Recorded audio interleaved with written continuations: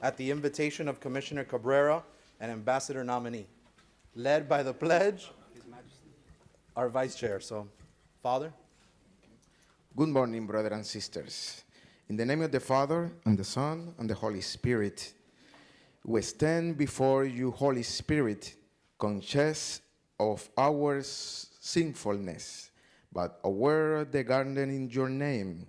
Come to us, remain with us, and enlighten our heart.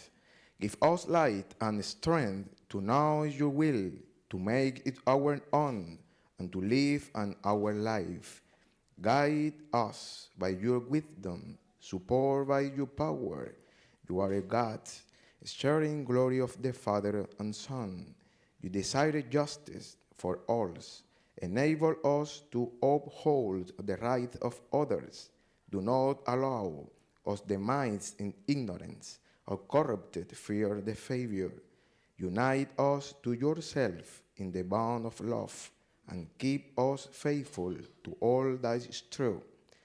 As we gather in your name, may we temper justice with love, and all our decisions may be pleasing to you, and earn the reward promised at good of faithful servants.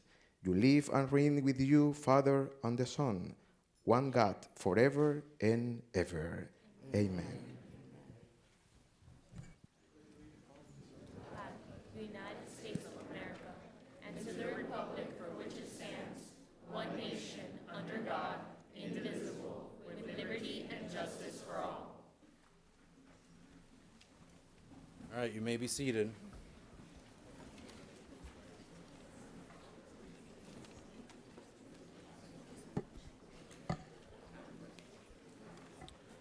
Colleagues, before we get officially started with the joint commission meeting, I would like to recognize for a second Commissioner Regalado, followed by Rabbi Harlig, in honor of Autism Awareness Month, which is April. So, Commissioner Regalado, you have a few minutes. Thank you. Thank you so much. So everyone's wondering why I have pink in my hair. I started this autism journey 20 years ago. My daughter Isabella is about to turn 22, and at 18 months, I was convinced that she was in the spectrum. But 2 decades ago, autism was something that was believed to only impact boys, which is why we lighted up blue and we have the puzzle piece. Autism was something to be fixed, and we were told that our children were broken. Because my daughter was not a boy and did not have epilepsy, I was told that she could not be autistic. It took me 5 years to finally get a diagnosis and to start treatment for her. Today, it's very different. Today, we know that autism does not know race, it does not know gender, and neurodiversity is not something that we want to eradicate, quite the opposite. That's why we no longer say autism awareness, we say autism acceptance, and we talk about neurodiversity and this concept of intellectual diversity. So in Miami-Dade County, where we embrace all forms of diversity, this month we celebrate neurodiversity, and specifically our amazing children and adults in the spectrum and what they bring to our community, how they are different, and how we celebrate that difference. So 20 years ago, I would have given anything for my children to be neurotypical. Today, I wouldn't change a thing about them. They are 2 wonderful neurodiverse individuals who make my life and everyone's life that they touch better, and that's what we celebrate this month. So with that, I would like to have the rabbi come up and talk about the Friendship Circle and the amazing work that they're doing in Miami-Dade County. Rabbi Harlig is recognized. Is it on? Yes, thank you so much. Good morning, esteemed county commissioners. Thank you for the opportunity to speak with you today. It's an honor to be here to talk about something that is incredibly close to my heart and to the hearts of many in our community. This month, as we said, April is Autism Awareness Month, yes. It is a time to raise awareness about autism spectrum disorder, neurodiversity, a developmental disability that affects communication and behavior. As you know, autism affects, I don't know what the numbers are today. They used to say 1 out of 54. I'm sure it's much more. And it's not just a statistic. These are our neighbors, our family members, our colleagues, and our friends. Individuals with autism and their families face unique challenges, but they also bring unique gifts to our society. However, despite the growing prevalence of autism, the need for understanding, support, and inclusion is still critical. That's why it's so important to take this month not only to raise awareness, but to make a real, lasting commitment to the community. This is where you, our county commissioners, play an integral role. You have a responsibility, one that I believe is essential to support and protect all the members of our community, including those with special needs. You're not just the lawmakers, you are advocates for a more inclusive and compassionate society. Your decisions directly impact the resources, opportunities, and services available to individuals with disabilities and therefore to their families. By prioritizing the needs of the special needs community, you help ensure that all residents can lead meaningful, fulfilling lives regardless of their challenge. This month, as we celebrate Autism Awareness Month, we also have reason to celebrate a major milestone. The opening of the Friendship Campus for the Friendship Circle here in Miami. This campus is a shining example of what happens when we, as a community, invest in the future of individuals with autism and development challenges with neurodiversion. It will serve as a safe space for these individuals to develop life skills, build friendship, and integrate fully into society. The Friendship Campus, which is in South Dade, in the heart of South Dade, is more than just a building. It's a place where dreams can be realized, where individuals with autism are empowered to live their best lives, and where inclusion is at the very heart of what we do. I'm excited because this campus represents the very spirit of what we can achieve when we work together to foster a community of care, respect, and opportunity. And this wouldn't have been possible without the support of our local leadership like you, from our county mayor, who's been a supporter from the beginning, our county commissioners. But this is just the beginning. There's so much more we can do, and it's our responsibility to continue to advocate for the support and needs of this special needs community by providing access to necessary services, promoting inclusive policies, and ensuring that all families can thrive. You're not only doing what is right, you're fulfilling a moral obligation. We want to thank each one of you for being there for us and continue to be for our community. Thank you. Thank you, Rabbi. Thank you, Rabbi. And Mr. Chair, so tomorrow is officially internationally Autism Acceptance Day. And we asked everyone if you could wear pink for our girls who get a late diagnosis and shatter the gender myth in autism. And we actually have a press conference. You're all invited. Tomorrow we'll be rolling out what our programming is for this year with our constitutional officers. Thank you. Thank you, Commissioner Regalado. Youth Commissioners, I know you're eager to start our joint meeting, and we will in just a second. I would like to recognize Commissioner Cohen-Higgins for a recognition. Thank you, Mr. Chair. I just wanted to take a moment to recognize the life and the legacy of Captain Gustin, who is a Miami-Dade County firefighter who passed away recently on March 16th, 2025. He had over 50 years of service to our Miami-Dade County Fire Department, and a legend and a legacy, not only within that department, but within our entire community. And upon his passing, not only Miami-Dade Fire Rescue, but City of Miami and all of our brothers and sisters in neighboring fire rescue departments all immediately honored him on our roadways with lighting up their fire trucks and pulling out the flag. So I just wanted to take a moment in recognition of the passing, the work, the life, and the legacy of Captain Gustin, who left us on March 16th. My deep condolences to him and to his entire family and to the entire Miami-Dade Fire Rescue Department. Thank you, Mr. Chair. Let's please join Commissioner Cohen-Higgins in a moment of silence.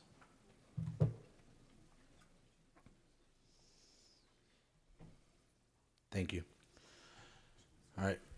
With that, I'd like to also recognize for a second, obviously we accustomed to recognize our elected officials. We have our clerk and comptroller, Juan Fernandez Barquin. Thank you for being here. We have our tax collector, Dariel Fernandez, and we also have with us today, not the normal, we have Senator Anita de Flores. Thank you for being with us today. Commissioner Regalado, are you looking to be recognized? Yeah, I was just going to say that obviously because we have our meeting, we can't be at the ceremony. But I would request that we do something for our firefighters in recognition of his service at our next meeting, since we can't attend the event that's occurring in about an hour because we're going to be here. I know that we've all spoken to the firefighters, our Miami-Dade firefighters, and the family.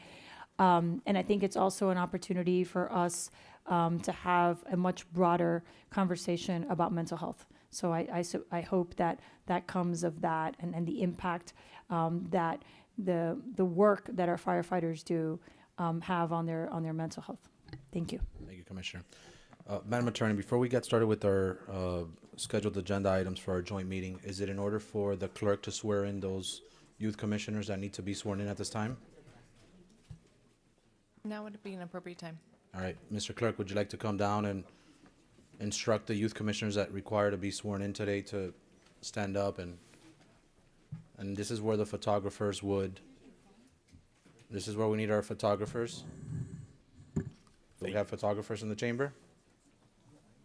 There we go. There he comes. Thank you, Mr. Chair. Are all the commissioners needing to be sworn in today, or just several, some? I believe all of them. All right, so go ahead and instruct them. All right. If you can please stand. Please raise your right hand and repeat after me. I state your name. Do solemnly swear that I will support, protect, and defend the Constitution and government of the United States and of the state of Florida, that I am duly qualified to hold office under the Constitution of the state, and that I will well and faithfully perform the duties as a member of the Youth Commission on which I am now about to enter. So help me God. Congratulations. Congratulations. Thank you, Mr. Chair. Congratulations, commissioners. Welcome to our chamber. This is officially our joint meeting. This will be recorded in our minutes and go down in history. This is not a game, so please govern yourself accordingly. Madam Attorney, can we start with item 2A? Mr. Chair, reasonable opportunity to be heard for this portion of the meeting would be appropriate. All right, reasonable opportunity to be heard is now open. Do I have any speakers signed up to speak? Any speakers signed up to speak for reasonable opportunity in our joint meeting? Seeing none, reasonable opportunity is now closed. All right, let's take item 2A. Do you need to read something? Item 2A, recognizing the Commission's efforts, 2024-25, Chairwoman Martina Jarmillo, District 8. All right, Chairwoman Jaramillo and Secretary Sibana London, if you need to approach the well and have opening remarks for us. Please, of course, state your name for the record as Commissioner. Hi, my name is Youth Commissioner Martina Jaramillo. And I'm Youth Commissioner Silvana Londoño. And, well, I want to start us off by saying good morning to Madam Mayor, Chairman Rodriguez, Vice Chairman McGee, and esteemed members of the Board of County Commissioners. Thank you for your time here today. As I said, my name is Martina Jaramillo, and I am a senior in the IB program at Coral Reef Senior High, and I am a proud member of District 8. As chair of Miami-Dade County Youth Commission, I stand before you with a deep sense of responsibility and hope. For over a decade, our commission has worked diligently to amplify the 350,000 diverse youth voices in our county to ensure their well-being and foster meaningful change. We are not just the leaders of tomorrow, but an integral part of our community today. And it is our responsibility to speak up take action, and help shape the future we want to see.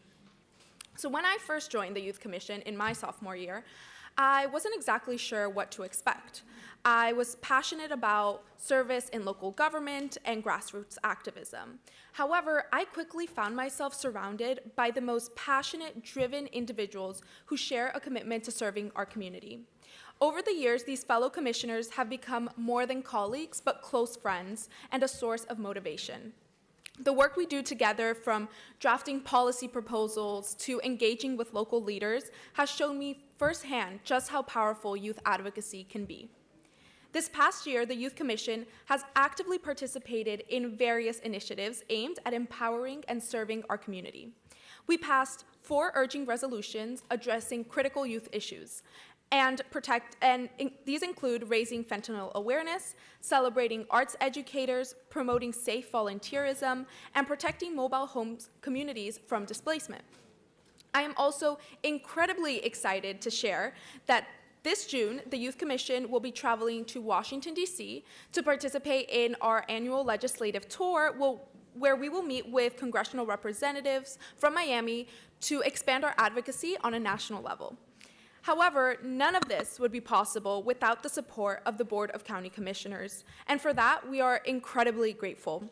We also want to extend our appreciation to the Miami-Dade Juvenile Services Department, specifically Director Latuan Bess, Chief Community Services Officer Kathy Burgos, JSD Manager Lauren Rabito, and our dedicated liaison, with whom we would be nothing without, Ms. Leticia Loretto.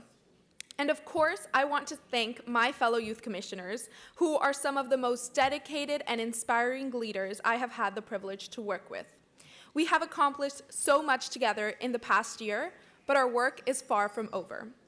With that, I would now like to introduce our Youth Commission Secretary, Silvana Londono. Hello, my name is Silvana Londoño, and I'm currently a junior at Our Lady of Lourdes Academy. This past year, I've had the privilege to serve as secretary of the Miami-Dade Youth Commission, member of the Advocacy and Legislation Committee, and member of the Committee Changemaker Awards. As part of the Youth Commission board, I've been able to see how dedicated this group of young changemakers are in Miami-Dade, and I've seen how great they are at addressing the issues for essential needs and the general good. I can say with full sincerity that this family that we've created has worked to amplify the voices of our community and to find solutions to the problems we've observed. Acting for the last 2 years as a youth commissioner under District 6 with Commissioner Kevin Cabrera, I've been given the opportunity to write a proposal alongside the support of the Advocacy and Legislation Committee that I'd like to touch on a bit now. This proposal consists of further regulation of the participation of adult volunteers in our community. As members of the Miami-Dade Youth Commission, we hold a responsibility to establish a safe environment for all youth who are a part of programs in the community, focusing on but not limited to our students, who must volunteer for a minimum of 100 hours to gain their high school diploma. In the light of growing concerns about child safety, it is imperative that we take proactive steps to protect our most vulnerable individuals.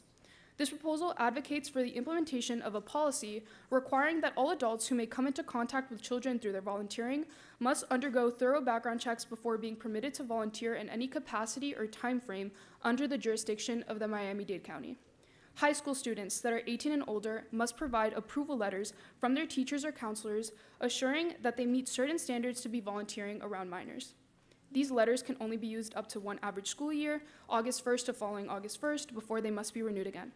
I implore you to capitalize on the positions you have been afforded as representatives of our county by supporting this motion, protecting the most vulnerable members of our community, our youth. Next, welcome Annie Valido, Chair for Advocacy and Legislation Committee. Thank you. All right, Chair.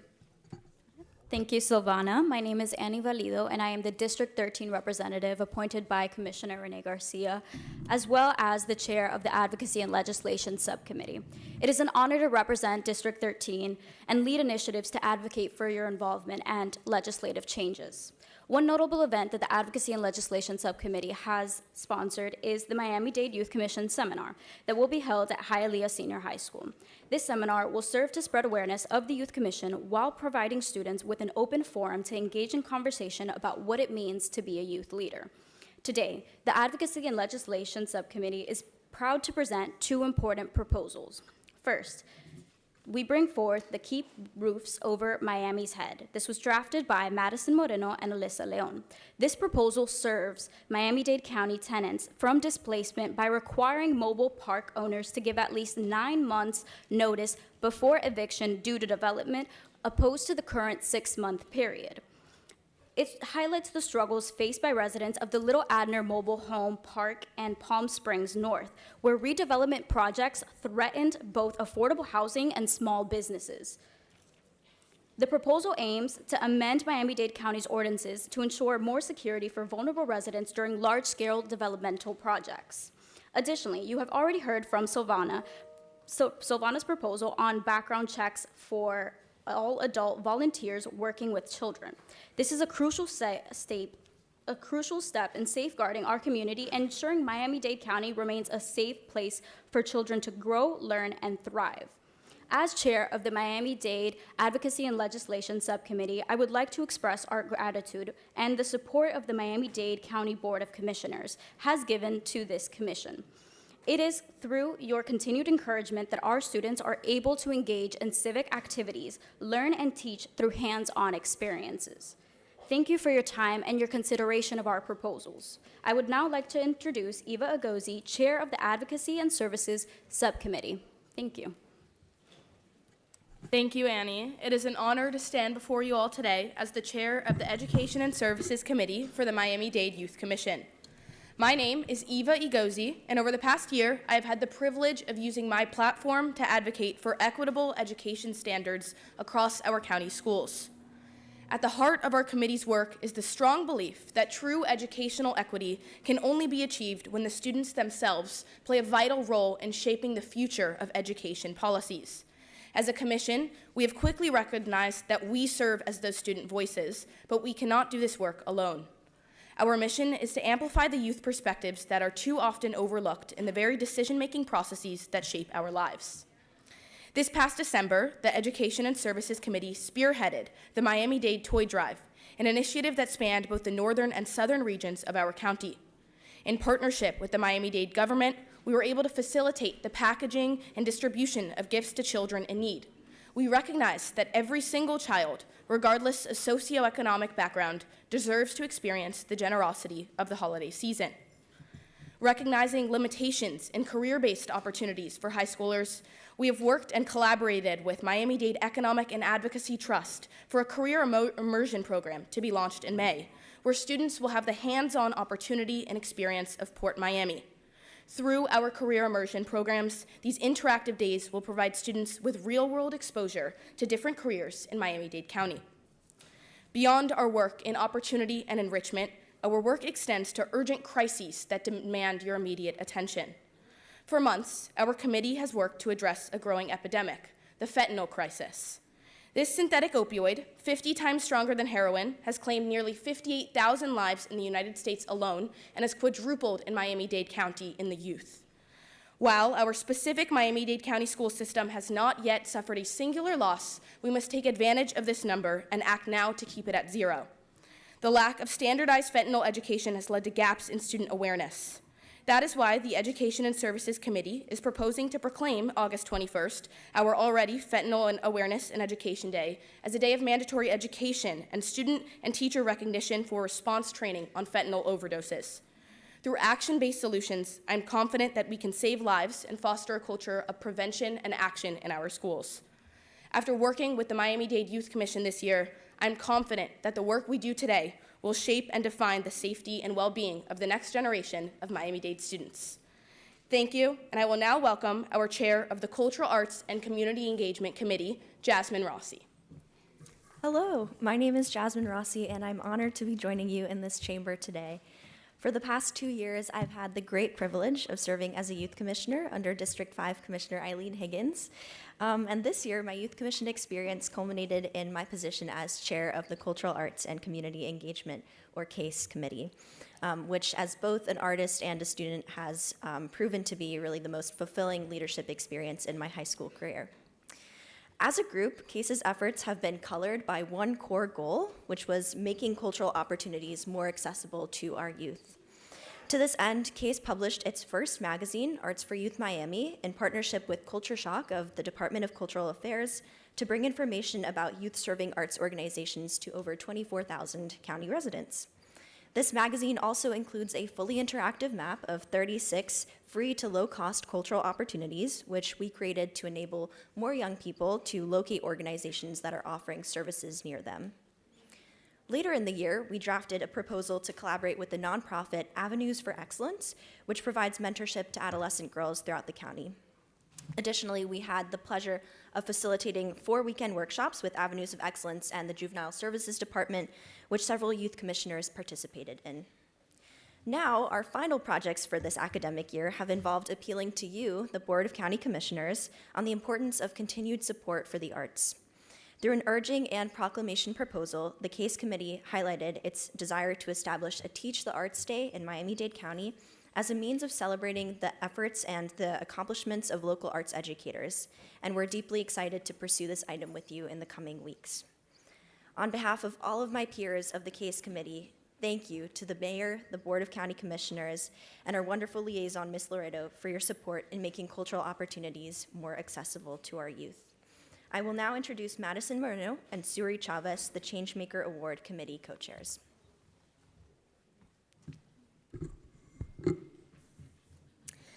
My name is Madison Moreno, and I am honored to represent District 11 as a youth commissioner.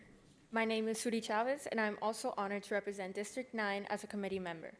Together, we have served as the co-chairs of the Changemaker Award Committee, which became a permanent committee of the Youth Commission this year.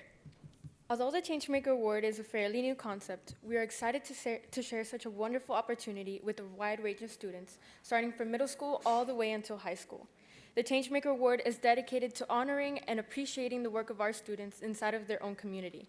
This award highlights all the proactive change in all of its diverse forms. We believe that recognition is something powerful and essential for action, and it is through the Changemaker Award that we make it known who the future changemakers of the world truly are. By empowering our youth, we are taking small steps to build a stronger and more connected Miami. As we reviewed the outstanding applications of students from across Miami-Dade County, we realized there were far more exceptional changemakers than those we could recognize with this award. However, we felt that these countless students who are positively impacting our community through service deserve to be celebrated. Therefore, we have proposed dedicating April 30th, 2025 as Young Changemaker Day in Miami-Dade County. To celebrate this special day, we have been planning a Changemaker Day event. This event brings together a diverse range of students to not only be recognized for their efforts to create a better community, but to also collaborate to develop innovative solutions to what they feel are some of the most pressing issues facing our county. We hope that this event will demonstrate what all the youth commissioners know to be true. Our youth are capable of recognizing and conquering daunting challenges through their unique perspective, unceasing effort, and commitment to leaving an indelible mark in our community that will benefit generations to come. Thank you for taking the time to listen to the youth of our community, and we hope that you will join us in empowering and celebrating youth commissioners for years to come. Now I am pleased to introduce Youth Commissioner Mauriza Costa. Thank you, Maddie. My name is Maritza Costa, very proudly representing the great District 13 on the Miami-Dade Youth Commission. And I'm happy to talk and share a little bit about the Youth Commission experience. When I first joined the Youth Commission as a freshman in high school, I didn't fully grasp the scope of what I was getting myself into. I knew I wanted to speak up for my peers, for my generation, and for the future we're all inheriting. Since then, I've had the privilege of serving as Vice Chair of Advocacy and Legislation, then Chair of that committee, and then last year as Vice Chair of the full Commission. Through these roles, I've traveled to Washington, D.C. along my fellow youth commissioners, carried the voice of Miami-Dade's youth to national conversations, and contributed to countless of events, urgings, and initiatives aimed at improving the lives of young people right here at home in the 305. But what makes the Youth Commission special, it's not just about the titles we hold or the projects we lead, it's the trust and responsibility that this board gives us. You empower us with a real budget, you include us in real policy conversations. You don't just tolerate our voices, you uplift them. And in doing so, you send a powerful message that young people are not just the leaders of tomorrow, we are the partners in leadership today. The Youth Commission should serve as a national model for what youth representation can look like when it's done right.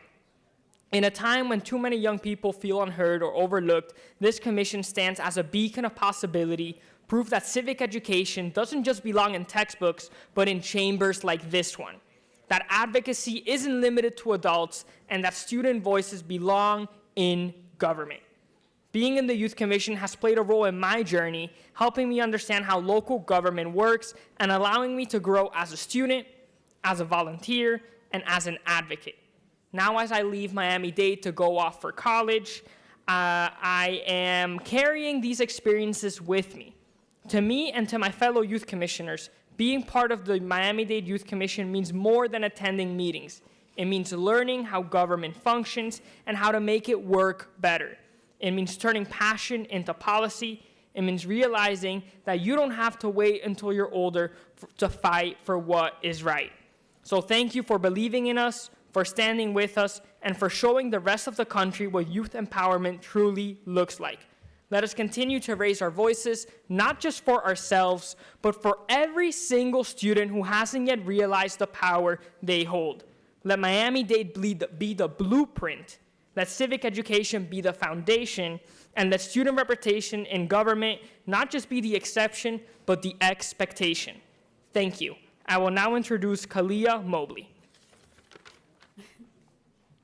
My name is Kalia Mobley, and I am honored to share the incredible experience that my fellow Miami-Dade Youth Commissioners and I had at the FIU Ropes course.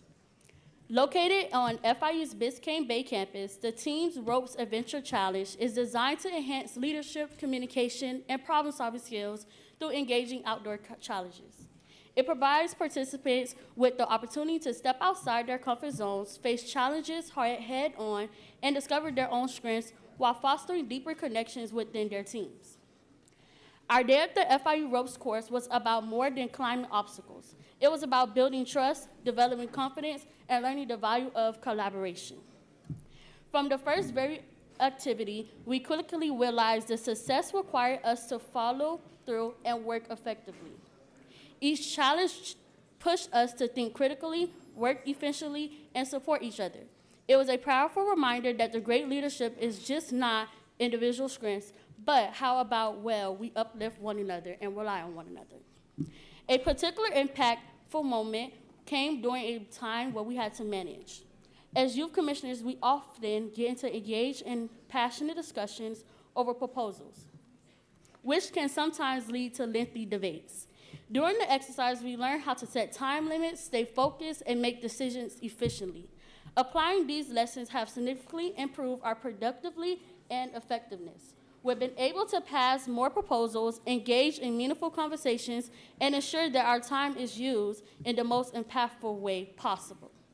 Beyond the practical skills, the FIU Ropes course strengthened our relationships, facing challenges together, fostering a sense of fellowship and mutual respect. It encouraged us to active listen and to collaborate each other's successes. These connections have not only made us stronger leaders, but also more efficiently and understanding to individuals' feelings. Additionally, the experience reminds us that the importance of resilience. There were many moments where the task seemed daunting, but through perseverance and encouragement, we pushed through. The confidence we gained from overcoming these obstacles will stay with us as we continue to take challenges on as roles as youth commissioners. Finally, we'd like to welcome Alicia Leon. Thank you for inviting the Youth Commission to speak with you guys and get to know more about county governance throughout my entire year on the commission. And thank you, Kalia, for your sentiment. My name is Alyssa Leon. I'm a senior at Mater Lakes Academy. Throughout the course of this meeting, we've been able to reflect upon the Youth Commission's impact, initiatives, efforts, and mission to foster generations of responsible and active youth in our county. Recognizing the immense dedication of our commission, we would also like to highlight our outstanding seniors who will start the next chapter of their lives in college. We are sure that their experiences on our board as youth commissioners will become their tools to shape their futures, spirit of service and advocacy, and they will shine in every environment or task they may undertake. As I read aloud our college decisions, I will also be highlighting our accomplished Miami Herald Silver Knight nominees. These students are handpicked by their schools for their commitment to outstanding academics and selfless service and citizenship. Please join me in celebrating the following seniors. District 2 Commissioner Kalia Mobley, attending Prairie View A&M University. District 3 Commissioner Angeli Mejia Espinal, attending Florida State University.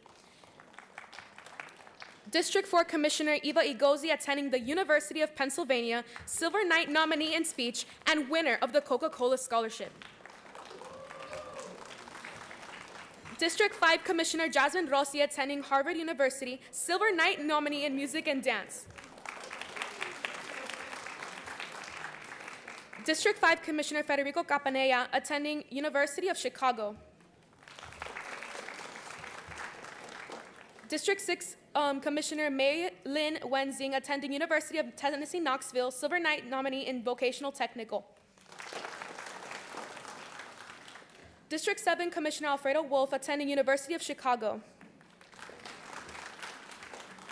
District 8 Commissioner Martina Jaramillo, attending Harvard University, Silver Knight nominee in social science. District 9 Commissioner, Youth Commissioner Samuel Zhang, attending Duke University, Silver Knight in World Languages. District 10 Commissioner Edward Lopez de Urald, attending Florida International University Honors. District 11 Commissioner Mia Vargas, attending the University of Miami with a Silver Knight nominee in World Languages. District 13 Commissioner Annie Valido, attending Florida International University. District 13 Commissioner and Student Advisor to the School Board Maritza Costa, attending Harvard University, Silver Knight nominee in Social Sciences and winner of the Coca-Cola Scholarship. And lastly, myself, Alyssa Leon, Mayor's appointee, attending the Florida State University Honors Program and Silver Knight nominee in Digital and Interactive Media.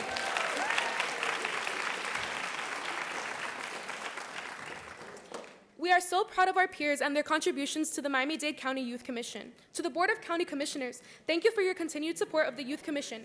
As you have seen, our Youth Commission's legacy extends far beyond the county, and we cannot wait to see the continued growth and success of our efforts and initiatives. Thank you.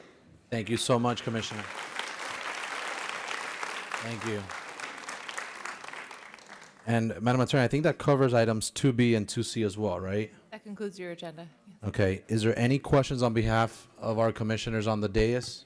I just have Commissioner Higgins, you're recognized for a question. Yeah, I just have one comment. Well, thanks. You all are so much, I don't know, you're just so much smarter than we were, or at least I should speak only for myself. Maybe you guys were just like them, but I certainly am so impressed with your dedication to community and to education, right? So you're able to do both, and that's really impressive. I'm happy to coordinate with the Youth Commission on your Arts Educator Day, and I don't know if Brian May is here from the Cultural Affairs group, but I'll enlist his help. So please reach out to my team on that. Thank you. Thank you, Commissioner. Any other comments or questions from Chairman, this dais? just quick. Senator? I just want to ask a quick question of Moritz. How long are you going to be gone for? 4 years? Okay, I got 4 years before he runs against me. All right, thank you. I got time. Congratulations. He will certainly be running for your seat at some point. All right, with that, Commissioner Gonzalez, you're recognized. Yeah, I just want to congratulate each and every one of you that came up to speak. You did a phenomenal job, especially and including District 11. You were amazing, girl. You were awesome, and you have a bright future.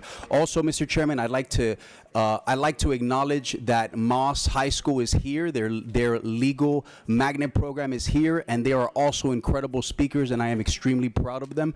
And I'm sorry that newspaper article targeted you, but never let anybody shut your voice down. Your voice will be heard. Never waver. Thank you, sir. Thank you, Commissioner. Commissioner Steinberg, you're recognized. Yeah, I want to just congratulate our youth commissioners. I know how hard it is, the commitment that you guys put forward with your crazy school schedules and after-school activities. So we thank you for taking the time to be a part of this process and to be here today. Commissioner Bastien. Thank you so much, Mr. Chair. Youth commissioners, listening to you, I said to myself, our future is secured with you. Your focus is your power. Your focus is your power. Thank you for your leadership. Thank you, Commissioner.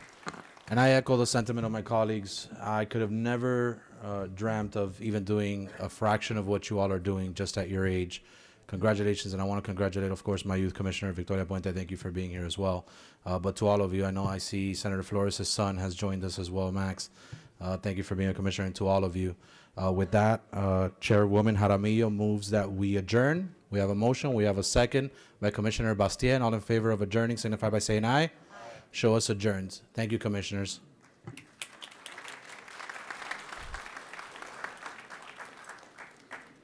All right, colleagues, we're now going to start our regular BCC meeting. Do we need to roll call for our new meeting, Madam Attorney, or not necessarily? No, it's not necessary. All right, so is it in order to get right into reasonable opportunity? Yes, that would be appropriate. All right, I'm going to start with reasonable opportunity for the public to be heard. When I call your name, please state the item you're speaking on, your name and address, and you will have 1 minute to speak on the item. Please be respectful, otherwise your microphone will be shut off, and the sergeants will escort you out of the chamber. Remember to state your name and address, and you will have 1 minute to speak. As I call your name, please line up and approach the well. And please exit quietly, commissioners. Jay Cohagen, Richard Schroeder, Richard Muffson, Dr. Johnny Johnson, Brenda Betancourt, Lisette Monzone. That name sounds familiar. Is it the Lisette Monzone I know? Oh, yeah. Scott Kiley, Jill Kiley, Convey Terry, Maria Magdalena Estupiñán, Joshua Gemai, and Martha Bueno. Those are the first 12. Please line up and approach the well. Please state your name and address, and you have 1 minute to speak. Dr. Richard Schroeder, Naples, Florida 34120. I'm speaking on the fluoride issue. Fluoride is not what you think. Fluoride is derived from fluorine, a highly toxic pale yellow gas. As a member of the halogen family and the most reactive of all of the nonmetal elements, it should be noted that several scientists lost their lives attempting to isolate elemental fluorine. The fluoride itself is not required for any physiologic process in the human body. No one will suffer from a lack of fluoride. The fluoride placed in the drinking water is not even elemental fluoride, but a toxic byproduct of industry. Fluorosilicic acid, which was sold to gullible humanity by clever industry propagandists and has become embedded in our psyches as some kind of a magic fairy dust to prevent tooth decay. Even if this were true, this toxic substance should never have been allowed to be dumped in our public water supply. Thank you, sir. Thank you. Ma'am, go ahead. Guys, sorry. Oh, I'm sorry. Let me just give me a second. I allowed it for the kids because, of course, they're children. The adults, we don't clap in the chamber, and that's on me. I should have said the rules. If you want to recognize or cheer someone on, you kind of do this waving thing that we do here, but no clapping, and please keep it quiet. Go ahead. Good morning, Brenda Betancourt, 1436 South 6th Street. I'm in favor of a 11A2. This pool, it will be as well helping with the flooding, with the lack of lighting in several main streets is my question for the main road, especially in 27, which we're still waiting for those lights to be turned on, the street lights.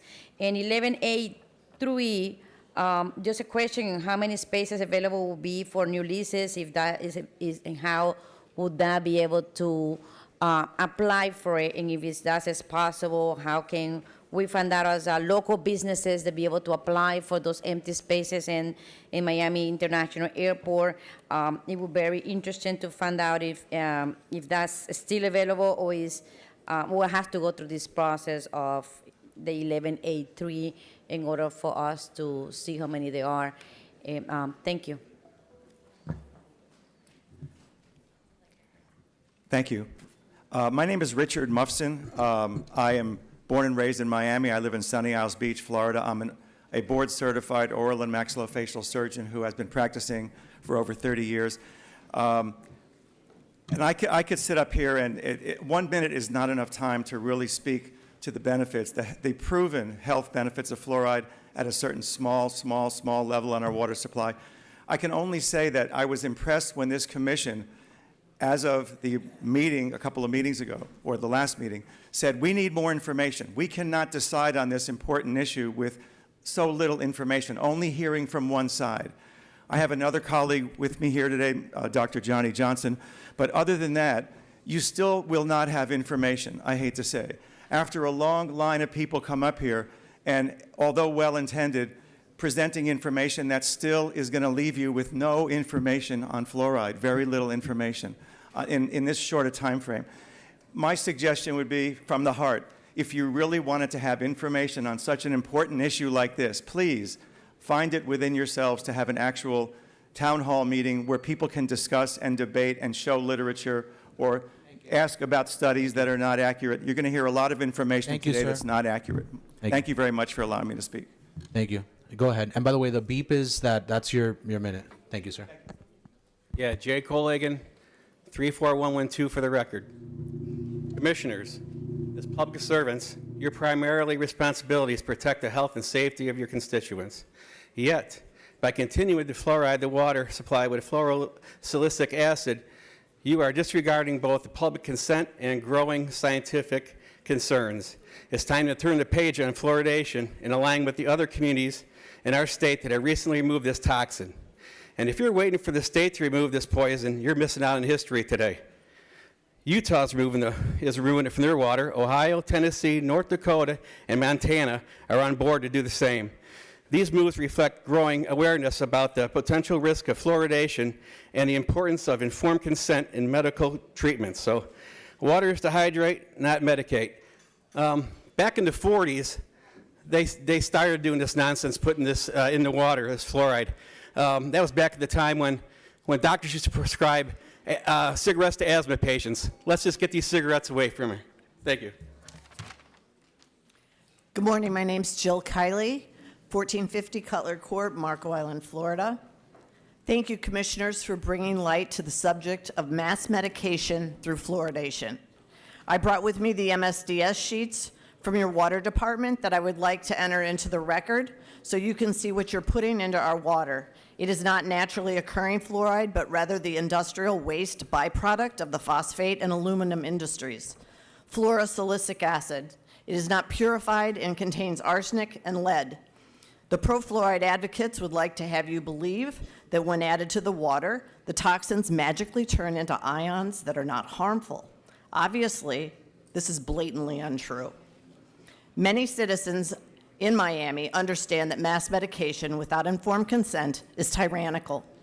They want freedom of choice of what they put in their own bodies.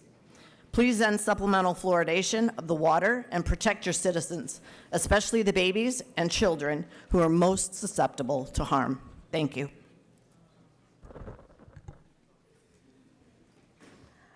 Good morning. My name is Magdalena, 21 Madeira Avenue, Coral Gables. I think that what I was going to say, many of them have said it before, so why, I don't want to repeat the same thing, but it's very important to know that over 97% of the world has banned this called fluoride. And as she said before, we are not, what you're putting on the water is not a pharmaceutical grade fluoride. It's a poison, and this is what we are ingesting. Besides that, I don't think that the county should be medicating people without non-consent. The FDA have said that the fluoride is a drug, and it's right here. You can see it right here. So if you take more than what it's supposed to be brushing your teeth with, then you have to call and go to the hospital or call 911. This is, how bad it is. So thank you. Good morning, Commissioners. My name is Scott Kiley, Stand for Health Freedom, 1450 Cutler Court, Marco Island, Florida. If you keep fluoride, what will you tell your citizens? How will you inform your most vulnerable?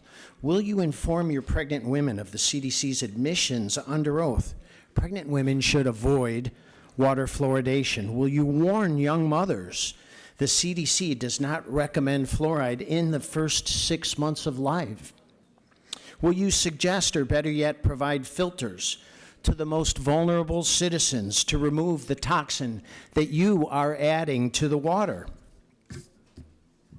You cannot stay silent and pretend to be unaware of the latest data. Do you see the trick bag you are in if you continue to force a medication without informed consent? Commissioners, respectfully, you're not doctors. It is impossible to give adequate informed consent to your citizens. Exercise the precautionary principle and please end water fluoridation today. Thank you. Thank you. Lisa. Hello, Lisette Monson, 13455 Southwest 68th Terrace. Happy to be here to speak on behalf of 11A10 for the removal of fluoride from our public water. Rather than focus on the pros and cons of fluoride, I'd like to focus on the underlying issue, which is medical freedom. Some families choose Crest with fluoride to keep their teeth healthy. Others choose hydroxyapatite to naturally mineralize the enamel. Some go to a holistic dentist. Others choose conventional. That is not the focus. The focus is that when each of those families goes to the zoo and wants to fill up their public drinking water with public drinking water, one is getting involuntarily exposed to a chemical they would otherwise avoid.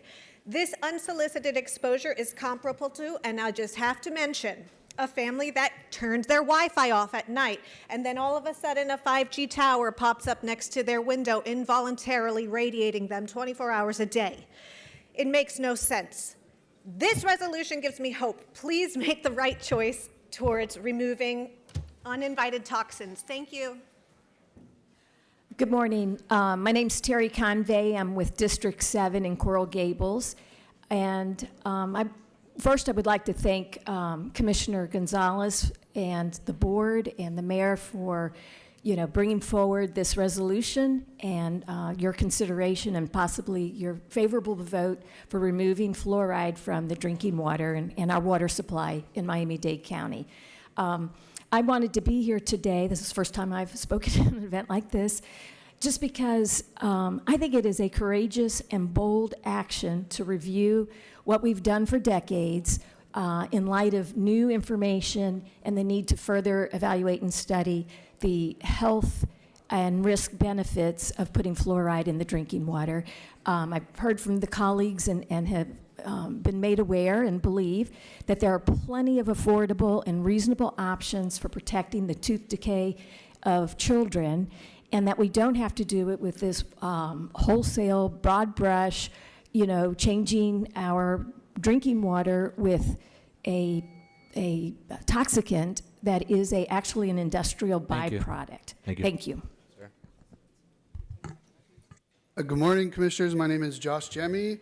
Do I have to get my address? Or okay, 16750 Northeast 10th Avenue, Miami. Okay, so today, as we begin Autism Awareness Month, we're reminded to protect our most vulnerable, our children. For decades, Miami-Dade has added fluoride to our water, assuming it's harmless.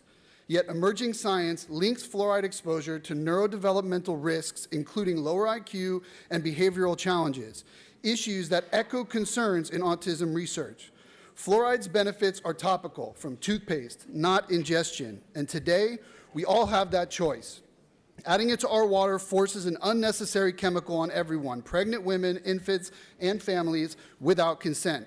Governor DeSantis and Dr. Ladapo call this practice outdated. Let's honor Autism Awareness Month by prioritizing caution and freedom. I urge you to support Commissioner Gonzalez's legislation to remove fluoride from our water. Let's safeguard our kids' futures. Thank you. Good morning. My name is Dr. Johnny Johnson. I'm a pediatric dentist address 222 West Park Avenue, Chiefland, Florida. I rise in support of water fluoridation. I lead the American Fluoridation Society, like the British Fluoridation Society and Canadian Fluoridation Society. We're nonprofits. We take no salary for what we do, but we provide evidence-based science to communities so that they can make decisions based on the best available evidence. I will say to you that what the Safety and Health Committee heard from Drs. Ladapo and Dr. Mowlin was absolutely one-sided. We have done a presentation opposite them in Bartow, Florida, very nice to watch, where the community saw what was going on. There's literature that's not being presented to you. I sent you a 24-page packet. There are strong studies that totally go against what they're saying. There is no credible evidence that there are neurotoxic effects from fluoridated water. No country is stopping it. Please keep fluoridation in your water. Thank you very, very much. Have a workshop, please. Good morning. My name is Erwin Sainville. I am born and raised in Miami, Florida. I am a board-certified pediatric dentist, Haitian American. And on behalf of the Florida Academy of Pediatric Dentistry and American Academy of Pediatric Dentistry, we do support fluoridated water. We're just asking that it remains at an optimal level so it does not cause the effects that you have seen. Also, the studies that have been done have not been based in the United States. Even Canada, when they decided to remove fluoride from the water, they did see an increase in dental decay. As a pediatric dentist that services Medicaid population and the underserved, we have an increase of children who are being very affected from tooth decay. And with us removing fluoridated water without keeping it optimal level, then we are going to see a rise. I have patients that are in hospitals that are hospitalized because of dental infection. They're missing out on school. Their parents are missing out from work. So please, we support the fluoridated water. Thank you. Good morning, Commissioners. My name is Martha Bueno. Address is 11455 Southwest 40th Street, and I want to thank you very much for having this discussion here today. It costs $0 to take the fluoride out of the water. Meanwhile, the filters, in order to not have the fluoride in your water, cost thousands of dollars. You are harming those who cannot afford to pay to have clean water. It is our right to not be intoxicated by our government. I urge you to please vote in line with the citizens of Miami-Dade County, keeping in mind that the fluoridation was added to our water in 1958. Nobody on this commission voted in favor of it, and nobody in the public voted in favor of this. It is easier to simply not add it than to continue to cost the residents of Miami-Dade so much in terms of their health. Thank you so much. I appreciate you. Thank you. All right, I have Maya Asi, Maria Alexandra Garcia, Susie de Jesus, Heather Berman, and John Lewis. You may approach and continue the same pattern. Everybody's been doing really good. State your name and address, and you have a minute to speak.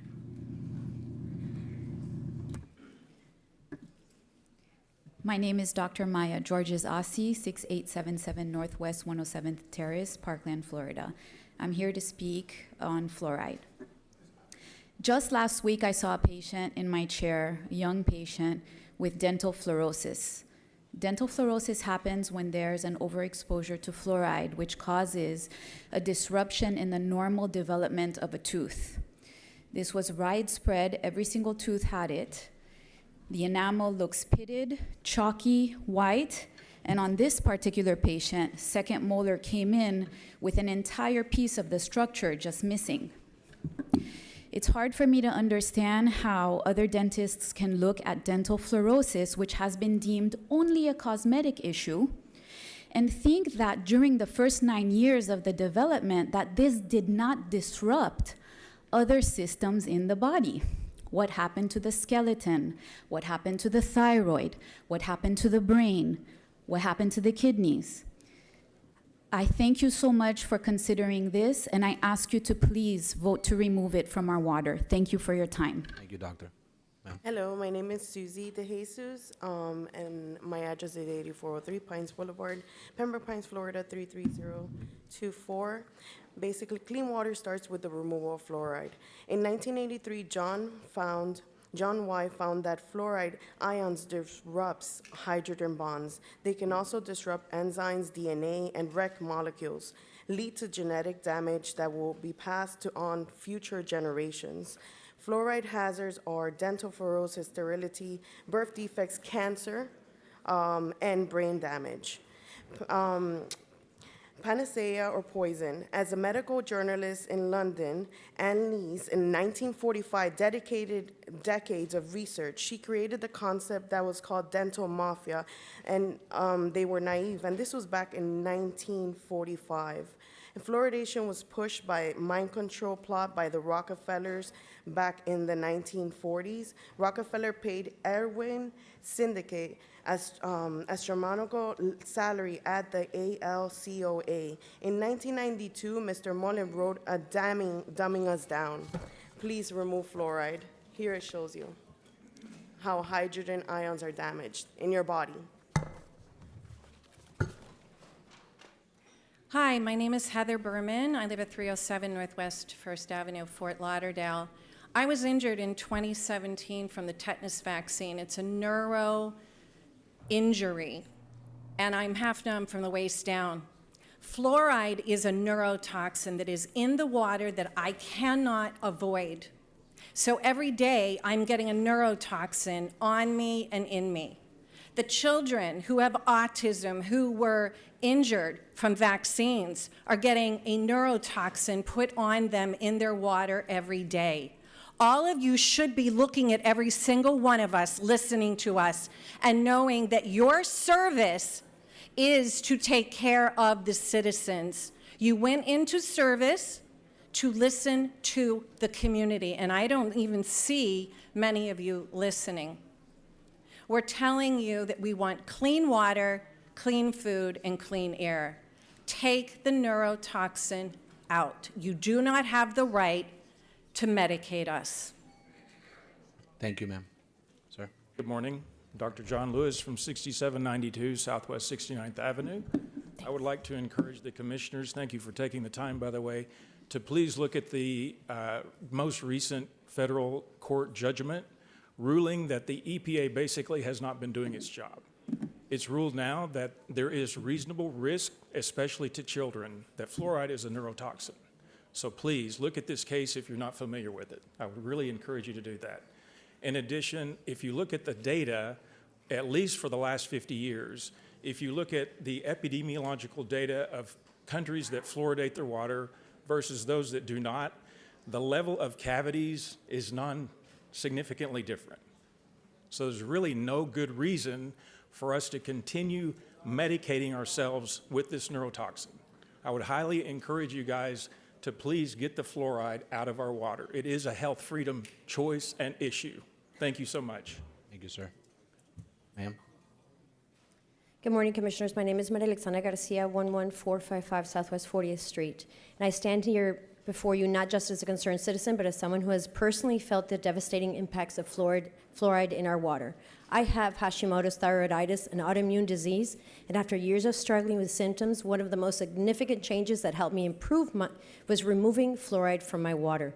What many people don't realize is that fluoride was once prescribed as a treatment to suppress thyroid function in patients with hypothyroidism, not what I have. It was used because fluoride disrupted the thyroid's ability to produce hormones, and yet today that same fluoride is being added to my drinking water, without considering those of us who need to protect our thyroid function, not suppress it. For those of us with thyroid disease, every sip of fluoridated water is like taking a small dose of medication we never asked for. And unlike actual prescription, we have no choice in the matter. The only way to avoid it is to invest in expensive filtration systems that not every family can afford. Fluoride is not the only issue in our water, but it's a good place to start. It's time to stop forcing a mass medication program in our public. Thank you. Thank you. Thank you so much. All right, that's all the public speakers I have signed up to speak under reasonable opportunity. So with that, I hereby close reasonable opportunity. Reasonable opportunity is closed. And with and I want to recognize the Florida Surgeon General who is with us here today. Thank you for being with us. Will you be able to stick around, or do you have to catch a flight or head back? Dr. Mallon and I are here, and we actually just wanted to briefly talk, similar to other individuals, but...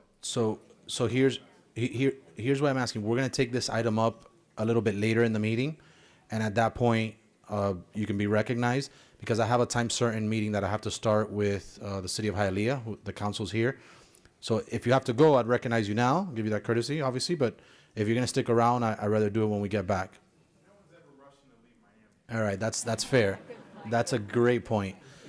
With that, I have, unfortunately, to ask you, Surgeon General, if you could please give the front rows to the city council, and then you could resume once our meeting is over. That's a hard ask of you, but appreciate you. And then if the city council and staff may approach the first two aisles. The aisles, not the well. Not yet. The aisles. Yeah, like is this it? Everybody from City of Hialeah? Oh, are we waiting on them? All right. So show us recessed for our regular BCC meeting. And for purposes of the clerk, while we wait for them to come, Commissioner Regalado moves to recess our BCC. It's seconded by Commissioner Gonzalez, and all are in favor of recessing. Madam Clerk, County Clerk, can you please roll call on the county side? Commissioner Bastien. Commissioner Bermudez. Present. Commissioner Cabrera. Commissioner Cohen-Higgins. Senator Garcia. Commissioner Gilbert. Commissioner Gonzalez. Commissioner Hardiman. Commissioner Higgins. Commissioner Regalado. Commissioner Steinberg. Vice Chairman McGee. Chairman Rodriguez. I'm present. We have 11 members present. We have a quorum. Thank you, Madam Clerk. Is the city clerk in attendance? Is the city clerk here? Hialeah City Clerk, would you like to roll call? You can approach the microphone.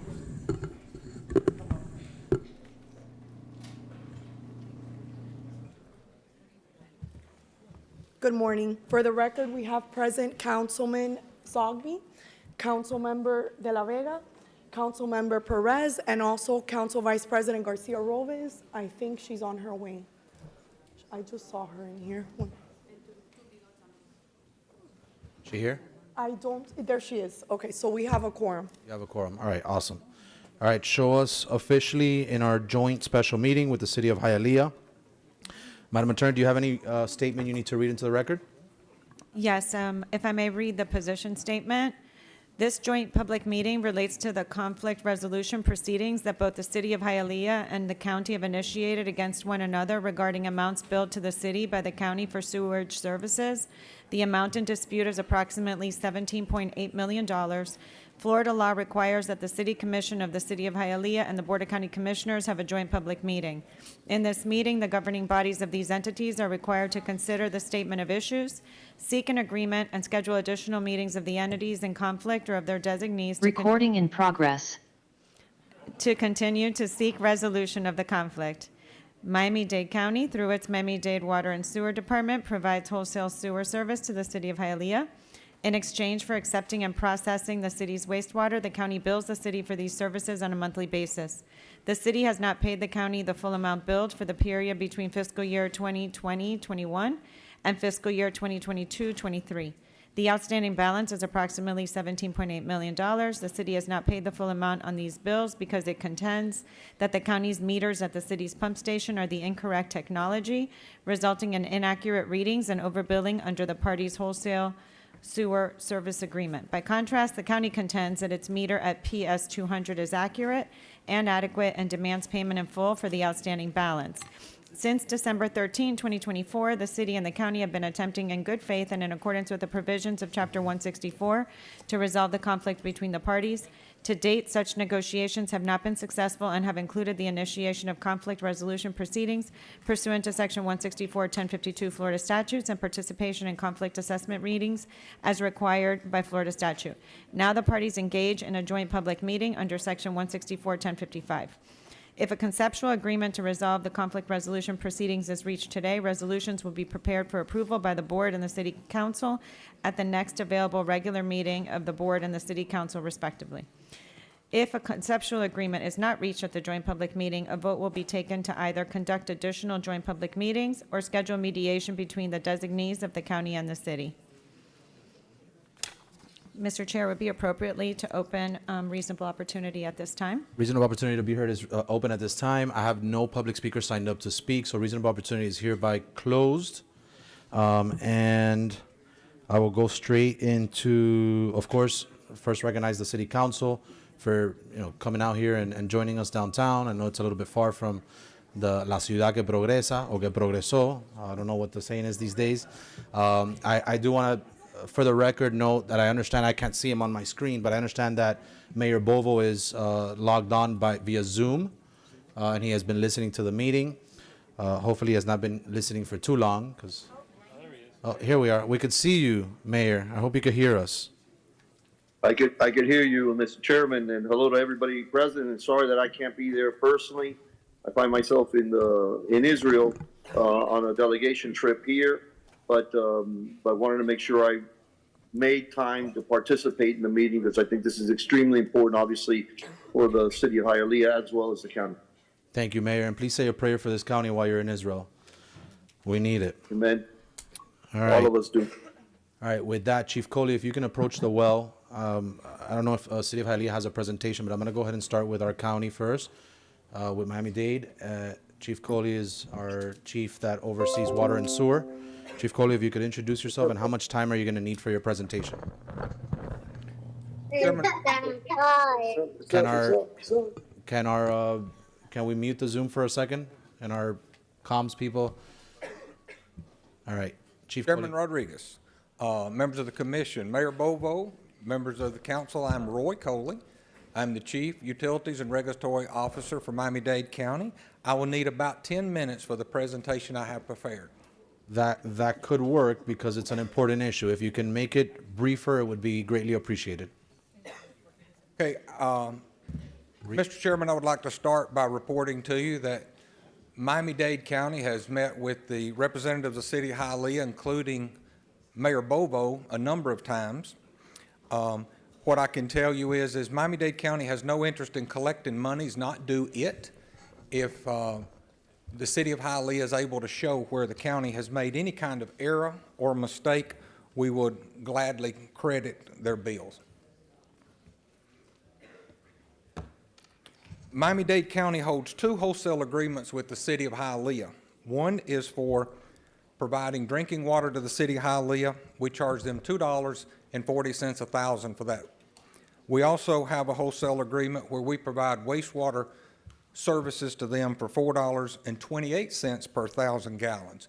Both of those charges are based on system operating costs. The county makes no profit on any of its wholesale customers. It uses the annual cost that is determined by a third party, and that's how they're charged.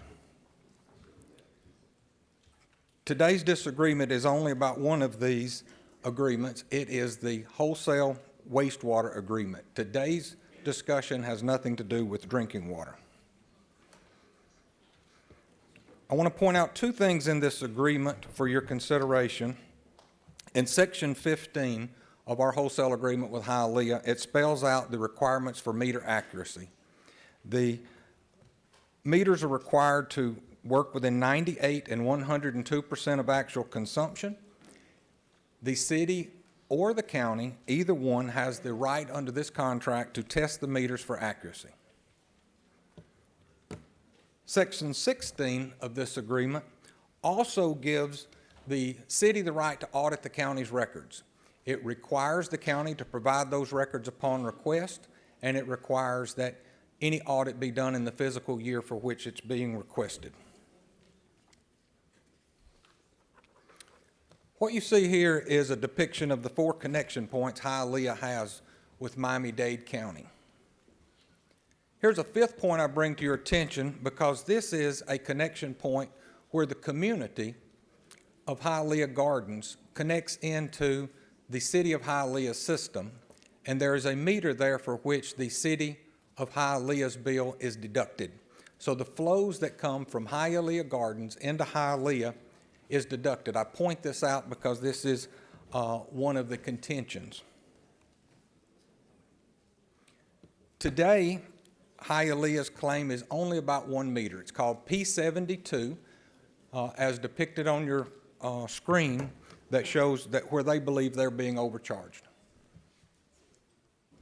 Here's an email from Hialeah staff to Water and Sewer Department staff explaining to them that they're withholding payments or portions of payments due to they don't believe the deduct meter coming from Hialeah is being applied appropriately. Here's a little bit of history on Hialeah's payment history to the county. As you see, from 2010 to 2015, the City of Hialeah paid the county as required and expected. Beginning in 2015 until 2020, each year, the city accumulated a balance by the end of the fiscal year, only to, as soon as the new fiscal year would begin, they would pay the bill off and start over. This went on for these years. Beginning in 2020 up until 23, when they would run behind on the bill, they didn't catch it up. Now you see here today it stands at $17.8 million.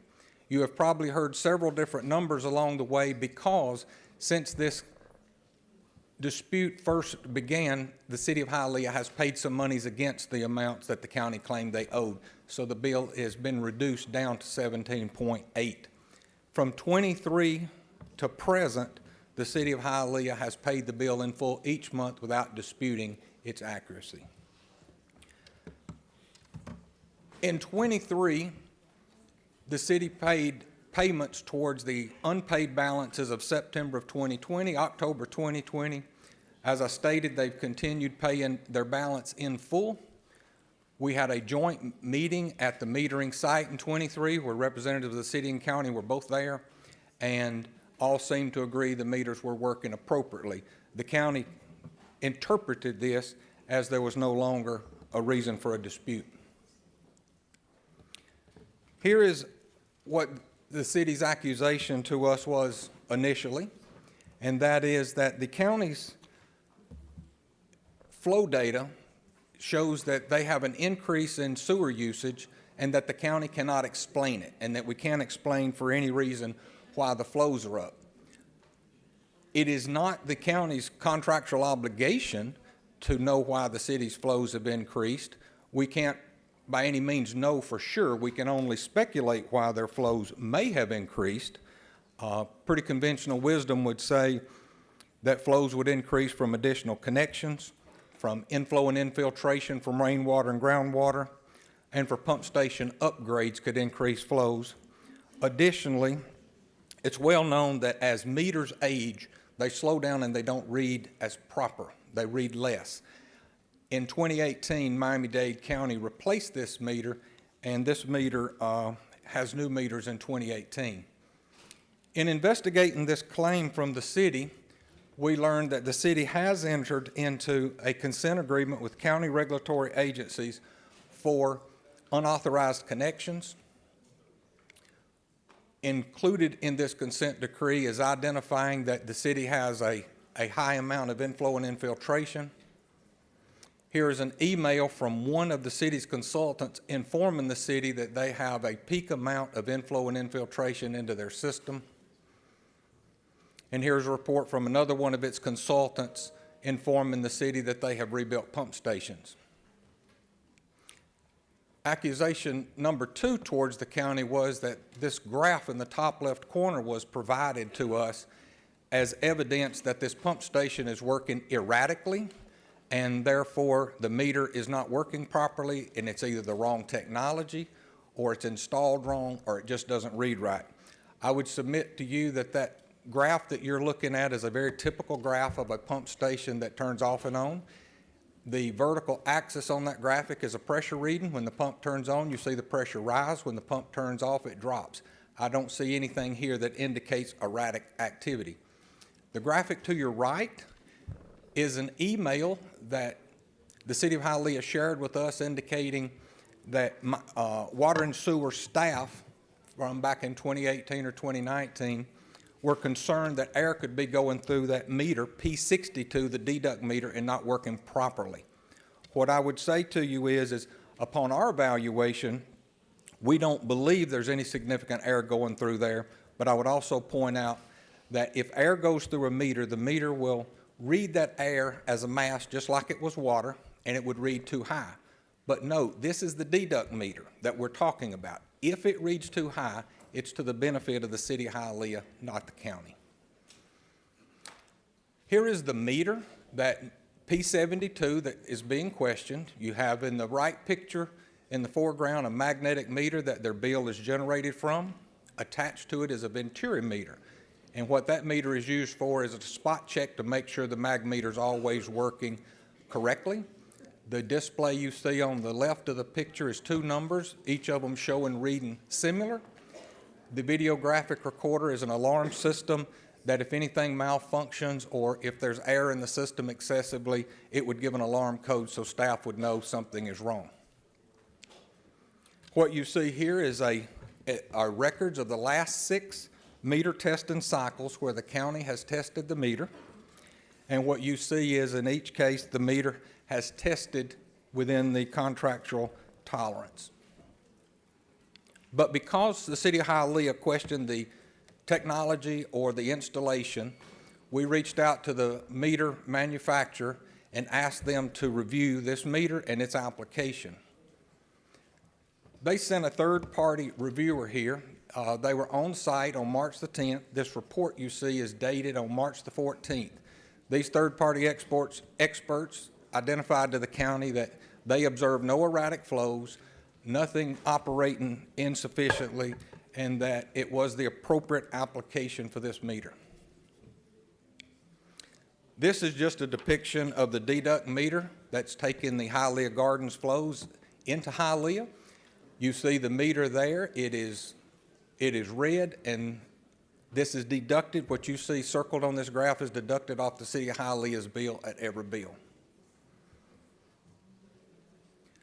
The third accusation was the city said that there was conflicting timestamps in the county's asset management system indicating potentially manipulated data or an audit finding. We reviewed this claim, and what we learned was there are times when our technicians are in the field, they don't have connectivity, they simply write down data on paper. When they return to the office, they enter it all, which would explain for the time illogical record. However, I point out to you, this is a maintenance record. This is not a billing record.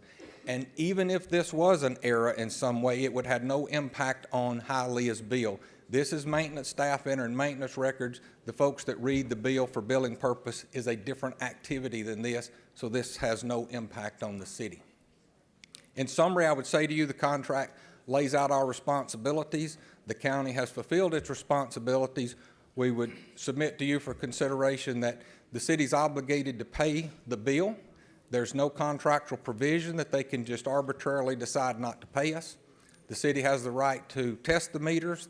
They have not done so, or if they have, they've not shared that information with us.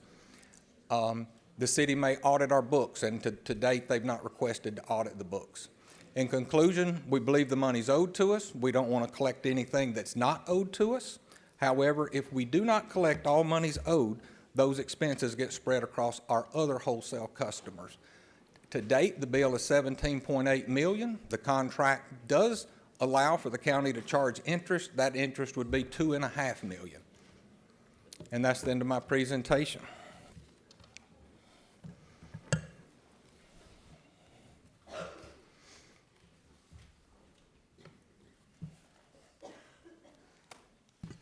Thank you, Chief, for that not so brief presentation, but very thorough.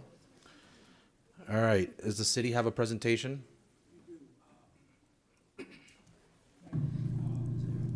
the attorney, Rafael Suarez-Rivas, here with professional staff, our city council. Our public works director has a presentation for you. It is short, simple, to the point, and we appreciate the board taking this time out for this joint meeting to see if this can be amicably resolved. And I think the presentation will show to you neutrally how there are some metering anomalies and problems with the meters and how they read, and some system issues, and the proof will be in the pudding, and if that is acceptable to the board, you know, we would like the presentation from our Public Works Director, and I think our mayor, appearing digitally, would like to have a few more words, so that's all right. Absolutely. Thank you. Mr. Attorney. So if the Public Works Director can formally introduce himself and let us know more or less how much time you're going to need, obviously I'll be gracious, given that this is an important matter, but... Yeah, good morning, commissioners and council people. I'll definitely try to beat that 10-minute little clicker that's going to remind me. Awesome. My name is Kevin Linsky. I'm the Director for Public Works at the City of Hialeah. I used to be the Water and Sewer Director here at the county for a number of years, and I graced these halls and all back in there for 28 years, which you can probably tell by looking at me. This is a pretty simple case. I have a presentation. I'm going to try to click to like the one or two things that are just really critical, and I think Roy did a pretty good job of laying out some of the issues. I just want to start off by saying I'm shocked we're here. These issues come up. They've come up between Hialeah and the county before. Hialeah presents rational data. County says, yeah, it looks right. We give you a credit. So we don't understand why we're standing here, and there's a particular email that is the smoking gun email. And I think after you see it, it's a little bit of a head scratcher. As I said, there are a couple instances for multi-million dollars. We get together, solve the issue, away we go.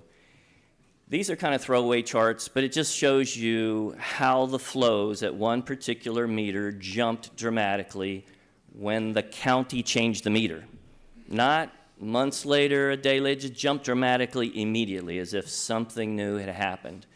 So we did retain money concerning that. You could look at this, it just shows you visually what I'm saying, that this thing jumped, and it stayed jumped. So I love this email. It's a fantastic email. I spent about 8 hours when they released the JFK assassination. The first night I read 130 documents. Couldn't sleep thinking, oh, is there a smoking gun? I did not find a smoking gun. It was sitting in a WASD email. So check this thing out. The old county pros know exactly what this is.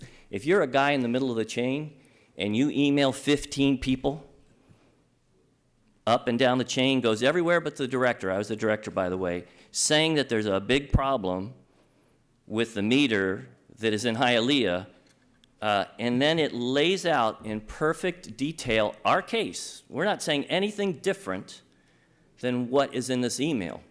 The email says the old meter worked fine, it was filled with wastewater.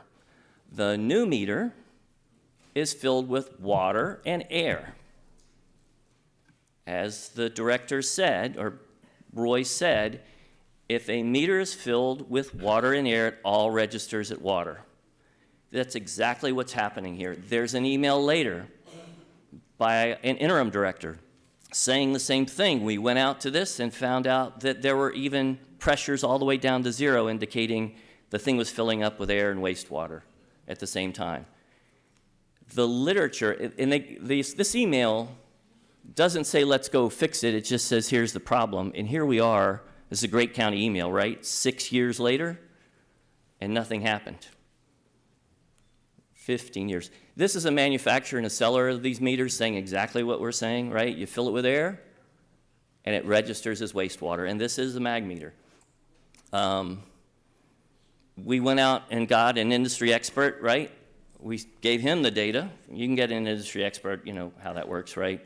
But he looked at all. This guy heads an engineering department at the University of Maryland, has an amazing resume. We gave him all the data.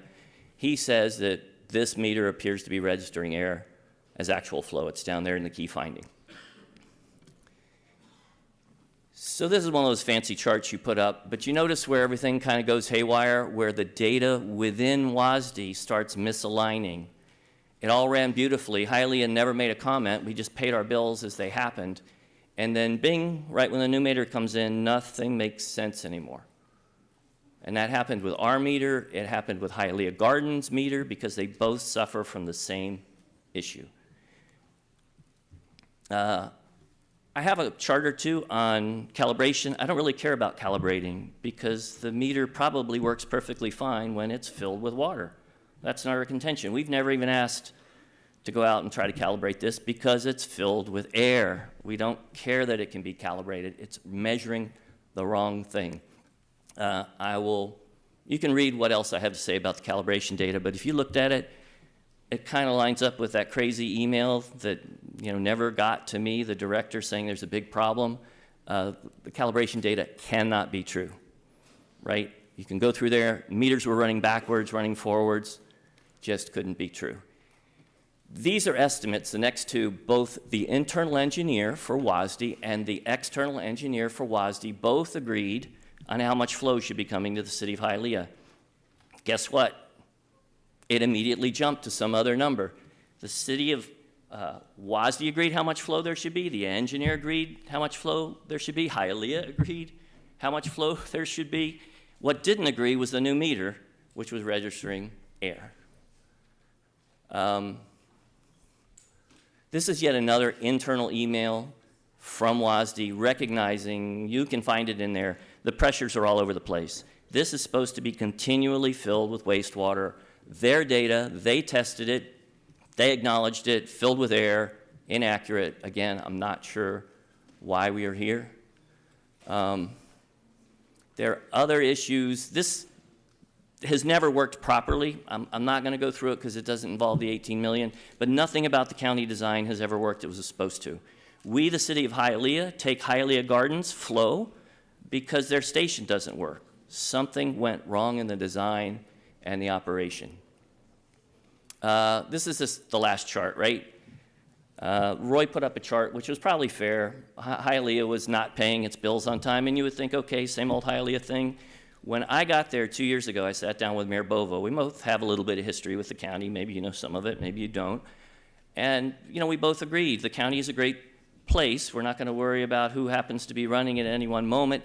If they make rational requests, we're just going to be good about it. We're going to say yes. If you read through here, the minute I got to the Public Works Department, fleets of county F-150s showed up. I'm telling you, I went to my parking lot, it was filled with county F-150s asking for things from Hialeah. Will you serve customers we can't serve? Will you release 37th Avenue? Will you release some of your property where we'll start serving them? We said yes to everything, not even any qualifiers. I was just like, yep, we can do it. It's fair. Because I didn't even know what our claim was, Hialeah, and I'm going to leave you with 2 minutes on the clock, I released $5 million that we had withheld because I didn't know the strength of our claim, and we started paying the full bill. And I wish I'd never done it because I had never seen that email from 2019 that said, guess what, we're overcharging Hialeah. Had I seen the email, either in 2019 or before 2024, we wouldn't have sent the money back. So we're just asking for credit like we have before. We think that we agree with the county's internal expert, the engineer, everybody were being overcharged. But thank you. Thank you, Director. And then is the mayor wanting to say some remarks as well via Zoom? Do we have the mayor? Yes, Mr. Chairman. I don't know if you could hear me, and I'll be brief. We could. Okay, excellent.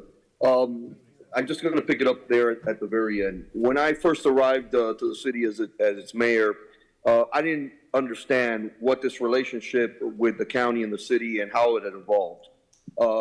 The decision was made by a previous administration to not pay or just to basically ignore and enter into this battle royale, of which did not sit well with me because that's not what we wanted to do and that's not what my administration wanted to do. As soon as Kevin came on board, not only did we give instructions that we're cooperating, we're going to whittle down this bill because obviously it's something that I didn't want hanging around our neck or the city for that matter. But as Kevin has demonstrated, there were serious questions, the serious question marks that we have raised. This email kind of validated a lot of what was being thought about, not just by ourselves, but even by the previous administration. And, serious enough that for us, and to have the city council there, I think should also send a clear message for all of us in the city.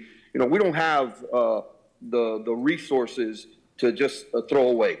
We in the city of Hialeah try to run a very tight ship. We, in our budget, reflects our residents. It's always reflect our residents.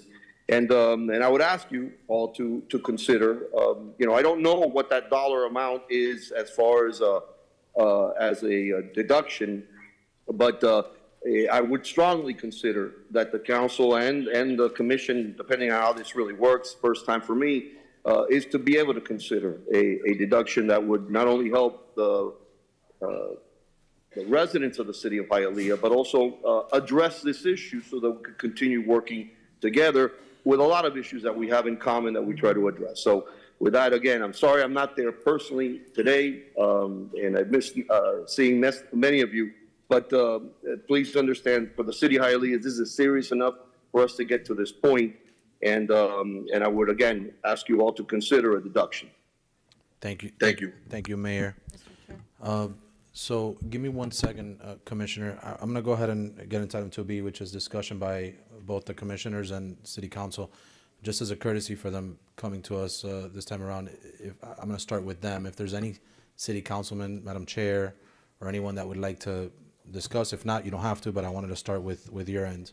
Is there anyone on your end that needs to comment or say any words right now? I don't see you jumping up in eagerness to do it. So Commissioner Regalado, you're recognized. I was just going to ask Roy to respond because some allegations were made regarding his presentation and that it was incorrect. So I just wanted to hear from our department as to his response to what was just stated. Chief Foley, you're recognized for a response. Thank you. Commissioner Regalado, we brought in a third-party expert to review the allegations that the meter was the wrong application or installed wrong. The expert that the manufacturer brought in gave us a report that everything was functioning as normal. So depending on that expert's information, we believe the meter's operating as it should. Commissioner? So just so we have some clarity, because you know, he said that he agreed with the third-party expert, but you're saying that the third, and I reviewed the document, so I'm aware of the situation. In terms of the allegation about the water and the air, can you respond specifically to that? Yes, ma'am. And the email, because obviously, and look, for those of us who are attorneys, I mean, the fact that an email exists does not mean that the email is correct. And I would love to hear, I mean, and if and when we go to court, we will hear directly from the drafter of the email as to his credentials, why he wrote that email, and why that email did not end up where the now director working for Hialeah says that it should have ended up. But that's a legal issue that will be determined in the courts. But in terms of your understanding of that email and the information that is in the same. Commissioner Regalado, when the city of Hialeah notified us that they believed there was air in a meter, they identified meter P62, which is the deduct meter coming from Miami Gardens, which means that flow that's metered is deducted off of Hialeah's bill. Our third-party experts indicated if there's any air, it's negligible, it's not material. However, if it is there and it is overreading, it's to the city of Hialeah's benefit because that number's what's being deducted off of their bill. All right. I wanted that point to be made because, and what would that differential be? Well, we don't believe. So if we were to take their perspective, right, and say, actually, you owe us money, right? The third party says that you owe us money. How much on top of what we're requesting would that be? Do we know? I'm not sure I understand your question, Commissioner. So the expert is saying that if there is in fact an issue with the meter, it would be to the benefit of Hialeah. Do we know what that differential would be? No, they said any error that they could observe was negligible, but just pointed out if Hialeah was correct and there was amounts of error at different times that they didn't observe, it would be to the city's benefit, not to the county's. Thank you. Thank you, Mr. Chairman. Yes. Mr. Chairman, thank you. Then in that case, Kevin, can you please counter his responses? Director, you're recognized. Before you do that, Mr. Chairman, if I may ask one question to our director. Yes, Senator, because I think we don't want to get into a back and forth, although the No, Idea here today is obviously to resolve this matter, if possible. But yes, you do have the floor. This is obviously a city in your district, as well as Cabreras, but. And Bermudez. go ahead. And Bermudez has a piece of it too, right? So, but go ahead, Senator. And I appreciate the looks. I think at the end of the day, we're going to try to toll this and have them go back and have conversations. But the reality is that this has been going on for far too long. I hate the fact that we haven't been able to resolve this. I think there's other underlying issues that may come about, and it has to do with one of the things that you mentioned quickly was, if we don't resolve this, all the taxpayers are going to have to pay for this. And I think there's some other ideas about Hialeah water treatment plant, the Hialeah water coming over to the county and so forth, but we'll leave that conversation for another day. You did mention about the manufacturer. You said that the third party came out and measured this, correctly? Correct? They came and inspected it, yes, sir. Was that a part of the manufacturer that provided the service, the meter to us? Yes, sir. See, that's where I have a problem. I don't think that's a third party. That's just the actual manufacturer who's validating their own equipment. So I think when we do a third party, it should be someone outside. That is the true definition of a third party, not the only manufacturer. So I thank you, Mr. Director, for that. And if we can, Hialeah Director Kevin Linsky, if you could just address some of the comments that he made. And then, Mr. Chairman, I'll make a motion at that point. Sure. On the meter issue, I have never read, heard, or thought about anything that was said by that external expert. I don't even know how to address it because it just doesn't make any sense to me. It's not in the literature. It's not in WASD's findings. The people, the experts within WASD who put these meters in themselves said why the meter was put in wrong. Somebody go fix it. It's over registering. So coming in 6 years later with an external expert, and I can get an expert to say anything. You probably can too. So that's my address. I don't have anything to say about that. It doesn't make any sense. Mr. Chair? Okay, Commissioner, hold on a second, hold on. Well, I have a motion that I'm going to make, Commissioner Regalado. You're the chairman, sorry. you could, okay, so I'm gonna go, I know there's commissioners that wanna speak. You wanna make your motion first? I could recognize the motion, and then I'll still recognize them to speak, but. Yeah, absolutely. Madam Attorney, for a motion. Let me just verify this is the motion you want me. All right, so in the meantime, though, I'm gonna recognize Commissioner Gilbert. Thank you, Mr. Chairman. I guess my curiosity goes to the process. So, and Mr. Chairman, through the chair, if we could have Chief Coley come back up, and Mr. Linsky, Director, let's come on up. Director Linsky. So you're both recognized for an ebb and flowing conversation with the commissioner. I'm curious because, and I appreciate Director Linsky that you didn't pay attention to it because you didn't think it made sense, but this isn't an informal relationship. We do have an agreement, right? Mm-hmm. Yes, sir. So what does the agreement say? Like, so I want to know what the agreement, because the first thing when you go to court is they see whether you had remedial measures that were built into an agreement. So like the ability to audit is something, before you can actually say something's inaccurate, you actually have to actually check. Like, what does the agreement say should have happened with regard to Hialeah disputing our findings? Because it has to say something. Commissioner Gilbert, I would submit to you that the section of the agreement 15 and 16 that we shared with you are the most pertinent points. It clearly states that the city or the county can test the meter, and as I stated earlier, if the city has tested the meter, they've not shared that with us. All of our tests show it to be accurate. It also says they have the right to audit, and they've not done so. I think those are the two key provisions of the agreement that haven't been utilized. So then I guess my question goes to the city of Hialeah. Before you bring your commissioners here and engage all of us in a meeting, why not just audit it?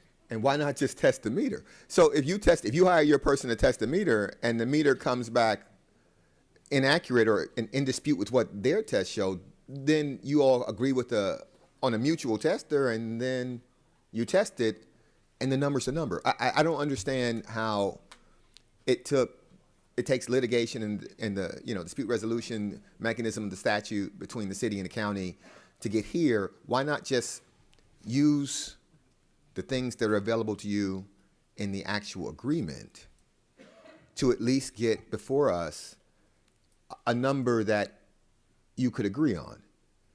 And so I need to know why we didn't go that route. Sure, that's a great question because it gives no remedy whatsoever. Somebody thought of that rule, said, hey, look, go calibrate it, and then you're done. In this instance, we don't care that it calibrates properly. We believe it calibrates properly. If they filled it 100% with air and charged us $18 million for air, it would be calibrated properly. So there's no remedy for us other than this process. We had to go outside the wholesale agreement. We're not arguing over the calibration. So, and while I appreciate the fact you said that with confidence, I don't know that that's actually true. I don't know that it's actually true. I think that when you test the meter, when you're testing it, you send someone down there to test it. You can inspect whether it's filled with. I mean, you can inspect it. You can actually you can test it. So, and something else it would do. When you say it didn't get a remedy, to the extent that the county commission has to agree to something, it would be influential to my personal vote if you had done that. So if you come before me and say, hey, you know what? We did everything we thought we could do. We tested it. We audited them. We still can't agree. I'd be like, well, they did. What does your test say? And then I would ask what his test say, and I would ask why was there a difference? So it would help us in deliberating. I know it would help me in deliberating if you had tested it. Another good on-point question. You're exactly on point. We did because we thought like you. So we went out, instead of doing an independent calibration, we went with their calibrators. We wanted to say, how do you do it? What are you finding? The calibrator hooks up his data. He sees air's coming through. Oh, we can't calibrate when the air's coming through. He waits for the pump to be fully on, calibrates it because there's 2 meters, and voila, they're within 2%. So we agree with the calibration. We don't need to independently do it. We agree exactly with what his findings were. We agree with WASDE 100%. We just want the credit for it. Yeah, well, I don't think that you agree with them 100% because they say you owe him $17 million. So that doesn't. Commissioner Senator Garcia, I don't know what your motion is going to be, but I really believe that until someone's exhausted the contractual, remedies that are available to them, that this is a premature meeting. And I don't, because I couldn't sit here and say, you're not going to pay $17 million, understanding that the wholesale value of the water will be spread out to the other ratepayers, not taxpayers, but ratepayers in WASDE. I can't make that determination without having all available information. And so from my perspective, and I don't know how the rest of the board looks at it, but from my perspective, we can do one or two things. We can go back and have them actually try to get some tests done and agree and bring us back that information, or we could just go to court. But there's no scenario where on this set of information I could discount it, because that would mean spreading it out to the other ratepayers in the system. And so I just need that information, Senator Garcia. And I appreciate, Mr. Chairman, and I appreciate that. I appreciate those sentiments, but the reality is that this has been going on for quite some time, and I'm sure when we look back to our historical perspective, I guess, or history, as it relates to different municipalities that have their own water systems, I'm very sure that there has been credits that have been given to different municipalities based on different rationales and different reasons. So I don't see why we can't work our way through this. And maybe, Kevin, Director, Mr. Hialeah, Director, Sure. Having a third-party vendor come out, a true third party, would that alleviate the situation?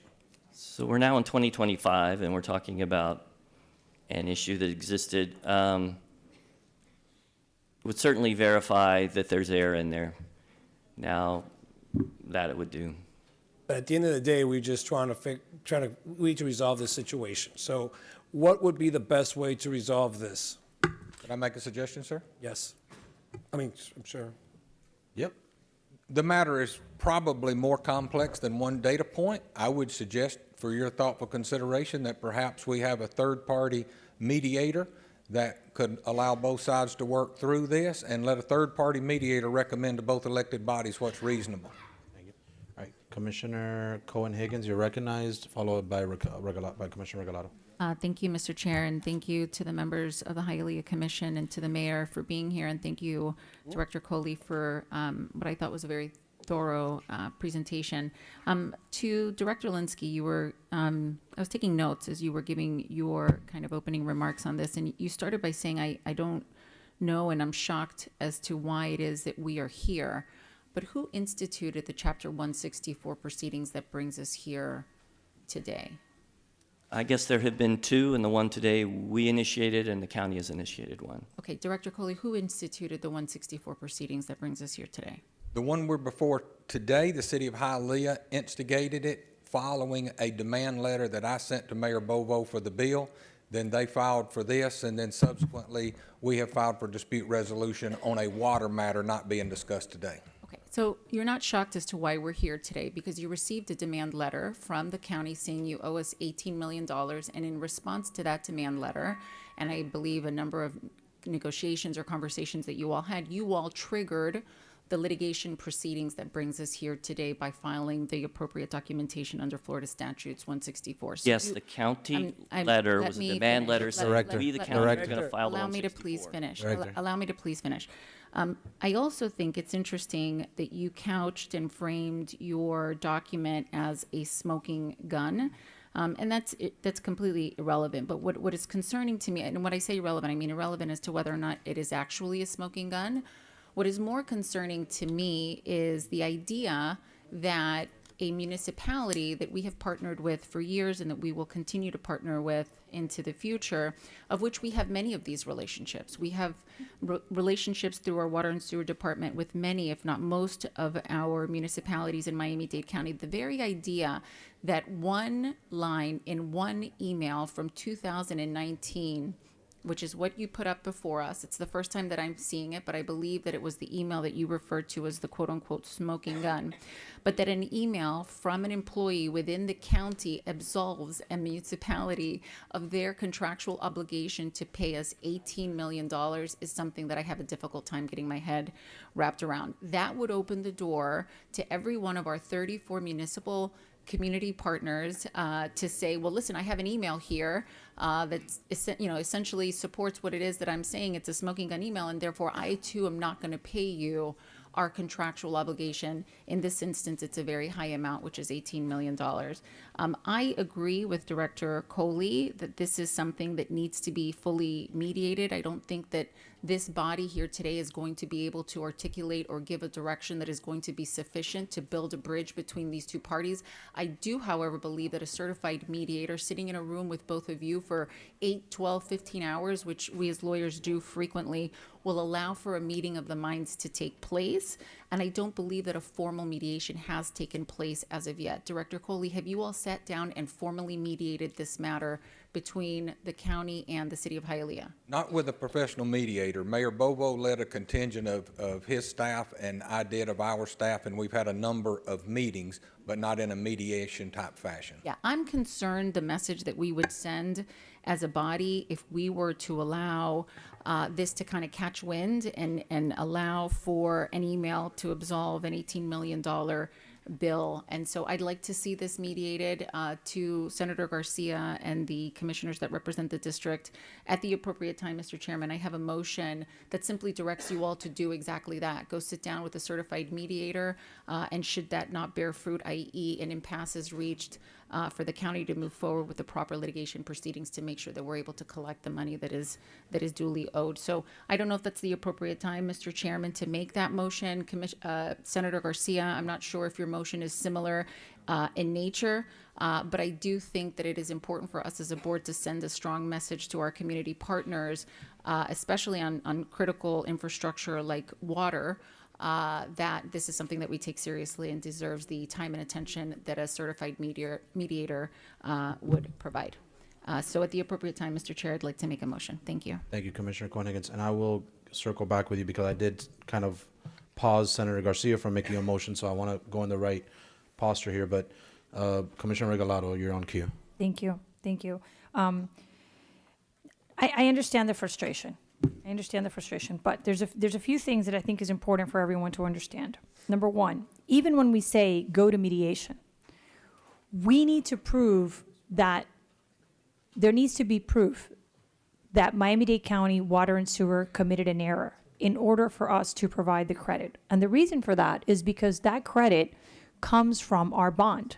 And our bond specifically says that it can only be used to the benefit of our users. And you know that very well because you're the former director. So the idea that we can just settle with WASD money is not that simple, because that bond was drafted specifically to prevent us from using that money to help other water systems. In fact, if you go back to the legislative history of that bond, which unfortunately I've had to on several occasions, it specifically calls out other water systems and how WASD funds cannot be used to the benefit of other water systems. So we start with a premise that this concept that why can't we all just agree and give a credit is not that simple, because we would be in violation of our bond. So that credit would have to come out of the general fund, not out of the WASD account. And we would have to find a way to explain that credit. Now, just on the face of it, I think everyone needs to understand that it's a lot more complex than just write off this money, okay? Now, the interest is a different situation. That's a completely different situation. But the actual money owed cannot come from WASD funds that are derived from the bond, so that we're all clear. It cannot come from anything that is tethered to the bond. The second point that I want to make, and I appreciate the former director's analysis of what is, at the end of the day, a legal issue. Hialeah has to hire their own expert. You can't just say that you agree with our expert and then you disagree with our expert. That doesn't make any sense. If you do not believe, as the former director said, that our third-party expert is not a third-party expert, then hire your own third-party expert and provide some evidence separate and apart from the evidence that is being provided by our department. So you can't agree and disagree with us and then ask for a credit and say that this can all be easily resolved, because it's a lot more complex than that. So I'm happy to support a mediation. The only thing that I would add to the consideration is I do not agree with all these separate water systems. I have been very clear about that. They were done because there was a movement to privatize water and sewer. These separate water systems live because of the surtax. A surtax which we all know will eventually be eliminated in Tallahassee. This is the moment to consider if this water system makes sense for you, or if it would be better for the city of Hialeah to sell it to Miami-Dade Water and Sewer. And the last thing I will say on that is, if you think you have a problem now, wait until you have to get rid of forever chemicals. PFABs are coming for you. And I've spoken to several smaller municipalities that have water systems. And in fact, there's only 2 water systems in this entire county that are separate and apart from Miami-Dade Water and Sewer that can handle PFAB removal. And you are not one of them. So, just so that we're clear, right? There is more coming. We have had more regulations on water than we have had in the last 10 years, in the last 5. So I think this is an opportunity to really consider whether this water system is viable, how it works, why it works, and why it exists. And if you want to roll it into Miami-Dade County Water and Sewer, then that's a different conversation, because then your ratepayers are our ratepayers. Your customers are our customers, and that's a different conversation. But as it stands now, simply to provide you a credit, I am of the opinion that we could not do that even if we wanted to. And we would have to wait for a court to make a determination that we are wrong and you are right. And then we would have to find money out of the general fund. Thank you. Commissioner Gilbert. Good afternoon, Mr. Chair. If I may briefly request. There you Assistant City Attorney Peyton Polikoff, on behalf of the City of Hialeah, if I may briefly request a very, very brief amount of time to raise 2 points of clarity on some of the matters that were just raised. In relation to the City of Hialeah's retention of an independent third-party expert, we have done so. We have submitted that expert's report to the county. The county has been provided with that report and the data in support of that report ahead of time. So I would just like to clarify that point. And there was another issue and a question raised as to the parties' conduct under the contractual agreement for wholesale sewer services agreements.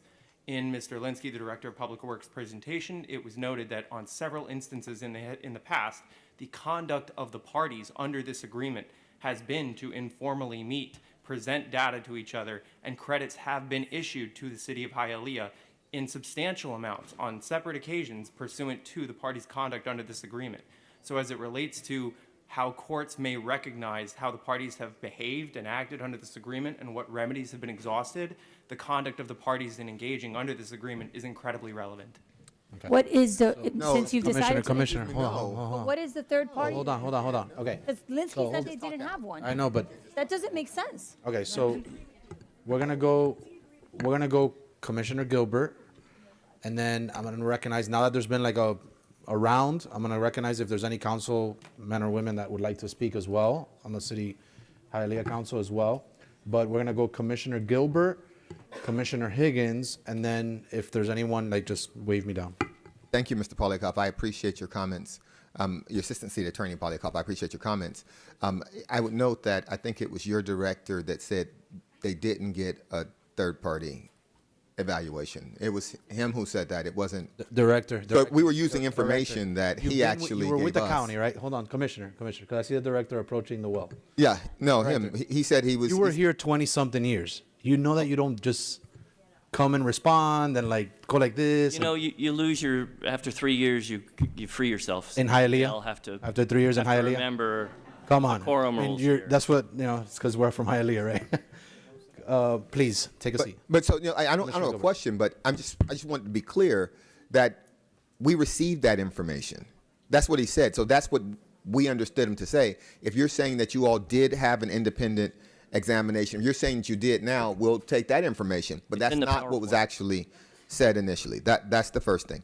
The second thing is I appreciate that courts will look at the conduct of the parties, but the baseline, as I remember it when I litigated cases at least, was what the agreement required you to do and allowed you to do. And so I think that's probably going to be dispositive, but could be wrong. And then just 1/3, and maybe this is for you or one of the elected officials, but so I remember like owing people some money. Like I was in Tallahassee one time in school, and I felt like my landlord didn't fix stuff. And so I wanted to withhold rent. What I did was I didn't withhold all of my rent. I paid the portion of the rent minus what it took to fix the refrigerator. So when you all are saying, hey, we don't owe you $17 million, what do you think you owe us? Because nobody paid that. Thank you for the question. We did get an independent third-party expert who has a resume that was included. It's quite lengthy, who agreed with us. I just wanted to cover that one. We had $18.1 million. That was only for the period of 2020 to 23. We didn't even go after money for the entire period, right? If we wanted to go after it, we go from 2017 to 2020 and now. So we've just said, let's settle. We'll take a haircut on 18 million as the credit. But what's the number? You think you owe us something, though, right? So what do you think you owe us? Because then from my perspective, why not put that money in trust and we would maybe stop running the interest on what you owe us, because I need the amount of what they think they owe us. Do you think you owe us like $10, a peanut butter and jelly sandwich? What do you think you owe us? We paid you, I don't know, $50 million during that time period. We believe that's what we owed you. And the 18 million or so that we did not pay is what we're saying we were overcharged. Okay, so you think you were overcharged the entirety of the amount. So I'm going to suggest, Senator, that we probably will just end up in court. Senator I'm going to Garcia, suggest we'll probably. Commissioner Higgins, can I just go ahead? No, go. Listen, I think we we're belaboring a point here. I think we have a difference of opinions. I don't disagree with Commissioner Higgins' motion. I think that we should include in that motion a third party that is agreed by both governments. So I think we should just move down that path and move forward, because I don't think we're going to get any resolution now. Even if I ask for the 30%, even if I ask for whatever I would ask for this county commission, I don't think the votes will be there. So I think most importantly to the city of Hialeah, I think it's important that we show all the evidence that we have as it relates to the third party analysis. And then for that reason, I'll second the motion with my amendment to include that it's an agreed to by both. And also part of that, there's also been some conversation about the reverse osmosis plant in the city of Hialeah. I think that should be also part of a conversation that I don't want to belabor before the county commission. So with that, I second the motion. Is All right, this so a there's tolling been- motion? So, It's a resolution. It's something that's coming up to next, Mr. Chairman. If I may, can I bring that up? Yes. Item, Item which is for the 2C, special meeting, 2C. item 2C. guys, quiet behind. All right, and I still need to recognize a few, but we'll recognize the motion, and then we'll go back and recognize any council persons as well. I'll So- second. So Senator Garcia moves. Okay, so Cohen Higgins made the motion. You kind of stated it. Do you need to say it for the attorneys too? Do the attorneys need to read the motion? We can. Please do. Commissioner Cohen Higgins moves to declare impasse as to this joint public meeting and to direct the mayor's designee to coordinate with the county attorney's office to schedule the required mediation between the county and the city of Hialeah, and to take any other actions required by Chapter 164 Florida statutes or any other applicable laws. And in the event this matter is not resolved through mediation, directing the county attorney's office to proceed with any actions necessary to collect the outstanding debt on behalf of the county, including filing an action in court. And I understand that motion is amended by Senator Garcia's request that the mediation also include the reverse osmosis plant. No. No. I Senator was Garcia did not. confused. No? Okay.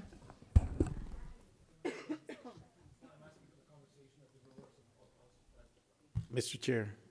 Okay. If I may, Hold on one second. So, clarification. yes, we're going to go to everyone now. So Senator Garcia, is the motion that the attorney just read with the reverse osmosis or without it? With it. Okay. Listen, members, I'll tell you this. In the city of Hawaii, I understand they're all very different issues. But what's not being stated here is the politics behind everything that's happening. You made a motion, you made a reference to it, that the idea is for the county to take over the water plants. That is an idea and a motion that that's been floated here for a long time. All the municipalities, all the jurisdictions that have independent water plants, the county really wants to do it. Why do we want to get that? Because we've spread the rate, we spread the pain or the cost amongst all ratepayers in the county as opposed to excluding it to certain jurisdictions. So that's what's the undercurrent that's going on here. So I think it's important for us in the city of Hialeah, who were forced to have built a reverse osmosis plant by both the state and the county. Now, I think it's important for that to be part of the conversation as we move forward. So this is why I asked my county commissioners to allow that to be part of the motion, to have that conversation move forward. Let them talk about that. That's all I'm asking for. Point of order. It's really not a big deal. Okay, so we have a motion with an amended second, and we could do two. We'll get there, but let me just. All right. But- Yeah, we could do two separate motions, but we have a motion with an amended second, and then. Just- Okay, you have been waiting, Commissioner Higgins. So Commissioner Higgins, Bermudez, Regalado. Oh. Okay, so but she hasn't spoken yet. Commissioner Regalado has. So Higgins, Bermudez, Council, Regalado. Okay, Higgins. thank you, Mr. Chair. I agree with my colleagues that this is going to have to go to mediation, and and if that doesn't work, then we end up in court. So I'm very comfortable with your motion. I also agree with Commissioner Garcia that the reverse osmosis plant and what Commissioner Regalado was talking about must be discussed. My preference is to have those things in two separate motions on two separate timelines. So I would be happy I would be happy if you made a separate motion on having constructive discussions about the osmosis plant, because I think they're separate. One is we've got a billing dispute that's got to be resolved, and two is we have a very strategic question that needs to be thought about deeply and significantly. So if you would make one motion clean about this particular billing issue, and then I'm happy to be supportive and second that others. Those are my comments, Mr. Chair. Thank you, Commissioner Higgins. And I see Senator Garcia saying that that's acceptable. So, Madam Attorney, show the amendment portion that describes the reverse osmosis discussion withdrawn from that motion. And if I could just make the motion now for that reverse. Well, let's take a vote on one first, and then yes, I will come back to you, though, at some point. Just flag me down. Commissioner Bermudez. First of all, Mr. Chair, thank you. Let me thank the City of Hialeah Council staff that's here and the mayor that's here from Israel. First of all, I'd like to get a clarification from the county attorney's office, because there is a resolution that talks about tolling. That's, I believe, what Senator Garcia referred to. So if we're going to talk about that, but we're going to call for an impasse on this particular issue, then that resolution, which includes the outstanding unpaid wholesale sewer bills, et cetera, by the City of Hialeah, is contradictory. So can somebody please, I know everybody wants to be a lawyer, but can you, as the county attorney's office, clarify what is the proper step? Because to me, if we're going to hear that resolution, which I support, and by the way, I support tolling on other things, because sometimes the county attorney's office is a little bit subjective on tolling, or maybe the mayor's office is. We have a dispute. It's clear that we're not going to resolve it today. Hialeah is the second largest city in Miami-Dade County, population-wise, and they have been a partner. Their mayor that's online was a former county commissioner. This is kind of bizarro world, because you have the director for Hialeah and the second in command were here when this supposed smoking gun email took place. I don't necessarily agree that I want to take over the reverse osmosis plant. It doesn't matter what some of my other colleagues believe. I may not agree with that. I do think it needs to be discussed, because, as Senator Garcia said, it's kind of been a little bit of the elephant in the room. But where I'm confused to begin with here is what these two, can you clarify for me? Can we actually declare an impasse on this issue, which, by the way, it's gonna pop up again on this resolution, because what the resolution says is we are going to extend the time, correct? That's what tolling would be doing, so we can have a resolution of both of these issues. Or am I missing something? Yes, Commissioner Bermudez, there's a certain process set forth in state statute for these Chapter 164 proceedings. The next step in that process would be to declare an impasse, but to first have the mediation. And so that mediation may take some time. If we're successful at mediation, then both commissions would have to bring those resolutions back to the respective bodies for approval. The tolling agreement would give us the necessary time to be able to have that mediation occur before we have to commence the litigation proceedings for a portion of the billing dispute, because some of those claims were running up against the statute of limitations. So they do go together only to facilitate what the statute already provides for mediation as the next step, should we not be successful in resolving it today. Okay, so as I understand you, then if the first motion, which would be to declare an impasse, then we would take a vote on the second, proposed resolution, assuming it passes, the tolling aspect of it, which includes two different things. It doesn't include just this dispute over $18 million, correct? That's correct. The tolling agreement would allow us to have the, additional time to resolve both the billing dispute that you're here to discuss today, as well as the dispute on the reverse osmosis plant. Okay, so we have the dispute in perpetuity with the city of Miami, which is, why haven't we taken that same position with that? Those, can we discuss that separately? Okay, we'll discuss it separately, That's a reverse suit with a statute of limitations defense, Okay, yes. but what I want to make sure is that the city of Hialeah gets treated as fairly as other municipalities do. There are three of us here that represent the city of Hialeah. And, I may disagree with the city of Hialeah on this, because I also believe, with all due respect to Mr. Linsky, that, if you were here, I don't know how you missed the email. This is something that's been, for reason X, Y, and Z, been accumulating over the years. And maybe, as Senator Garcia says, we should just, be clear about where all of us stand and move forward. By the way, when it comes to the reverse osmosis plan, I want to be clear to my friends in Hialeah, I probably will not be supportive of the county taking over something that really, in my opinion, how we got there is irrelevant. That decision was made by the city of Hialeah as to who got the contract, when they did it, et cetera. So, my other question would be to you, Jerry, and the reference made by Commissioner Regalado that in fact it would impact the bond if we, in some way or shape, either, I'm assuming the interest we could always waive. Maybe I'm wrong. But would the bond in any way be impacted? I believe that there are certain covenants in our bond documents that deal with how we provide service and how we charge for service. So depending on how, what resolution is ultimately reached, we would have to take into account those bond covenants and to see what we could do.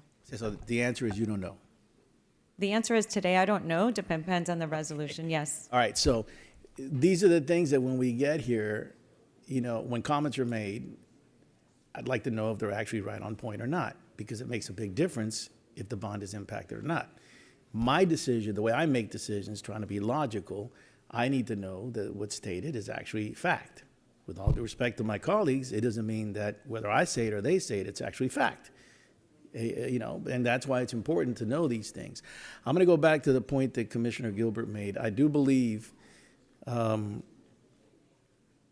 when there's an agreement, if in fact and I still don't understand how we, ever since I've gotten here, I haven't understood why we've had to deal over and over with issues that have been sitting there for years without a resolution, one way or the other. And this one apparently has been there for years. And I'm not laying blame on you, laying blame on Mr. Coley, Mr. Linsky, my colleagues in Hialeah, or any of us up here. But it goes back to the thing that,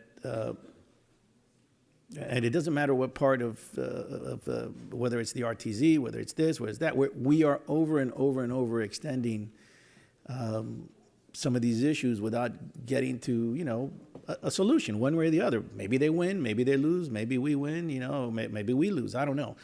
So I'm going to be supportive of both, but I do think, and I want to be very clear, that the intent should be to work with, if possible. It doesn't mean that City of Hialeah doesn't know money. That's not the statement I'm making on the record. But I do think that we need to, if we're going to have a mediator, make sure that it's a situation where whatever testing needs to be done by both sides, whatever documentation both sides need to provide, that it take place before we get to that mediation. I don't want to be back here again and say we went to mediation, we couldn't get an agreement because Director Coley said X and Mr. Linsky said Y. But I would like between now and then to get some answers on the bond issue, number one, and number two, have a little bit better clarity from our county attorney's office as to what your position is on the possibilities of success or not, if in fact this were to go to litigation. So with that, I'll leave it at that, but I do want to remind my colleagues, the city of Hialeah is the second largest municipality. With all due respect to the city of Miami, that I know we love and treat with all kudos, the city of Hialeah is the second largest city and deserves certainly to have the opportunity, if they can, work with the county, if it's the correct thing to do. And I'm going to be clear again, at this moment, I am not in support. I'm not interested in taking over the water system for the rest of the county, Roy. I'm sorry, and by the way, that's in my district, this reverse osmosis plant. I'm not necessarily in agreement that we need to take over a reverse osmosis plant. All right, councilmen or commissioners, Tundidor, you're recognized.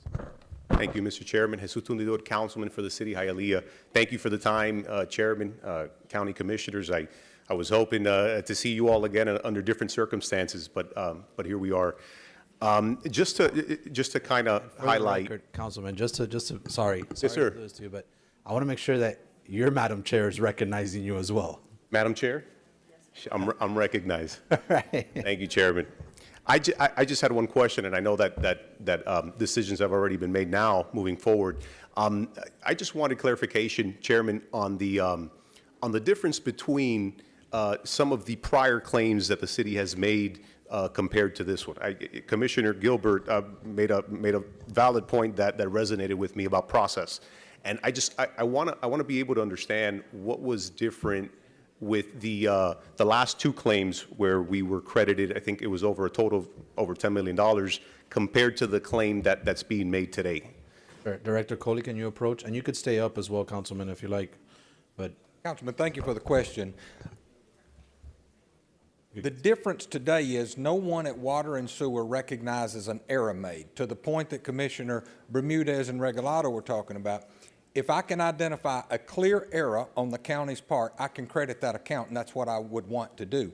If I cannot document a clear error, I can't give the credit. Then it triggers the things Commissioner Regalado keeps bringing up. If I can't prove to the bondholders why I turned loose of the money, then I can't turn loose of the money. So I wasn't here. I do know that the record indicates over the last 20 years there's been 2 times other than this that Hialeah has contested a bill and the county agreed, or they negotiated some number and a credit was given under the pretense that the county had made some type of mistake or error. And so I assume the county was in wrong those 2 times or they wouldn't have given the credit. Today's issue is nobody can show me to my satisfaction that the county has made a mistake. So through the chair. So the measure of the error back then was different than today? No, I don't know that's the case at all. I wasn't here back then. This was many years ago. I don't know what the evidence the city gave the county to make the county's management at the time agree with it. I just know that my fiduciary responsibility to the current ratepayers are I've got to be convinced that the county made a mistake if I'm going to give up $18 million. Thank you. Through the chair. And just to close, just how Director or Chief Coley has his duty, we have ours in Hialeah. I echo what the mayor says. We're a working class community where we try to make sure that we could stretch every dollar to act as 2 or 3. And it shows you that we have the supermajority of the council here today. It illustrates the urgency of the matter for us and our taxpayers. So thank you again for the time. thank you. Any other commissioners from Hialeah wishing to speak? No? All right. So Commissioner Regalado, you're recognized. Thank you, and I want to thank the elected officials from Hialeah for being here.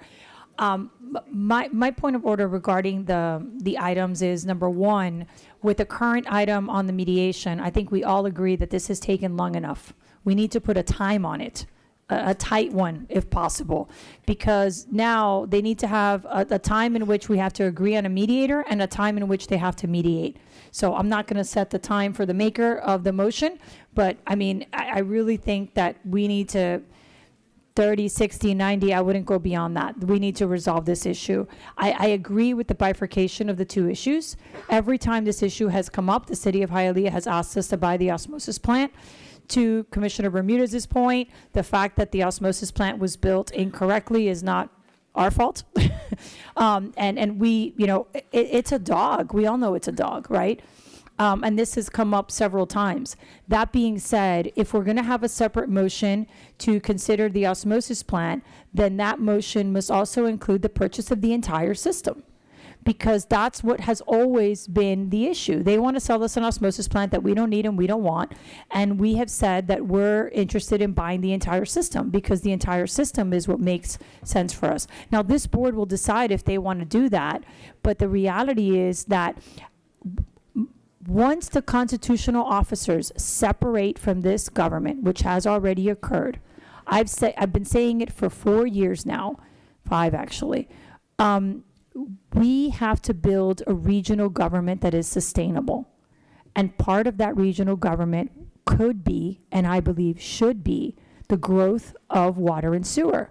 Right now, I represent cities that cannot get rid of septic tanks because they do not have the capacity to do so. These tiny water systems do not provide services. Many of them rely on us, water and sewer, to fix their pipes and provide them with materials and do the work because they do not have the manpower. So if we are going to have a conversation about the osmosis system, then it must include an offer for the entire system. I'll take the dog, but I'm taking the whole system too. It doesn't make sense. We are not responsible for the osmosis plant. That wasn't us. So I'm happy to support a mediation with a time, and a short one, I hope. And I would only support a second motion to consider the osmosis plant if it also includes the purchase of the entire system. Mr. Chairman, if I may just address one comment that was made. Senator Garcia, you recognize. Thank you, Mr. Chairman. And I think there's a motion on the table, and I'll make my second motion. I appreciate your comments, Commissioner Regalado, but one thing that you do not know is that the county, yes, did encourage that we had to build that water treatment plant out there in conjunction with the state because of the growth that was going on on the west part of Hialeah. Then to turn around and say, oh, it wasn't really needed. So there is some discrepancy there, and I appreciate that you talk about it's okay. I'll have the conversation about bringing in the water plant, but then we have to talk about bringing in the whole water, the system. What about all the other jurisdictions? So you're just singling out Hialeah right now? No, but this is about Hialeah right now. I let you speak. This is all about Hialeah right now. And the reality is that when you talk about the reverse osmosis plant, there was a lot of information that we don't have the true facts on, or that this commission doesn't have the facts on. This is why I'm bringing that up as part of the conversation. So, Mr. Chairman, there is a motion, Mr. Chairman, there is a motion on the table. There is, and there's a motion and a second on the table. We can call the question on the motion, and then I'll make my second motion. All right, we have a question, Mr. Chairman, I had with the county attorneys, a friendly amendment to Commissioner Cohen-Higgins' motion, which goes in line with the comments I made, if she could read it. Okay, read the slight amendment. Yes, I believe Commissioner Bermudez wanted to ensure that both the county and the city of Hialeah would perform whatever requisite testing needed to occur prior to commencing the mediation discussions, so that could be taken into account by the mediator. Okay, so that's the amendment. Yes, to Commissioner Cohen-Higgins' motion on instituting mediation proceedings, right? Can you reread the amendment, Madam Attorney? Well, the amendment is, the motion was to declare impasse and to direct the county mayor and designee to coordinate with our office to schedule the required mediation between the county and the city of Hialeah, and to take any other actions required by Chapter 164 of Florida statutes, and in the event this matter is not resolved through mediation, directing our office to proceed with any actions necessary to collect the outstanding debt on behalf of the county, including filing an action in court. And Commissioner Bermudez is requesting that before we actually commence the mediation proceedings, that both the city of Hialeah and the county perform any necessary testing, so that the results of the testing can be submitted to the mediator in an attempt to resolve the action. Commissioner Cohen-Higgins, you're recognized to say if that's a friendly amendment. I would say this, though, based on the prior comments of Commissioner Regalado, that may extend the time. I don't know I'm not an attorney, right? That's been made obvious here in this dais several times. But I don't know timeline-wise, but Commissioner Cohen-Higgins, is that a friendly amendment? And time-wise, do you have any restrictions? Thank you, Mr. Chair. Commissioner Bermudez, I certainly am amenable to your amendment. It goes to the spirit of helping them resolve the issue. The only question that I have is that they represented that they've already hired experts. They haven't actually done an audit. And so is that what you were asking them to do, is have an audit performed? Yeah, well, I would say actually they hired an expert, and I think it's part of whatever packet they provided. But what I would say is two things. There was a reference made to whether the third-party expert was actually a third-party expert by Senator Garcia on the county side. And I do think in an abundance of certainly transparency, it shouldn't be the entity that's selling us the equipment. So an audit would be fine with me too, but I would say whatever experts the county is going to use, whatever experts the city is going to use, they would have a time to provide that, and that's what the mediator would be given. Because what we have today, and I'll go back to Senator Garcia's comment, which I happen to agree with, the expert should not be the entity that sold us the equipment. That does not, in my opinion, put us in the best light if we are going to. So that's where I'm getting at, Commissioner, and I'm fine with some timeline on it. I don't think it should be very difficult for either the county or the city to make that decision and get all the information to the mediator. I just don't want to be back here again after mediation, and then we're going to have the same questions. I agree. I accept that as a friendly amendment, and in recognition of another change, I'm happy to have the motion be amended as well to require the mediation to take place within the 90 days. Okay, Madam Attorney? Yes, the statute does contemplate certain time restrictions by when that would occur. And so we would have to actually have the mediation concluded before then, absent the City of Hialeah's approval. So because they're here, a recommendation would be, if that's your motion, that they also agree that they're going to retain the necessary experts to perform that beforehand, and that they agree to the 90-day time frame by when to conclude the mediation. Okay, so we have a motion and we have a second as amended. They have to agree. Before we take a vote, do you all need to agree via motion, or how do we do this, Madam Attorney? Mr. Attorney, do you guys okay? If they could agree on the record, and then once we could have two separate votes, a vote of this body, and then their clerk and commissioner here, they could record the vote if they're in agreement. The chair, through their attorneys, or the Madam Chair? That's acceptable. Once the county has a vote, the mediation within 90 days, and that any experts that are retained are not employees of either the county or the city, that they're independent persons. I would like our elected officials who are here, to consent or have a joinder by their vote. That's correct. Madam Chair? We're going to do a roll call on our end, and then they need to do one as well, Madam Attorney? What's the right procedure? Yes, and I just want to confirm, it's to have the mediation occur within 90 days. Yes. Okay, do you have a suggested time frame by when it needs to conclude? I will let you know, at least as it relates to the billing dispute, your tolling agreement is effective through June 30th, 2026. So in essence, that is like an outside date, that you could consider. Thank you, Mr. Chair. I would ideally prefer that mediation commence and cease within the 90 days, so that if you can't get it done in one day, you guys are prompted to come back the very next day and not delay it for a month or 2 months or 6 months.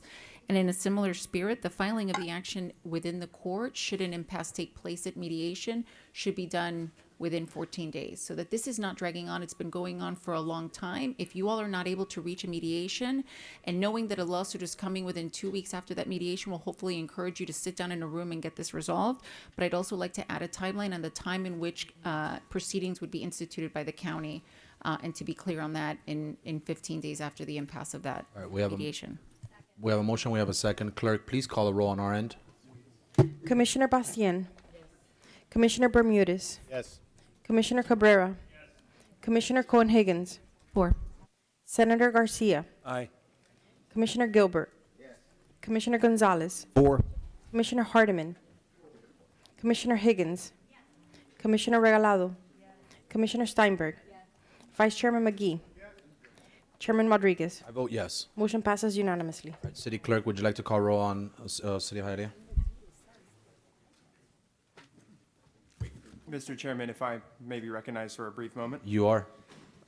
Notwithstanding what the parties agreed to in terms of extending the timelines for dispute resolution, it should be noted, because it has not been mentioned yet, that under the statute, the parties are obligated to, at this joint public meeting, agree to a mediator or agree upon a mediator within 14 days. If the parties are unable to do so, then a mediator is to be selected by a neutral third-party organization. Under the statute, that's identified as the Florida Conflict Resolution Consortium. But that's already that's already in there. I don't know that we needed to do anything with that. But yes, thank you, Mr. Attorney. The clerk. Councilmember Zogby, your vote, please. Council President Garcia Robles. Yes. Councilmember De La Vega. Yes. Councilmember Perez. Yes. Councilmember Tundidor. Yes. Councilmember Junco. For the record, all present have voted yes, except Council Vice President Rodriguez, who is not present. Thank you, Clerk. So show us both the city and the county passing the fact that we're at impasse and we're going to mediation. All right, Well, I need to recognize Senator Garcia for a motion. Madam Attorney, do you need to say something before that motion? No, it's Okay. in regards to that motion. All right, Senator Garcia, you're recognized likely for the attorney to read your motion. Exactly. No, but actually, it's just to include in part of the mediation the reverse osmosis plant as well. Simple as that. So it's been moved by Senator Garcia. It's been seconded by Commissioner Higgins, and this is just a motion, so all in favor? Mr. Chair, Yes, yes. I'm gonna ask my colleagues again to please consider that if we're gonna have a conversation about the reverse osmosis, we have a conversation about everything, not just about the reverse osmosis. Thank you, Mr. Chairman. There's a motion and a second on the floor, Mr. Chairman. Okay, so Call the question. we could do that, Commissioner Regalado, at some point. We could come back, but there's a motion, there's a second. Question on the motion? Call a question, or do you have a question on the motion? Oh. Just a quick question, Mr. Chairman, thank you, and I want to get clarification from Senator Garcia. So you are adding the reverse osmosis, is that to the prior, clarify what you're trying to do here, because I see the resolution in front of me, which deals with tolling. Is this what you're referring to, or are you referring to something differently? I said I'm referring to what the motion is, that the reverse osmosis plan shall be added to the conflict resolution and the mediation with the city of Hialeah and the county. Doesn't mean that they're going to resolve anything, but I would like for that conversation to take place. Okay, the only look, I'm going to support my colleague because I think it needs to be spoken about. But as Commissioner Higgins said, there's a distinction between the amount of money that's owed to us and this conversation on the reverse osmosis plant and whether or not there's any interest in the county taking this over. I just don't want to confuse apples with oranges. As long, the other one already has, the first issue, because we're here, already has a proceeding that really has been instituted. The second issue, technically, has been bandied about but never discussed. So maybe, I don't know, Jerry or the county attorney's office, if you can clarify, the timelines won't be the same, obviously, because we don't have any, we don't have anything legally on dealing with the reverse osmosis plant. That's just something that has been brought up, correct? We initiated conflict dispute procedures with respect to the reverse osmosis plant. It was not noticed for this meeting per Right. se.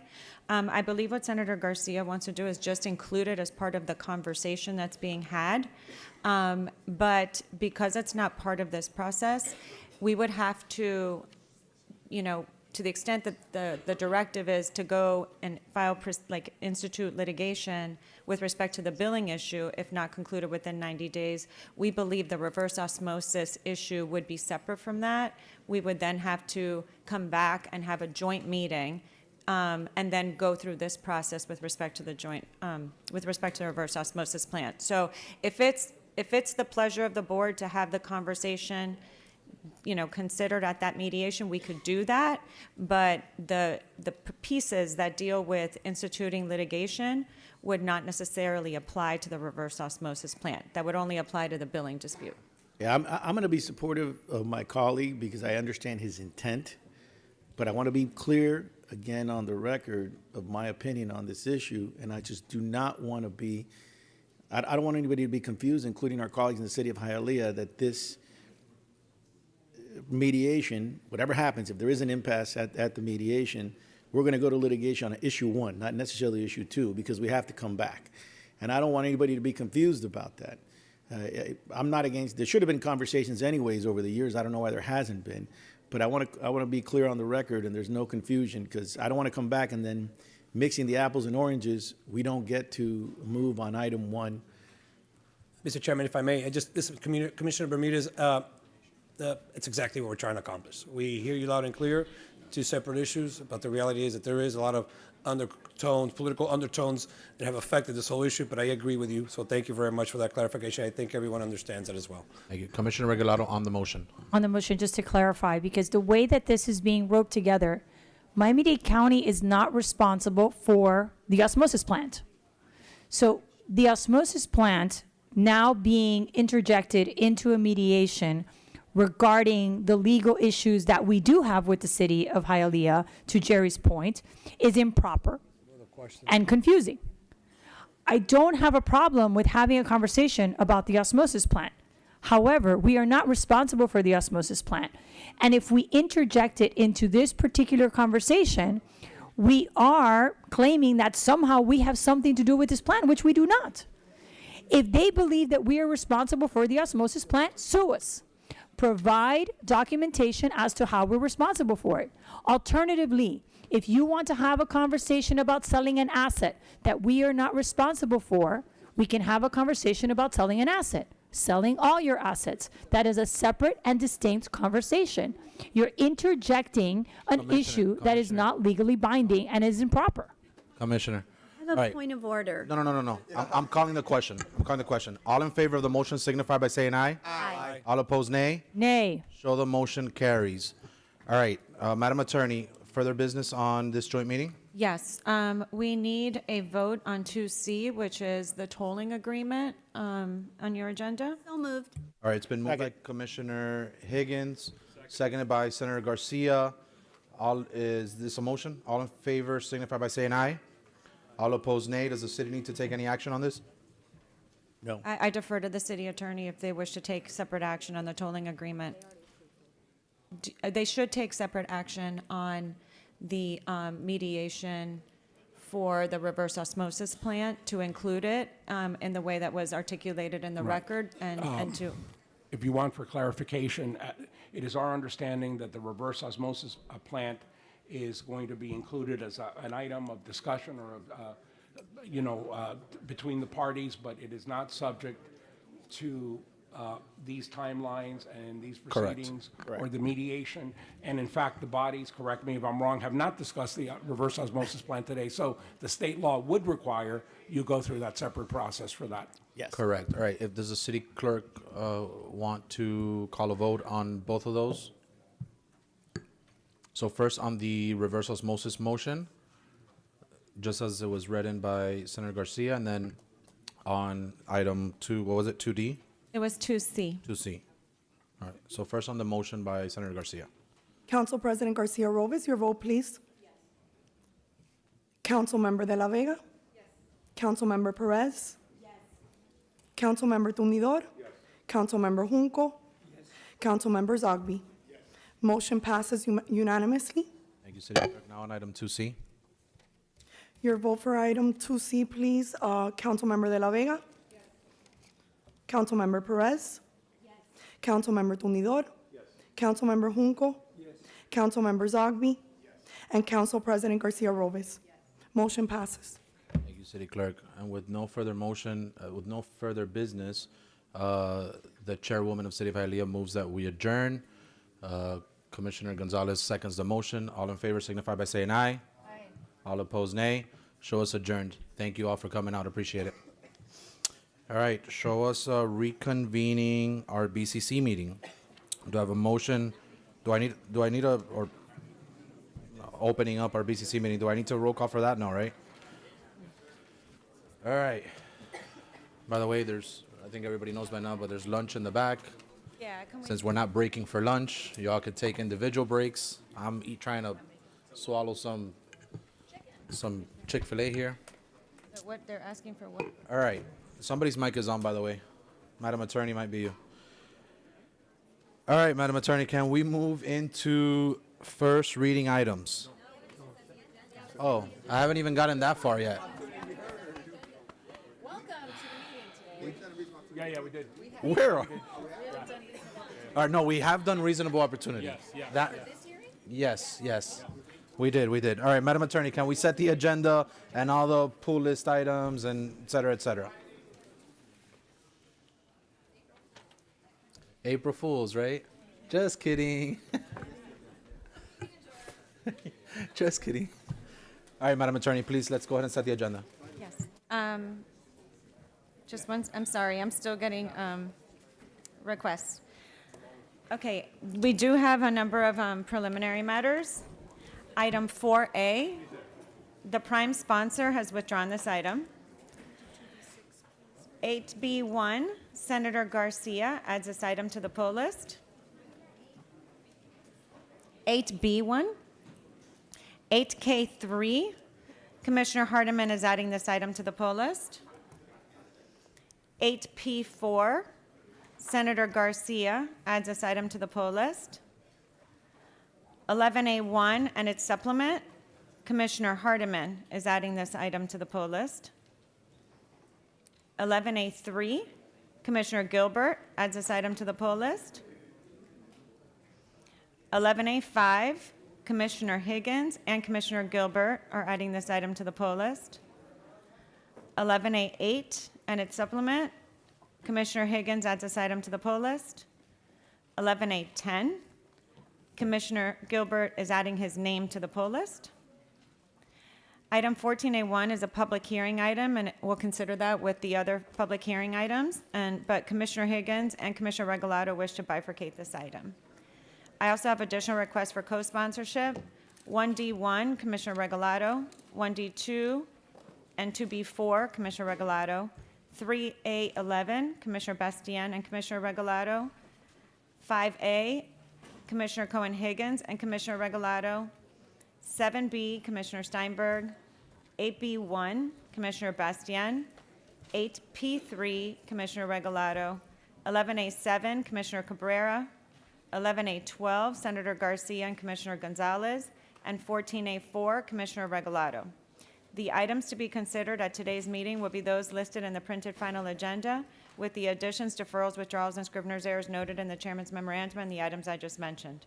The commission will approve all these items by a single vote setting the agenda, except item 2B6, which is the mayor's appointment of Transportation and Public Works Director. Ordinances for first reading, public hearings, ordinances set for second reading, items 8P5, 14A2, and 14A3, which are your commercial service airport contracts, which must be voted on separately and are not on your poll list, and the following poll list items: 8B1, 8K3, 8P4, 11A1, 11A3, 11A5, 11A8 and its supplement, 11A10, 14A1, which is a public hearing item, I'll read it with the fives, 14A2, 14A3, 14A4, 14A5, which is a first reading item. I'll do that with the other first readings. 14A6 and 14A7. A motion to set the agenda. So moved. It's been moved by Commissioner Cohen-Higgins, been seconded by Commissioner Chairman. Gonzalez. Mr. Chairman, Commissioner Gilbert, I can release 1183 if you give me 10 seconds. you got the 10 seconds, yeah? 10 seconds. I would just say, Commissioner Cohen-Higgins, I think this is a good item. I think it shouldn't be necessary. When you passed the initial item asking that they give us procurements early, I understood it to mean that all of their procurements, that they would actually give us early. I understand that it's been interpreted narrowly to just procurements that are being done by our procurement department. That to me is ridiculous. And it's not the administration's prerogative to find loopholes to our directives. If we say something, we mean it. So we're going to probably pass this because I'm the only pulling person, but this should not be necessary. If we say that we want to know that procurements are going to be coming up and we want to know it sooner, we mean all procurements in the county, not just the ones being done by NAMDA. That is what we want. Thank you, Mr. Chairman. So that item released from the pool list. I move it. Okay, it's been moved, it's been seconded by Gonzalez. Commissioner Higgins, are you looking to release another item? Yes, 11A8 and its supplement, I pulled, Commissioner Regalado had some what I thought were excellent comments at committee, so the supplement, I've done the supplement as a new item, so I can release it if she accepts the supplement, and I would move to amend item 11A8 to include the changes noted in the printed supplement number 1 to this item with Commissioner Regalado's agreement. Thank you. Okay, Agreed. with that, I'll release my hold if we'll just move it as amended. All right, agreed and moved as amendment and released. All right, so we have a motion, we have a second. All in favor of setting the agenda with those pool lists signify by saying aye. Aye. All opposed, nay. So now the agenda set. Mr. Chairman, Commissioner Hardiman. I have a non-public hearing item that needed just an amendment. It would have been heard on a consent, but I needed a quick amendment. Can the attorney read into the record, please? Is it a motion or an amendment to an item? It's an amendment, and then I'll be making the motion to approve the item. It's non-public hearing. We've already had public hearing on it. It's an item on your pull list. It's item 8K3. Oh, okay, that's where I was confused. I pulled my own thing. 8K3. All right, go ahead. Madam Attorney. County Administration and the Prime Sponsor seek to amend item 8K3 to make the following changes with respect to the lease and development agreement attached to the item as attachment A. On page MDC 049, correct a scrivener's error in paragraph B under the subheading background recitals to reflect the correct citation to the lease, which should be sections 2.8 and 2.41. On page MDC 054, section 2.41 should read 140% of area median income instead of 120% of area median income. On page MDC 154, replace Exhibit C related to community benefits agreements with the revised Exhibit C which reflects the agreed-upon limitation, liquidated damages in the event the tenant does not provide any or all the community benefits. In addition, the sponsor has the additional community benefit agreements, which are fully furnished RAD units, professional Forest Service movers for current RAD tenants into new building, computer lab with a minimum of 5 computers, free tri-rail passes provided for RAD tenants each month once a new station is built, commemorative naming of Parker Building in celebration of Victory Homes, free swimming lessons each summer for the minor RAD tenants. For RAD tenants, agreement to limit late fees on rent payments to a maximum of 5% of total rent payments so long as permitted under applicable federal HUD leasing guidelines. For RAD tenants, 10-day grace period on rent payment due dates so long as permitted under applicable federal HUD leasing guidelines. On page MDC 0159 to 168, replace Exhibit E related to the anticipated unit size, unit mix, AMI, and green space with a revised Exhibit C, which includes additional details on the AMI for the unit types. On pages MDC 181 to 192, replace Exhibit G related to the Master Development Program with a revised Exhibit G, which includes additional buildings that will be constructed on the county's property and that were previously omitted. All right, show that AK3 amended. So moved. It's been moved by Commissioner Hardeman. It's been seconded by Commissioner Gilbert. Any discussion on the amendment? Seeing none, show that item released as amended to pass. Do we take a vote on it now? I know you have more, Madam Attorney. What's the right? Yes, if you could just have a motion a All second. right, all in favor signify by saying aye. All opposed, nay. Show that passed. Madam Attorney? Would you like to take up the 3 aviation items quickly that were not pulled? Yes. The first one is item 8P5. All right, do we have a motion on AP? It's been moved by Commissioner Higgins, seconded by Commissioner Gonzalez. All in favor, do I need a roll call on these? No, no roll call. All in favor signify by saying aye. All opposed, nay. The next- Go ahead. The next one is 14A2. It's been moved by Commissioner Higgins, seconded by Commissioner Cabrera. All in favor signify by saying aye. Aye. All opposed, nay. Show that one pass. Madam Attorney? 14A3. 1483 is moved by Commissioner Higgins, seconded by Commissioner Cabrera. All in favor signify by saying aye. All opposed, nay. Show that one passed as well. Madam Attorney? We also have 3 14s that were not pulled, 14A4, 14A6, and 14A7. If you could take all of those together. Let's take I'll into- move them all, Mr. All right, it's been moved by Commissioner Higgins, seconded by Commissioner Cabrera. All in favor signify by saying aye. All opposed, nay. Show those 3 items passed. Madam Attorney, any additional items? I don't know if you want to do the mayoral appointment, which is to be 6 before the first readings. That is exactly my wish. So, Madam Mayor, you have the floor briefly for an introduction to your new appointee to DTPW, Director Stacy, future Director, whatever the right current Thank position you. is, because If she you hasn't would started. sit down. Stacy Miller, you may approach as the mayor says some words about you. Let's keep it brief, as you all know. This has been a very long meeting, and it continues to go long. So, we're going to shorten it as much as possible, but let's keep it brief. Madam Mayor. Good afternoon, everyone, and I'm very, very honored and delighted to introduce you to Stacy Miller. I'm sure she is known to many of you for her outstanding work as the recent secretary for our district for Florida Department of Transportation. She comes to us with extraordinary qualification and history, not only with FDOT, where she has served since 1991, but she, in 2000, became the first program manager engineer for the state of Florida and was eventually promoted to District 4, Director of Transportation Development. And then she transferred to Tallahassee. She was Assistant Secretary for Finance and Administration for the entire department. In 2021, she came here to serve as our District 6 Secretary. She managed the planning, design, construction, maintenance, and operation of the state highway system in Miami-Dade and Monroe. Clearly, she's a proven leader, trusted by all of us, a skilled administrator. She's led transportation projects successfully, serving nearly 3 million people, as we know, right here, with roads traveled more than 30.8 million miles daily. So we are very, very fortunate indeed to have been able to lure her here to serve as our director of the Department of Transportation and Public Works. She, of course, has the necessary degrees. And I also want to express my gratitude to Josiel Ferrer Diaz, our deputy director. He served as our interim director for This past year, he has skillfully overseen our $6.4 billion capital program and also made great progress on our Key Smart program. So we are very grateful to him and for all of the DGPW dedicated staff who've had the pleasure to work already with former Secretary Stacy Miller. And I also want to say that we're grateful that Josiah will continue in his role as deputy, as well Sean Adgerson, who's led very capably over our transit system and will continue as deputy as well. And with that, if we could allow Yes, our, we could our new just- director to say a few Starting words. to happen already, Mayor, but can we start quieting down in the back here? It's the little whispering, so much of it actually is not. They're so excited. They're very excited for Secretary Miller. But I would like to echo, just before I steal Stacy Miller's thunder and give her the time she deserves, I would like to say and echo what you just said, Madam Mayor, on Interim Director Yosiel Ferrer Diaz. He's done a phenomenal job, and I don't know if he's here today. I can't see him. But if you could stand up and please be recognized, because truly what he's done in the last year, it's been a while since we see that type of attention here, especially on the public works side. So thank you so much. Secretary?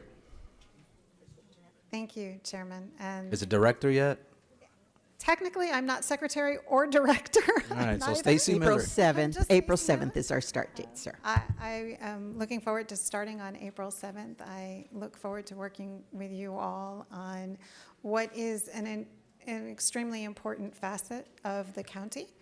I am obviously a true proponent of transportation, moving people and goods. However we do it, there's a variety of different ways, and it's a system that it's multi-layered, and I am excited about taking on this opportunity. Obviously, I know many of you, I've worked with many of you for the last 4 years, and I'm excited to continue in this very different role, but I am very grateful for this opportunity. I have appreciated my 34 years with the Florida Department of Transportation, and I'm very excited to bring all of that knowledge and expertise to the county. Thank you.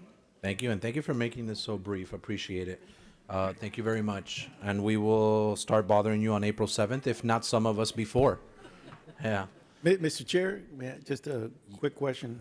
This is, yeah, you may. I mean, we don't need to, but you may. It's important because I'd like to say it publicly, but certainly, Stacy, welcome, and I look forward to working with you in the job that you did, and I think Josiel did a great job. But I want to reiterate something I've told you before in public, and I'm saying it again today privately, I'm telling you publicly. Transit and transportation are not the same thing. In my district and in the western part of the county, transportation is as important as transit. I hope that it doesn't become a situation where transportation takes a back seat to transit as we move forward. I don't know if that same thing I have in my mind. Transit, transportation, and public works are very different things as well. Yes, sir. So let's make sure that those things, one does not take a backseat to the other. Commissioner Regalado. Thank you. Just really briefly, I'm a Stacy fan, so congratulations. And I just want you all to know she's my SFRTA buddy. We sat on the SFRTA board for a long time, so I want to thank you for that. And she actually served before. So this was her second time on SFRTA, and there were some interesting meetings. So thank you for always supporting Miami-Dade County, and she's always at the TPO meetings. You really have been a wonderful secretary. Welcome to Miami-Dade County. We're very excited. Congrats. Thank you. Senator Garcia. Mr. Chairman, thank you very much, and welcome, Madam Future Director. And to Commissioner Bermudez's point, we do share I-75. We share I-75 on the western part of the county. You're very familiar with this project. Now you're on this side. Now you take a different perspective on it. And members, what we're talking about is a connectivity to Hialeah, Miami Lakes via I-75, which right now there's huge traffic. It creates a traffic burn for a lot of the residents. And she was helping us from the state perspective, but now we had to put a little more priority. So I appreciate that. And we're going to ask for the federal government to reinitiate those dollars that were lost because of the continuing resolution that was passed up in Washington, D.C. So welcome. Commissioner Cohen-Higgins. Thank you, Mr. Chair. I just wanted to extend my welcome to you as well. Congratulations. We're very much looking forward to working with you on a number of projects, and so welcome. And to Josiel, I really wanted to take a moment to say thank you for your commitment and your dedication and being so accessible so frequently to our office. I look forward to continuing to work with you as well. And to our Director Miller, you are going to be working with, honestly, some of the most fine, amazing professionals in Miami-Dade County in that department. So I look forward to working with you, and congratulations again. Thank you. Mr. Commissioner Higgins and then Commissioner Steinberg. Well, Stacy, Secretary Director, not sure. And I just want to thank you for all you've done for the past 4 years. We could not have asked for a better secretary. In my humble opinion, it was such a dramatic change in customer service, the way you managed your team. Even when the answer wasn't always yes for whatever all of us were asking for, you did advocate for us, and you gave us clear reasons why. That changes now, Commissioner. Now the answer is always yes. Now when the one of answer us is always call you. going to be yes, but I'm really looking forward to working for you, and I just want to let you know you have a fabulous team that you're inheriting. And I spent almost the entire day yesterday on the South Corridor touring with, Alex and the construction team. And I know you've been a partner in that. And I agree with all of my colleagues that, transportation and transit are siblings, right? But we love both our children. And I'm really looking forward to sharing the opening of the South Dade Corridor later this summer with your team, first as a partner at FDOT and then soon enough as our director. So thanks for being here. And you'll get sick of me very soon because I call DTPW, every day? The guys will nod. So. Commissioner Steinberg. I just echo all the sentiments. I want to thank, obviously, Interim Director Josiel for all of your hard work in stepping up, and I want to welcome you, like she said, Secretary Director Miller, soon to be on October 7th, so welcome. April 7th. Did I say? October. You're in Halloween right now. Yeah. April Fools, Mickey. April It feels like Fools. we've been here for a few months. Yeah. Commissioner Hardiman.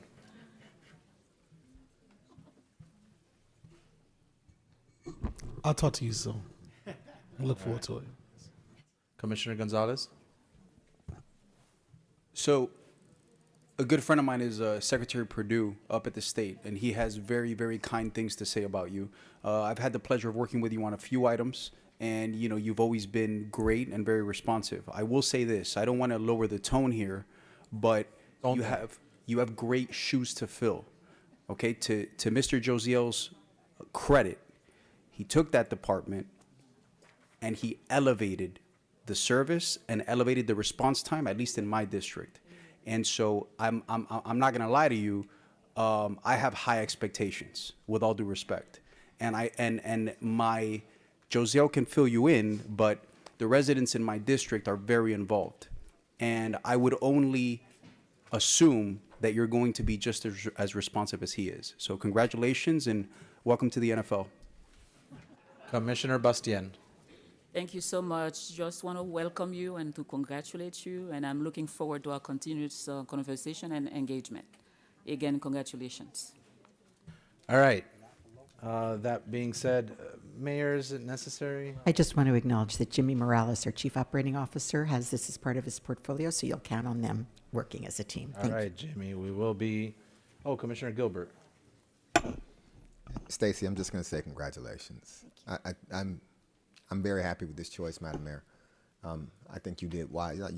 All of your choices aren't necessarily good, but this one was great. So yeah, this one was great. So I appreciate that. Thank you. All right. That being said, thank you very much. Appreciate it and congratulations. Thank you. All right, Madam Attorney, is it in order to now start first reading or? Yes, I can read them all, and I'll try to read them quickly. 4B is an ordinance relating to environmental protection, amending Section 24-42.7 of the code, authorizing administrative approval of on-site sewage treatment and disposal systems that do not comply with certain minimum setback distances under certain circumstances, amending Section 24-48.3 of the code, authorizing the administrative approval of boat slips in areas with certain national, oceanic, and atmospheric administration mean flow water datum through the issuance of Class 1 permits, providing severability, inclusion in the code, and an effective date. 4C is an ordinance creating and establishing a special taxing district in the county generally bounded on the north by Southwest 280th Street, Walden Drive, on the east by Harriet Tubman Highway, on the south by Harriet Tubman Highway, and on the west by Southwest 157 Avenue, Newton Road, known and described as South Dade Apartments Multipurpose Maintenance and Street Lighting Special Taxing District, identifying services to be provided, authorizing and directing the mayor or designee to cause to be maintained and operated various public improvements, and to provide for the installation of streetlights, approving a street lighting agreement with Homestead Energy Services, and authorizing the mayor or designee to execute the agreement, waiving provisions of resolution number R-13006, and providing for exclusion from the code and an effective date. 4D is an ordinance creating and establishing a special taxing district in the county generally bounded on the north by Southwest 302 Street, on the east by Southwest 194 Avenue, on the south by Southwest 304 Street, Kings Highway, and on the west by theoretical Southwest 195 Avenue, known and described as Aspen Estates West Multipurpose Maintenance and Street Lighting Special Taxing District, identifying services to be provided, authorizing and directing the mayor designee to cause to be maintained and operated, various public improvements, and to provide for the installation of streetlights, approving a street lighting agreement with Florida Power and Light, and authorizing the mayor designee to execute the agreement, waiving provisions of resolution number R-13006, and providing for exclusion from the code and an effective date. 4E is an ordinance creating and establishing a special taxing district in the county generally bounded on the north by Northeast 149th Street, on the east by Northeast 18th Avenue, on the south by theoretical Northeast 148 Terrace, and on the west by theoretical Northeast 17 Court, known and described as Calibri Apartments Multipurpose Maintenance and Street Lighting Special Taxing District, identifying services to be provided, authorizing and directing the mayor designee to cause to be maintained and operated various public improvements, and to provide for the installation of streetlights, approving a street lighting agreement with Florida Power and Light, authorizing mayor designee to execute the agreement, waiving provisions of resolution number R-13006, and providing for exclusion from the code and an effective date. 4F is an ordinance relating to information included in county budgets, amending sections 2-1795 and 2-1800 of the code, requiring that line items of certain changes in revenue or expenditures include detailed explanations supporting such change, adopting implementing order 3-69 to provide sample of how such required information should be presented, providing severability, inclusion in and exclusion from the code, and an effective date. Ordinance relating to advice and policy recommendations made by county boards, creating section 2-11.39.4 of the code, requiring approval by Board of County Commissioners of advice and policy recommendations made by county boards, task forces, and citizens advisory groups prior to implementation thereof, providing severability, inclusion in and exclusion from the code, and an effective date. Those are your first reading items. Any bifurcations on first? I do not have any request to bifurcate the first readings. Okay, so Commissioner Gilbert moves all of the first reading items, seconded by the Vice Chair. All in favor signify by saying aye. All opposed, no. Oh, I need a roll call. I'm sorry. Guys, it's been a Commissioner long day. Bastien. Yes. Commissioner Bermudez. Yes. Commissioner Cabrera. Commissioner Cohen-Higgins. 4. Senator Garcia. Commissioner Gilbert. Commissioner Gonzalez. Commissioner Hardeman. Commissioner Higgins. Commissioner Regalado. Yes. Commissioner Steinberg. Vice Chairman McGee. Chairman Rodriguez. Oh, yes. Motion passes unanimously. All right, Madam Attorney, can we go into public hearing items at this time? Yes. 5A is an ordinance relating to the unauthorized sale of public service appointments, creating section 21-49.3 of the code, prohibiting the sale of public service appointments offered by the county Office of the Tax Collector, amending section 8CC 10, providing penalties, providing severability, inclusion in the code, and an effective date, and its two supplements. 5B is a resolution granting petition to close Northwest 35th Avenue from Northwest 46th Street South for approximately 639 feet, filed by Lorenzo Investments 3 LLC, retaining water and sewer utility easement rights. 5C is a resolution granting petition to close a portion of the Golden Glades extension from Northwest 117 Avenue West for approximately 1,280 feet, filed by Green Garden Nurseries LLC. 5D is a resolution granting petition to close the alley lying north of West Flagler Street from Northwest 74 Avenue to Northwest 75th Avenue, filed by CF Build LLC, retaining a non-exclusive utility easement right. 5E is a resolution granting petition to close Southwest 300th Street from Southwest 164 Avenue East for approximately 457 feet, and the alley lying between Southwest 299th Street and Southwest 300th Street from US 1 East for approximately 245 feet, filed by South Dade Dealership LLC and South Dade Dealership 4 LLC, retaining a perpetual access easement right. 5F is an ordinance creating and establishing a special taxing district in the county generally bounded on the north by Southwest 262 Street, on the east by Southwest 138 Court, on the south by Southwest 264 Street, Bauer Drive, and on the west by Southwest 139 Avenue, known and described as St. Anne Mission Street Lighting Special Taxing District, identifying services to be provided, authorizing and directing the mayor designee to provide for the installation of streetlights, approving a street lighting agreement with Florida Power and Light, and authorizing the mayor designee to execute the agreement, waiving provisions of resolution number R-13006, and providing for exclusion from the code and an effective date. 5F1 is its corresponding resolution approving, adopting, and confirming the preliminary assessment rule for the district. 5G is a resolution approving the plat of Agledor Estates. 5H is a resolution approving the plat of Sienna Reserve West.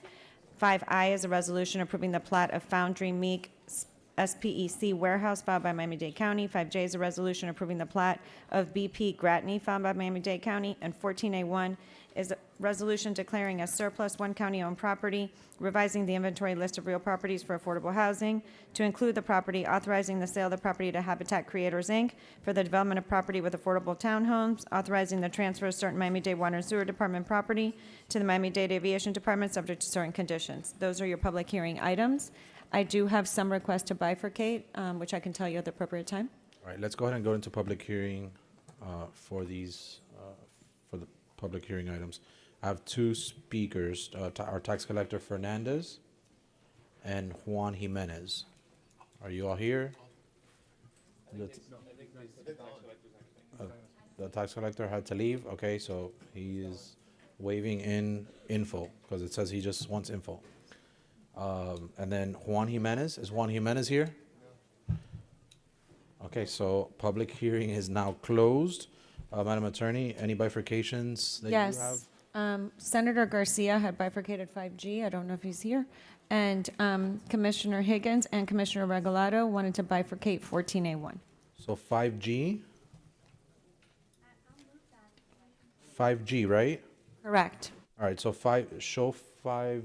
All right, let's move the remainder of the items. I'll move that if you'd like, Mr. Chair. All right, so the remainder are moved. It's seconded by Gilbert. Madam Clerk, please call the roll on all but 5G and 14A1. Commissioner Bermudez. Yes. Commissioner Cabrera. Yes. Commissioner Cohen-Higgins. 4. Senator Garcia. Commissioner Gilbert. Commissioner Gonzalez. 4. Commissioner Hardiman. Commissioner Higgins. Commissioner Regalado. Commissioner Steinberg. Commissioner Bastien. Yes. Vice Chairman McGee. Chairman Rodriguez. I vote yes. Motion passes unanimously. All right, Commissioner, Senator Garcia, was it you who bifurcated 5? Okay, so Commissioner Higgins moves it, seconded by Commissioner Gilbert. Clerk, please call the roll. All in favor signify by saying aye. Aye. All opposed, nay. Show Senator Garcia voting no, right? All right, show the item passed. Next one is what, 14A1, 14A11? 14A1, 14A1, it was by who? Commissioner Higgins and Commissioner Regalado. Commissioner Higgins and Regalado, was it just to vote no, or? Is this the one that, Yeah, I just wanted to, as you know, to the maker, I really love the idea of housing on county land whenever it's possible and practical. But I also just want to make sure, and I'm sure you have thoughts around this, that WASD has some existing easements and some well field protection and things on the property. So will that be included? You're presuming the administration will negotiate and keep that safe? Commissioner Cabrera, you're recognized. Gonzalez, come on now. Whoever. I said Cabrera. Yes, that's articulated in the item. And Mr. Thank you, Mr. Chair. Mr. Chair, if I can add one thing on the item. When As an amendment, or? No, just comments. When this item originally was presented to us as an 8-4, it was, I think, over 300 units. The city of Miami Springs had some concerns regarding zoning, regarding the taxes, which is why we've scaled it back. It's going to be roughly 20 plus units that residential units that will be for sale. The average price for many of these units in Miami Springs are roughly $650,000. These will be going for about $450,000 for folks that are 120% of the AMI. Again, it provides permanent housing. It's not a rental. They can purchase this home. They can have it forever. They will pay taxes in the city of Miami Springs. I know that's something that, again, was worrying to the city, that if they were going to be receiving revenue or if it would be like a live local of sorts. And to Commissioner Higgins' concerns, Again, the easements, the utilities, and the well fields and all that stuff will be protected as a part of this. And we've spoken with water and sewer to make sure that they were okay with it and with the airport. Commissioner Regalado. Thank you. I don't like any swap that involves WASD. I'm just going to put that out there. I may have legislated on this. In this particular case, I think airport's getting the bad deal because the WASD property has the well fields, right? So I don't know that much can be done on that particular property, and that is in part my concern. If you would entertain a friendly amendment, I would be happy with another property. I do not like this property. I think that there are other properties around other airports. I understand that there are not many properties around this airport. I get that. But I would like the administration to look for other properties around other airports. So I'll start there. Second of all, I'm concerned whenever, we get anything last minute. That's always, it's difficult for us to find some resolution to these things. So I have a problem with that, but I understand the issue. There's also, we're saying that we have to do this immediately because we have to provide housing, but the land has an encumbrance of 5 years, so we're giving them 10 years to build. Is there a way to work around that also? Because that's another reason to have another property. It's just, this particular property is very complex. And I'm concerned in terms of the valuation. I don't want to bring up, and everybody's tired, I want to bring up ISD and everyone to talk about how these particular properties are concerning. But obviously, wherever you have a well, there's over 200 things that you cannot do on that property because you have a well. So yes, we want the easements and everything, but I would prefer to the administration if it was another property. And if we can find something, even if it's in another district, because I understand the need for housing around the airport. I just don't like this particular swap. But I appreciate why you're doing it. So that would be my friendly amendment, to give the administration, if possible, 30 days to find us another property instead of this WASD property. Commissioner Cabrera. Thank you, Commissioner Regalado. And these are a lot of the same questions we had. And I think without saying the quiet part out loud, the reason why it was a late filed amendment is we're trying to, get some of these, late filed item, is we're trying to get some of these items that we may have had for a while passed, and hopefully I'm here for many more meetings, but we'll see whether I am or I'm not. But in terms of the years, why are the years? So Airbus does have a lease on it. We've previously asked before in the past if they would waive the lease, which is what you can do. They have said yes, but they have 45 days to answer. So the reason why we put in an abundance of caution those years, again, the developer's goal is to build this, as fast as possible.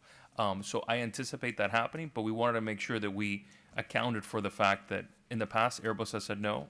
I think as recent as, a few months ago, regarding another potential idea. So I believe that they will likely say no, but we wanted to make sure we put enough time in there to caution for that, just in case. To that point, if they say yes, can we make it 5 years? Because what we don't want is something to what's happened in Keon's district, where people are sitting on these properties for long periods of time, right, without building, right? We've been there, done that with the infill ones. So if Airbus says no, right, then they get more time. But if Airbus says yes, then they shouldn't get 10 years to build. So happy to craft an amendment that if they say no, as in they do not need the property Airbus, then it would be fine. Right. Otherwise, what's on there. And then also to instruct the administration to either do this land swap or to find another suitable property within 30 days. Thank you. All right, show the attorneys, show that amended. All right, so 14A1, show it amended with a limited time based on Airbus. Any further discussion? Seeing none. All in favor signify by saying aye. All opposed, nay. Show item 14A1 passed. All right, Madam Attorney, are we in second readings? Yes. You have two items. Item 7B is an ordinance relating to private parking facility operators, amending Section 21-46 of the code, requiring certain signage in private parking facilities, imposing certain requirements for the issuance of private parking invoices, requiring certain appeal procedures for private parking invoices, requiring a 15-minute grace period at private parking facilities, prohibiting private parking facilities from selling or transferring any personal information obtained from a party using the private property for parking services, amending Section 8CC, providing civil penalties and providing severability, inclusion in the code, and an effective date. 7C is an ordinance relating to the rules of procedure of the Board of County Commissioners, amending Section 2-1 of the code, providing for electronic delivery of agenda items to commissioners, providing severability, inclusion in the code, and an effective date. All right, any bifurcations on second reading items? Seeing none, Commissioner Gilbert moves the two items. They're seconded by Commissioner Gonzalez. Clerk, please call the roll.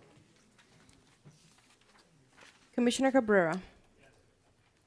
Commissioner Cohen-Higgins. Senator Garcia. Commissioner Gilbert. Commissioner Gonzalez. Commissioner Hardeman. Commissioner Higgins. Commissioner Regalado. Commissioner Steinberg. Commissioner Bastien. Commissioner Bermudez. Yes. Vice Chairman McGee. Chairman Rodriguez. I vote yes. Motion passes unanimously. All right, Madam Attorney, are we in the pool list now? Yes. All right, can we start with is 8B1 the first one? That's, yes. All right, so Senator Garcia. Senator Garcia, you're the pooling commissioner for 8B1 within District 9. Thank you, Mr. Chairman. Just a quick question to the commissioner or to our director as to the MOU as it relates to the providers that we're going to be signing this MOU with. Is there a way that we're tracking the services that are being rendered, the efficacy of them, and so forth? So if we just can explain that real quickly, I'll be fine with the item, and I'll move it afterwards. Director, you may approach and respond to the senator.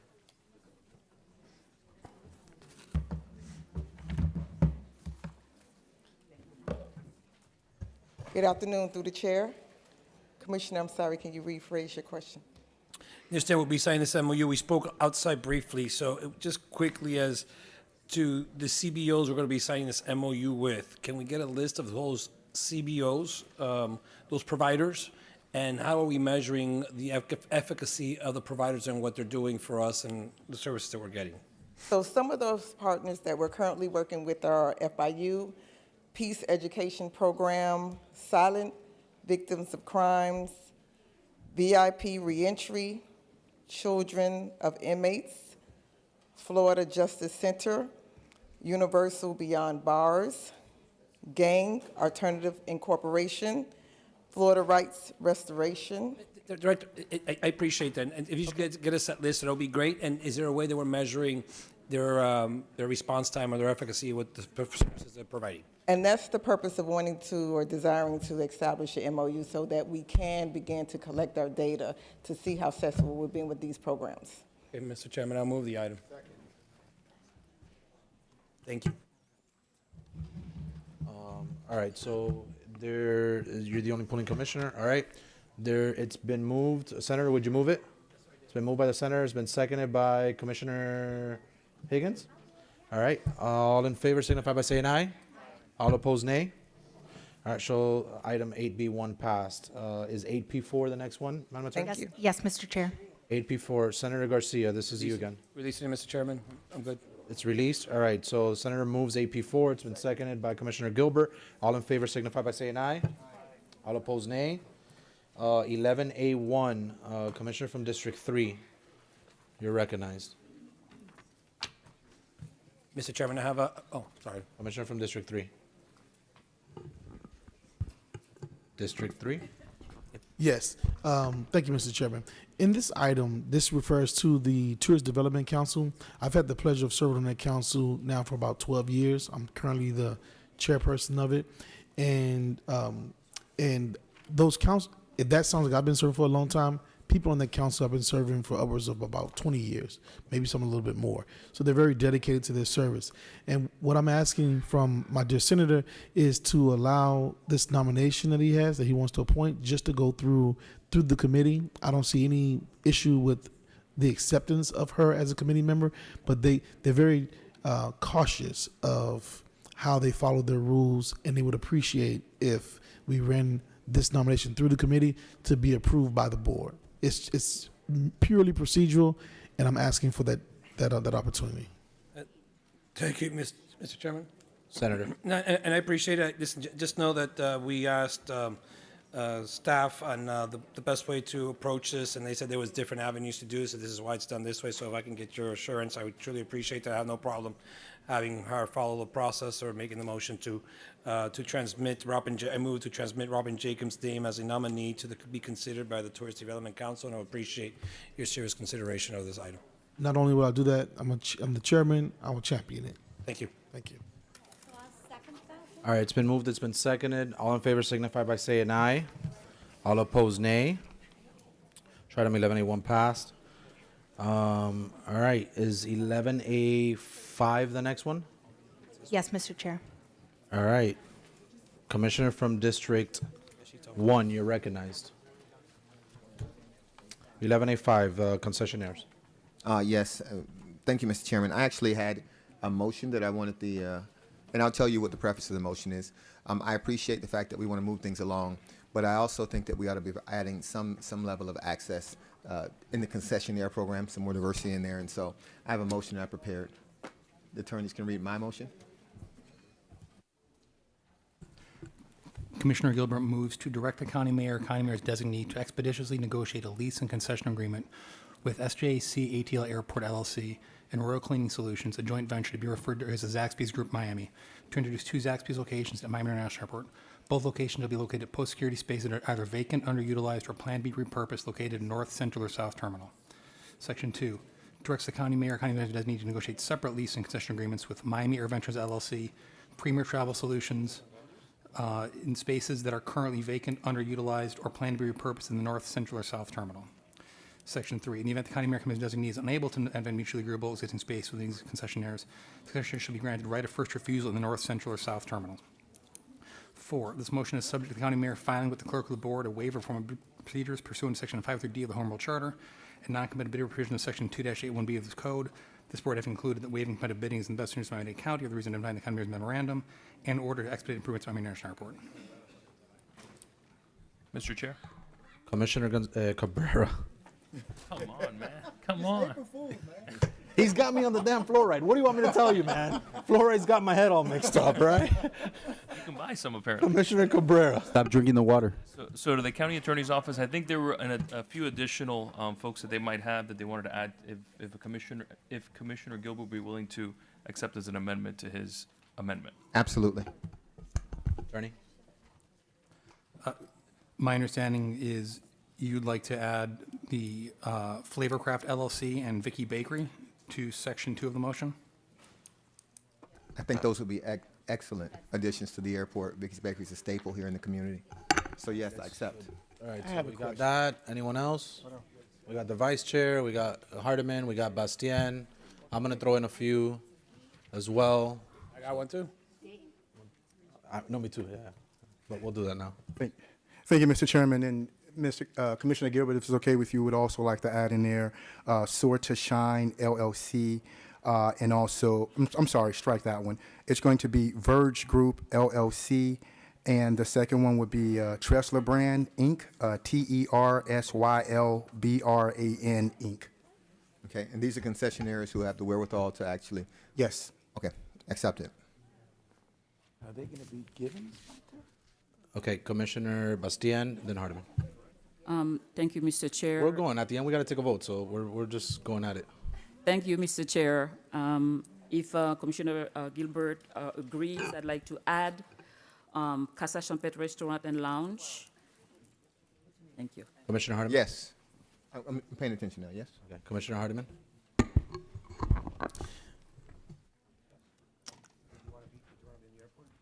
Commissioner Gilbert, would you be amenable to adding DC Garrett Group to your Section 2 of the item? Yes. Thank you. Anyone else? Senator Garcia.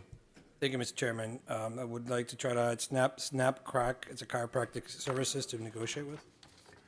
It's a what? Snap Crack. LLC. He said he wants some crack. No. Like A chiropractor? Yeah, I love it. I love it. Snap, snap, crack. Yes, because Commissioner Higgins? Okay, sure, yeah. Snap, snap, crack. I have a different amendment. I think. All right, it's- let's pass. Yeah, okay, hold so. on. Bermudez? I have a question. So all these that are being added are going to be companies that will be at the airport chosen by this commission? We're choosing them right now. So we're choosing at the last second without any vetting, any company that we would like to put there. That's what I'm understanding. There's a motion to do that. Okay. Yeah, I'm not going to be supportive of that, but that's interesting. And by the way, that doesn't mean that any of these companies are not legitimate. I thought there was a process to actually get these companies there, but apparently we're going around that. Commissioner Regalado. I have issues with the actual item as drafted and presented to us. And I think we should talk about that first. I think if we're going to make amendments to the actual item, we should have that conversation, and I'm happy to have that conversation. Adding other concessionaires, I think, is separate and apart from that. I don't think this is the proper process for that. But we haven't even spoken to this item. Like, we haven't even had a conversation about this item. I mean, my issue with this item is that there's still a lot of things that are unclear. There's still a lot of negotiations that have not been finalized that are being kicked back to the mayor. And I think we should have a conversation about that. And I also think that we have to speak as to why we're doing this, right? My understanding is that the reason that we're doing this is because we want to see a dramatic change at the airport, and we do not want to pay for it. That is my understanding of this item, as I read it.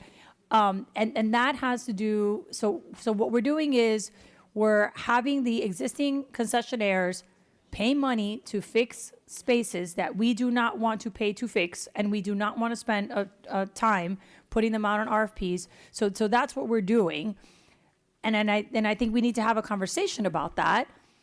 But adding new concessionaires and all this other stuff is separate and apart from that. I mean, my understanding of this item, and I'll ask the makers, is that this was about getting work done at the airport, physically changing the concessions as fast as possible and having the existing concessionaires pay for it.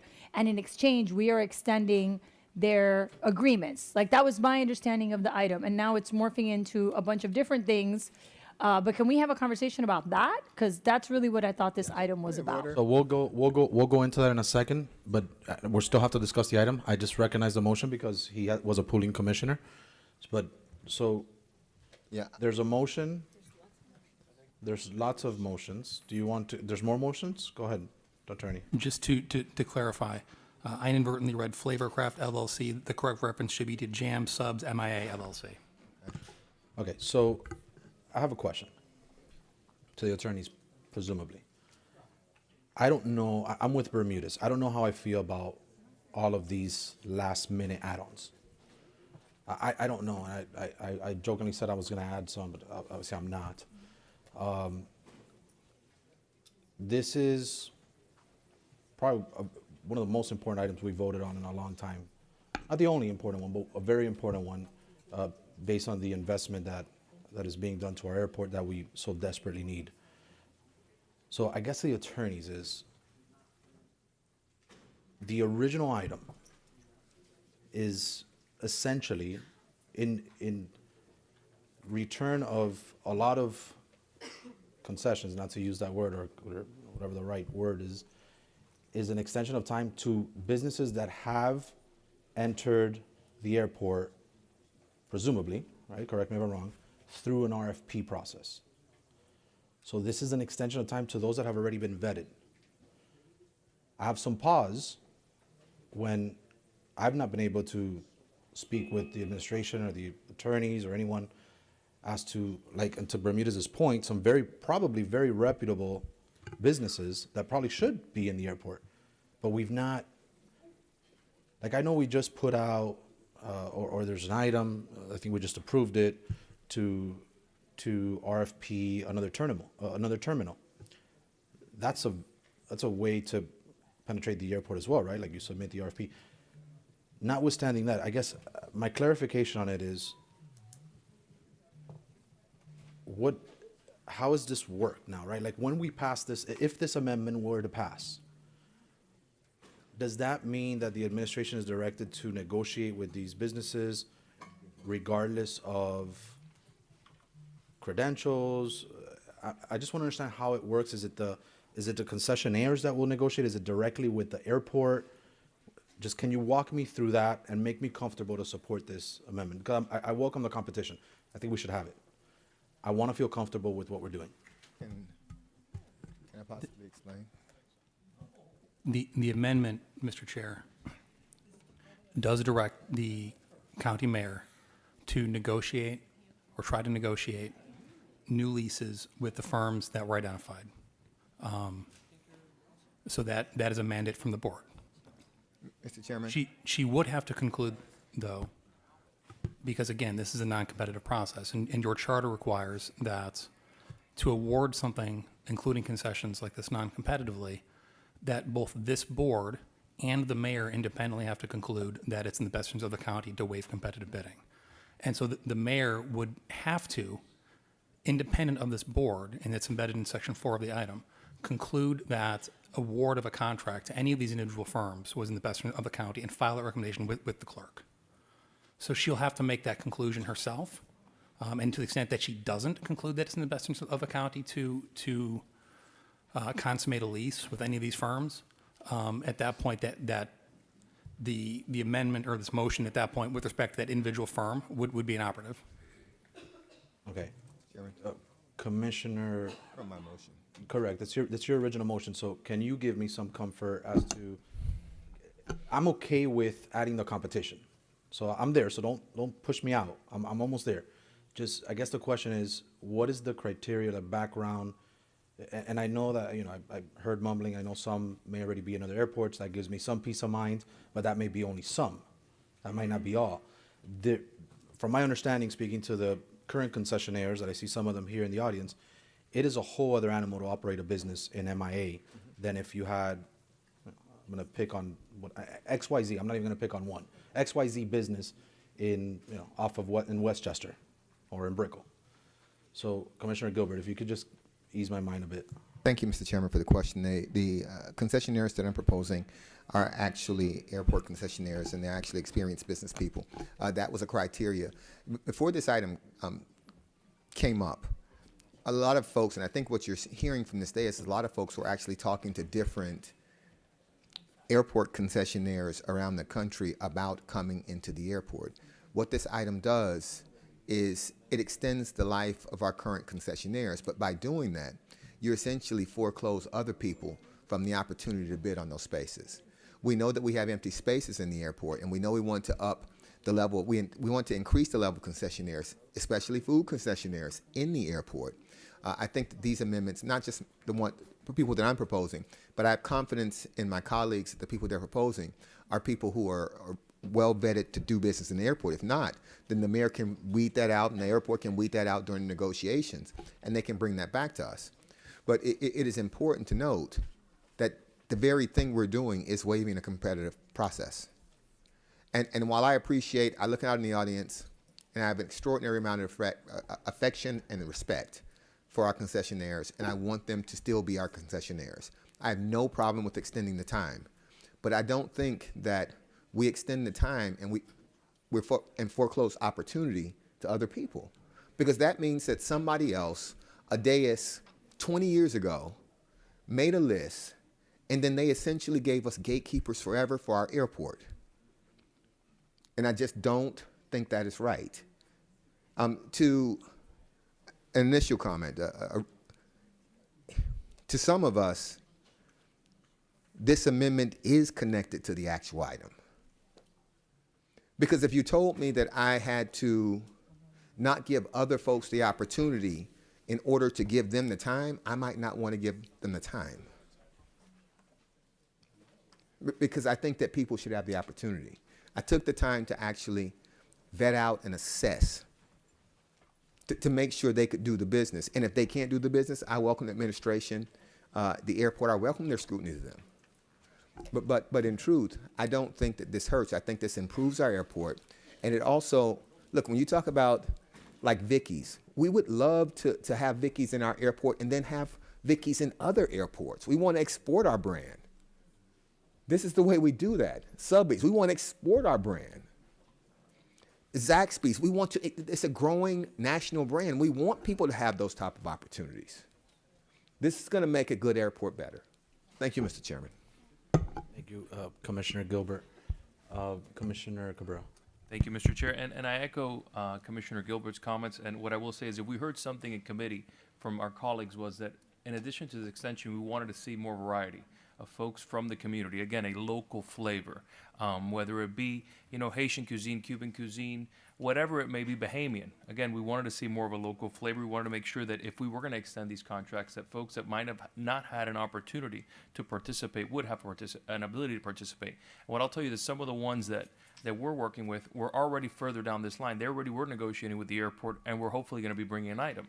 So again, if we're going to be working on all these concessions at once, is why we're making this amendment. At least in my case, I can speak to is let's move this along, right? Because we're going to extend the ones that are already there, but the ones that are nearly done, almost getting there to bring an item to our agenda, we're not going to help them out. So again, I think it's about making sure that if we're going to tackle the issue of concessions, we do it, but we do it in a way that encompasses everything. So again, these are folks that already had been talking to the airport to make sure that they knew what they were doing. The airport obviously has criteria as to how it is to operate there or not. So again, it's I obviously, given Sunshine, it maybe is a surprise to others because these aren't conversations we can't necessarily have. But what I will say, it's not necessarily a surprise to some of the folks at the airport. Some of the ones, at least that I mentioned, that were already talking to the airport and further along the line. And so, yeah. All right. No, I know. We're going. I think, look, and I agree. I think here's my struggle with it, and I just want to kind of jump in, and I don't usually, but my struggle is that I agree with the underlying, intent of what Commissioner Gilbert and then others jumped on. But Commissioner Gilbert, as you have said when you were in this role many times, that's the whole point of committee, is to kind of do this in committee and give us that piece, because I know that the ones you're referring to, Commissioner Gilbert, are in other airports. I trust the two that, in fact, I trust several, right? But as I'm sitting here, I see some of my good friends that are like, well, I'm going to throw one in too. And I don't know how they got the name so quick. I mean, I'm sure that it's an excellent chiropractor, but I have back issues. I want to make sure that it's, the right chiropractor. I'm just picking on Senator Garcia just to pick on him. But in all honesty, I want to feel comfortable that it's the right. So I trust that they're very reputable companies, and I understand the diversification and inclusion of all these businesses, from yours, Gilbert, to Vicky's, to that of all my colleagues. But I guess I just need peace with kind of the process of, and I'm okay with. Clearly, I'm an advocate for piggybacking, for bid waivers where it makes sense. I know it's a very controversial word, but I am comfortable with that portion of it. If it makes sense, I just want to kind of get there, and I trust that I will, but I want to hear from the rest of my colleagues. Commissioner Higgins, then the Vice Chair, and then I'll continue. Thank you, Mr. Chair. I've passed around another amendment, but I'll stick to, I think, what we're talking about now. I just have a question, perhaps to the maker.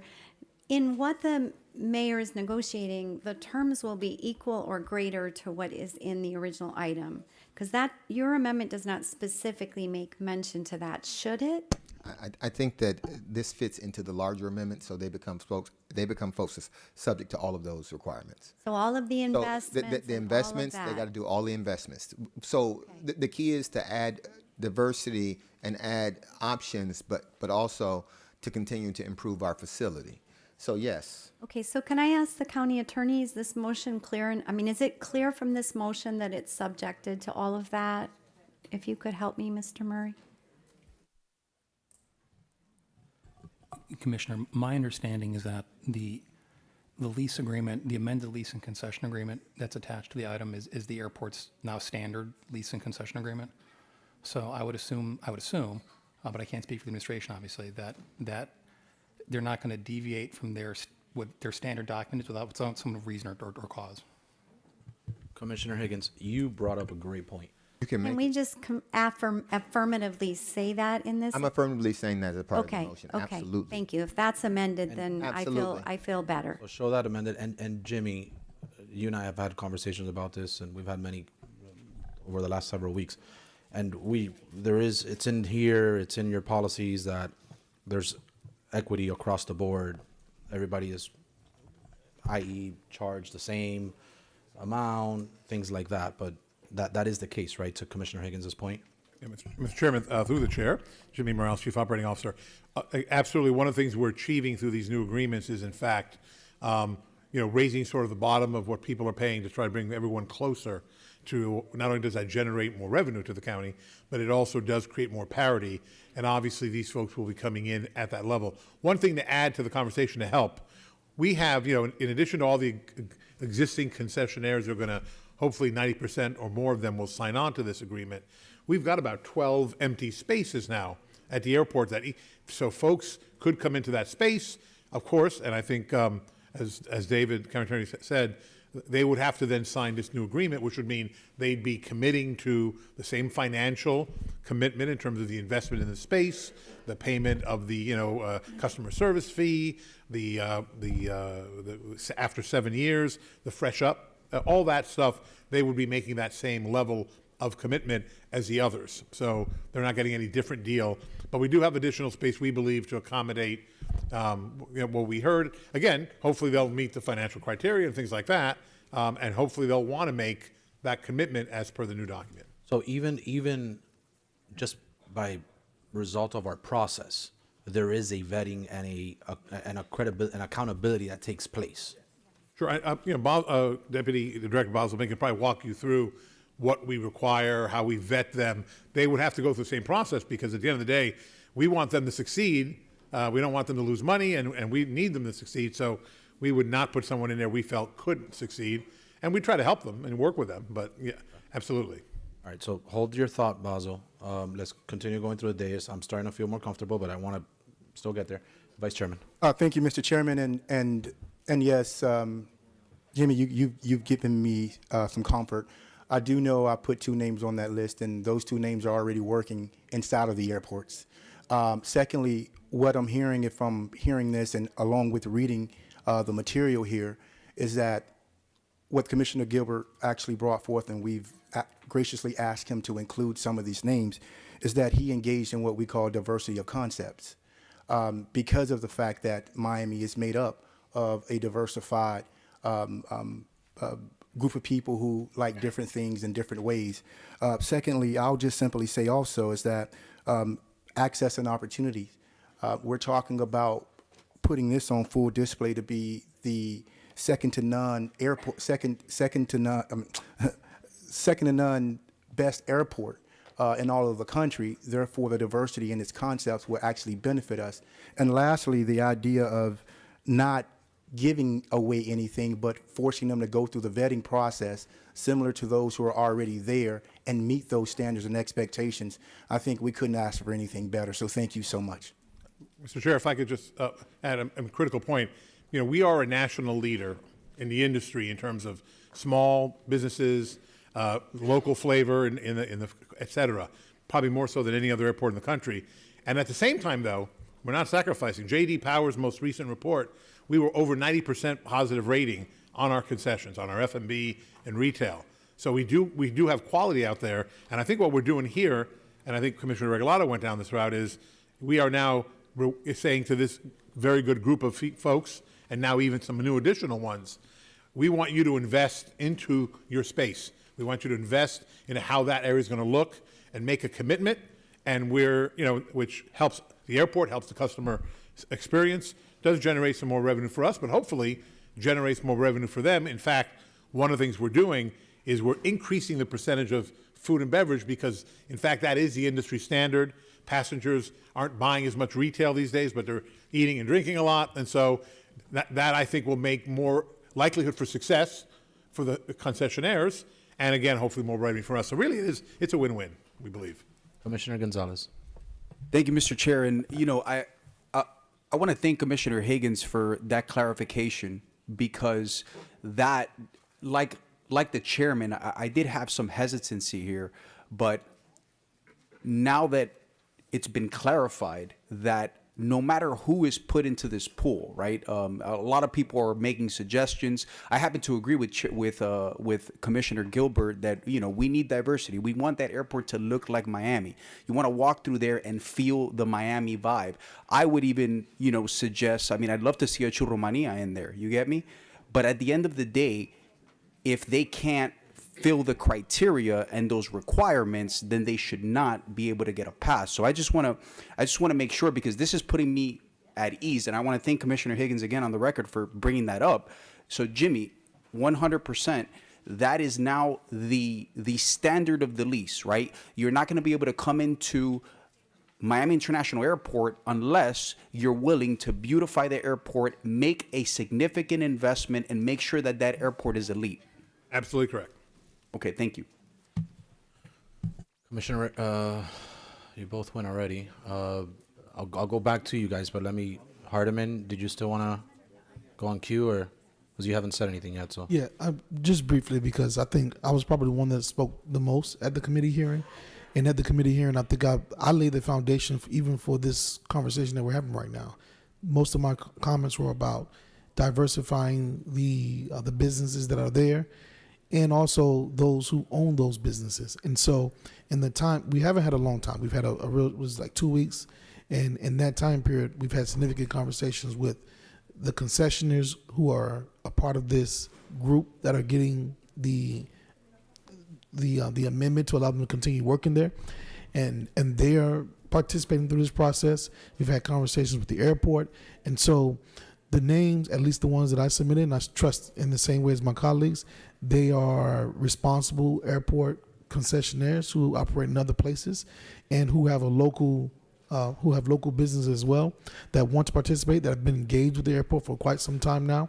And I think that this is the best way and time to make this sort of change. And so I'm supportive of the amendment that Commissioner Gilbert has set forth, and I also believe that the concessionaires who are seeking their amendment that gives them, decades in the airport are also supportive of this process that we're going through right now. Thank you. Commissioner Bermudez. Yeah. First of all, let me just say that I agree with what Commissioner Hardiman and Commissioner Gilbert have said in the sense of diversifying and having other groups being considered, and some of you have mentioned different groups. I don't have a problem with that. In fact, we had another item correctly, Mr. Chair, that you mentioned, where there will be a opportunity to bid. This is not piggybacking, by the way. This is basically from this dais, and I don't question that the entities that you have all proffered may be entities that deserve to be considered at the airport, but from this dais, we are making the decision-making process as to who those companies may or may not be. If that was the case, I consider that a separate discussion. So I think that the proper way to do it is to vote on the item and bifurcate the amendment and vote on the amendment. It's a lot clearer for people to understand where we stand based on that. I was not part of the committee, and again, I want to be very clear. Some of that, I think Commissioner Gilbert said Zaxby's, which I've seen a lot on TV about. I've never been there. I'm sure it's a great place. But my concern again is that we went into this with one item and again, let me go back a second, because Commissioner Gilbert said something else that I also agreed with. We shouldn't be stuck with a commission that maybe 15, 20 years ago decided on just X amount of companies. Having said that, the way we do it should be the proper way. I don't think voting on this item separately from the amendment necessarily takes away the ability to have a real frank discussion on who might be the new groups that may be. And by the way, I'm going to ask you, Mr. Morales, because if in fact we've been negotiating with all these other entities at the airport, you're going to get a public records request from me asking, who are they? Because I'd like to know. Because people ask me all the time, and I tell them, just go talk to the county, don't talk to me.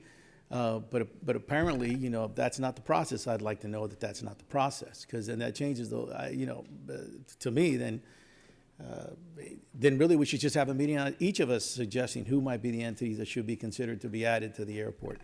So I'm going to continue to say that, I agree with the item, I support the item, but I don't necessarily support the amendment the way it is. And I want to be clear that that doesn't mean that some of the things that my colleagues, such as Commissioner Gilbert, Commissioner Hardeman, and you, some of you others have referred to, that there's not a logic to it. And I think Commissioner Hardeman for a long time has been saying, we need to open up the door to other opportunities for other individuals. And I've always agreed with him on that. I just didn't understand, nor did that we were going to sit here today and determine who those other individuals were going to be.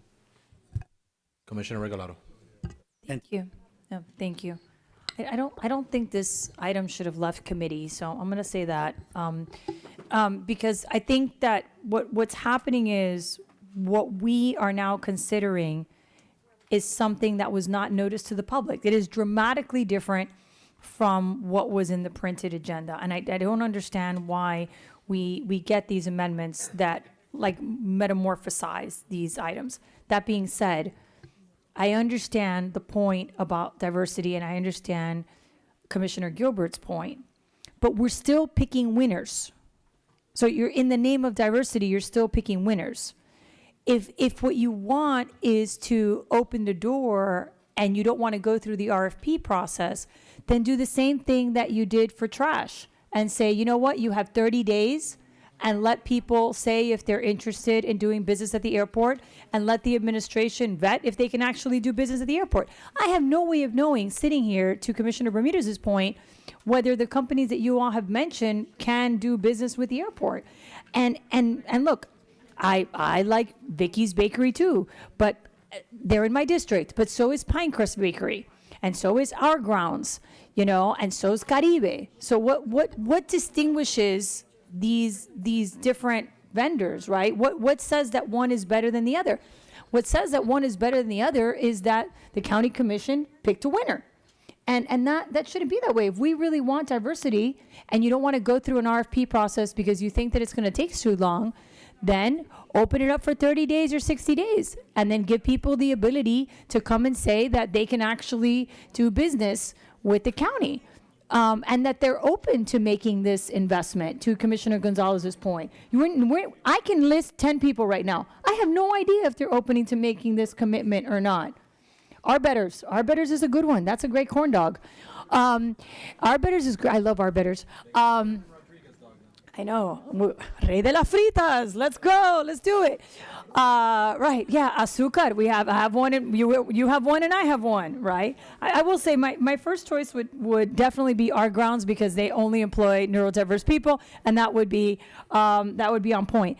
But I think I understand Commissioner Harden's point and Commissioner Gilbert's point, but then open it up for a certain amount of time. Let people know that this is happening.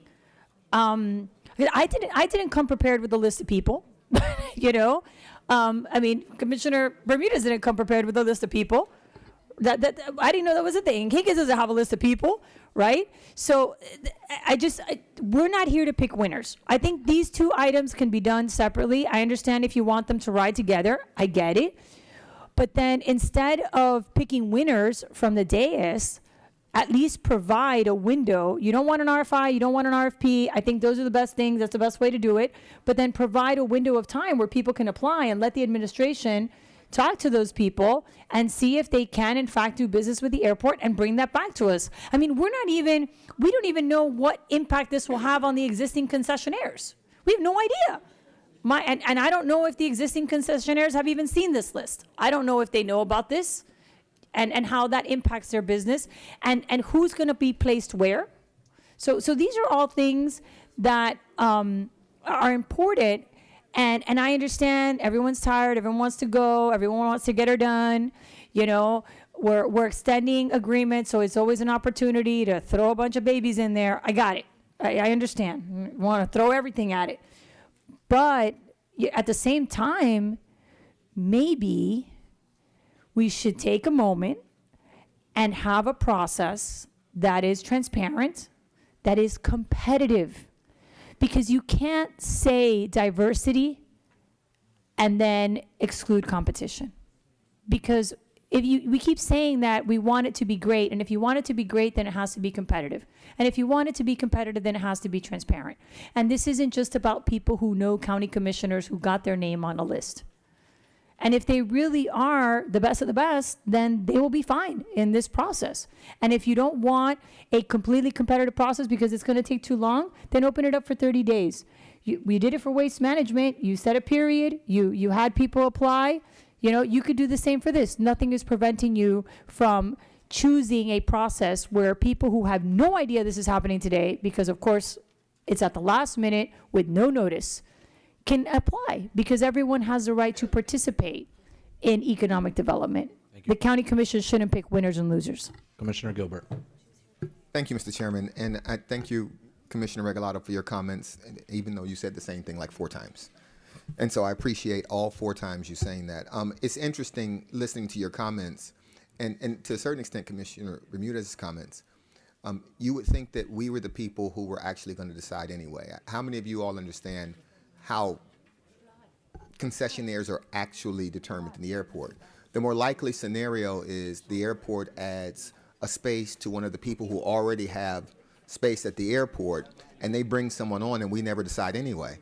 When you say, who are we to decide? We're the elected representatives of 3 million people. We're the elected representatives of 3 million people. This same process happens in hallways and in offices, and you have nothing to say about it. We're the elected representatives of 3 million. Who are we to decide? Who are we not to decide? Who are we not to decide? I appreciate that you didn't come prepared with the list. I actually, even when I don't attend committee meetings, I watch them and I listen.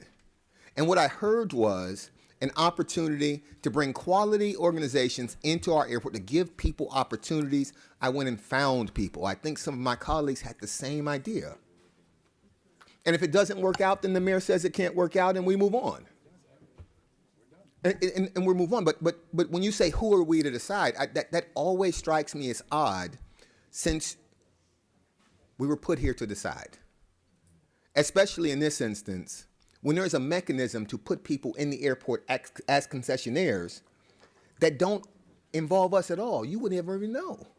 You don't know who's in the airport that you didn't vote on right now, or that no elected official ever voted on. You don't know that. And so I appreciate your thoughts and your vigor on this. But if it doesn't go well, the mayor can say it's not going to go well, and she brings it back to us and it doesn't work out. But otherwise, negotiate a deal with these companies that represent this community, represent an upgrade. And let me just add this. They're responsible for improving their spaces. When we add companies, we add spaces that are being improved. So unless you want, I don't know, the 12 empty spaces to just look one way and everything else to look another, it would behoove us to do it at the same time, so that there could be a consistency in how the airport looks. It wouldn't be a hodgepodge of modernization. Thank you, Mr. Chairman. All right, I'm ready to call a question, though, but Commissioner I just have a question. Maybe the attorney or somebody can answer this, because I also saw the committee meeting. I didn't see a motion come out of there saying commissioners can suggest companies that can be at the airport. With all due respect, I agree with Commissioner Gilbert that in the end, this body makes that decision. What I don't agree with is being given an item and then having an item that's totally different by this amendment. And I'm going to tell you this, for purposes of transparency, no, it doesn't look good to the public that any of us are suggesting who should go there if we're not saying that's what the process is. So I'm going to vote no because of that. And I understand the intent that many of you have expressed, including Commissioner Gilbert. And again, I agree with Commissioner Hardiman, who I think is the one who's been advocating this for the longest, that there should be new opportunities for new entities. But I just don't think this is the proper way to do it. And unless you can, maybe the county attorneys can correct me, is that what, was there language at this committee where the statement from the committee was, this item is moved forward? Or maybe Commissioner Cohen-Higgins can tell me. It's her item. Was there did the language include the opportunity for all the commissioners to proffer potential new entities to operate at the airport? It was said in committee. I know that Commissioner Hardeman brought it up to he said that earlier, and I believe I recall. I think I was here for that meeting. So I do recall the conversation for sure. I don't know if like an order, I don't know if an actual instructions came out or anything, but yes, I know it was said in committee. Just to answer your question, I still share some of your concerns, but to just answer your questions, I would like to call a question, but if you all need to respond to some of the things. We're beating a dead horse to a certain extent. Okay. But again, my issue is, one thing is a motion that was made and something that was discussed. I would hope in the future that now I understand, if anything is discussed at any committee, there's a possibility that some of us may interpret that as being what should be proffered or amended when we get here. Then that's a different, the rules of the game are a little bit different. That's fine. No, I'm not saying that it's correct or not, Commissioner. I'm just saying it was discussed. I don't think like a motion came out of it that day. I just really quick, and again, Commissioner Gilbert, I love disagreeing with you, but you're intellectually inconsistent, because you're saying that staff, and by the way, I don't have a problem with staff making decisions because I don't distrust staff. So I think we start with a bias, right? I don't have the bias that county staff is somehow doing something wrong or bad, or the omission of elected officials makes the process illegitimate. I don't believe that. But that being said, we'll put that aside for another day. What is your issue with the 30-day window so other people can participate in this process, which you say that we are participating in for the first time, and is so fair and equitable that the good will rise to the top and the bad will not be able to be at the airport? What's the problem with opening it up for 30 days? Through the chair, I'm still trying to hear how I'm intellectually inconsistent. You made a statement, and then you said something about staff, and then you asked me a question. So if you could go to, because I'm actually a lot of things, but inconsistent just ain't one of them. I am definitely where I am is where I am. All right, so we're gonna take a pause. Okay.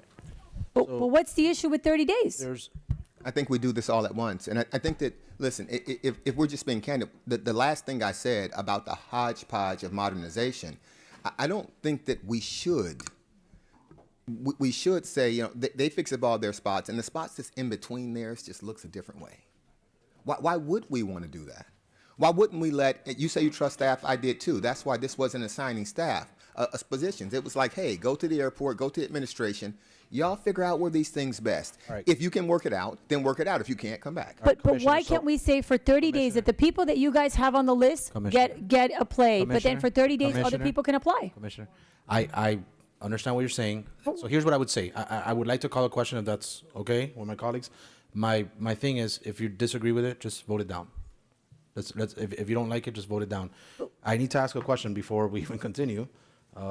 Commissioner Cohen-Higgins, is this a friendly amendment or not? Because we would have saved could have saved, maybe not, but. Thank you, Mr. Chair. I and Commissioner / soon-to-be Ambassador Cabrera are co-prime sponsors on this, and after listening to the discussion, I consider it a friendly amendment, assuming that he does as well. Commissioner Cabrera, do you consider this a friendly amendment? Yes. I figured, since you were one of the amendees. All right, all in favor of this amendment, with all of the ones that were called out and the attorneys recorded that, signify by saying aye. Aye. All opposed, nay. Nay. The ayes have it. Show the item amended. Okay. Yes. You'll have them now. Okay. So now we are on 11A5 as amended. Commissioner Higgins, you're recognized. Yes, thank you, Mr. Chair. I too have an amendment, but I just want to put a little bit of my comments on about how we got to this point on the process on the record. So you won't have to come back to me again. Obviously, it's not thrilling that we didn't have a competitive procurement for concessionaires at the airport.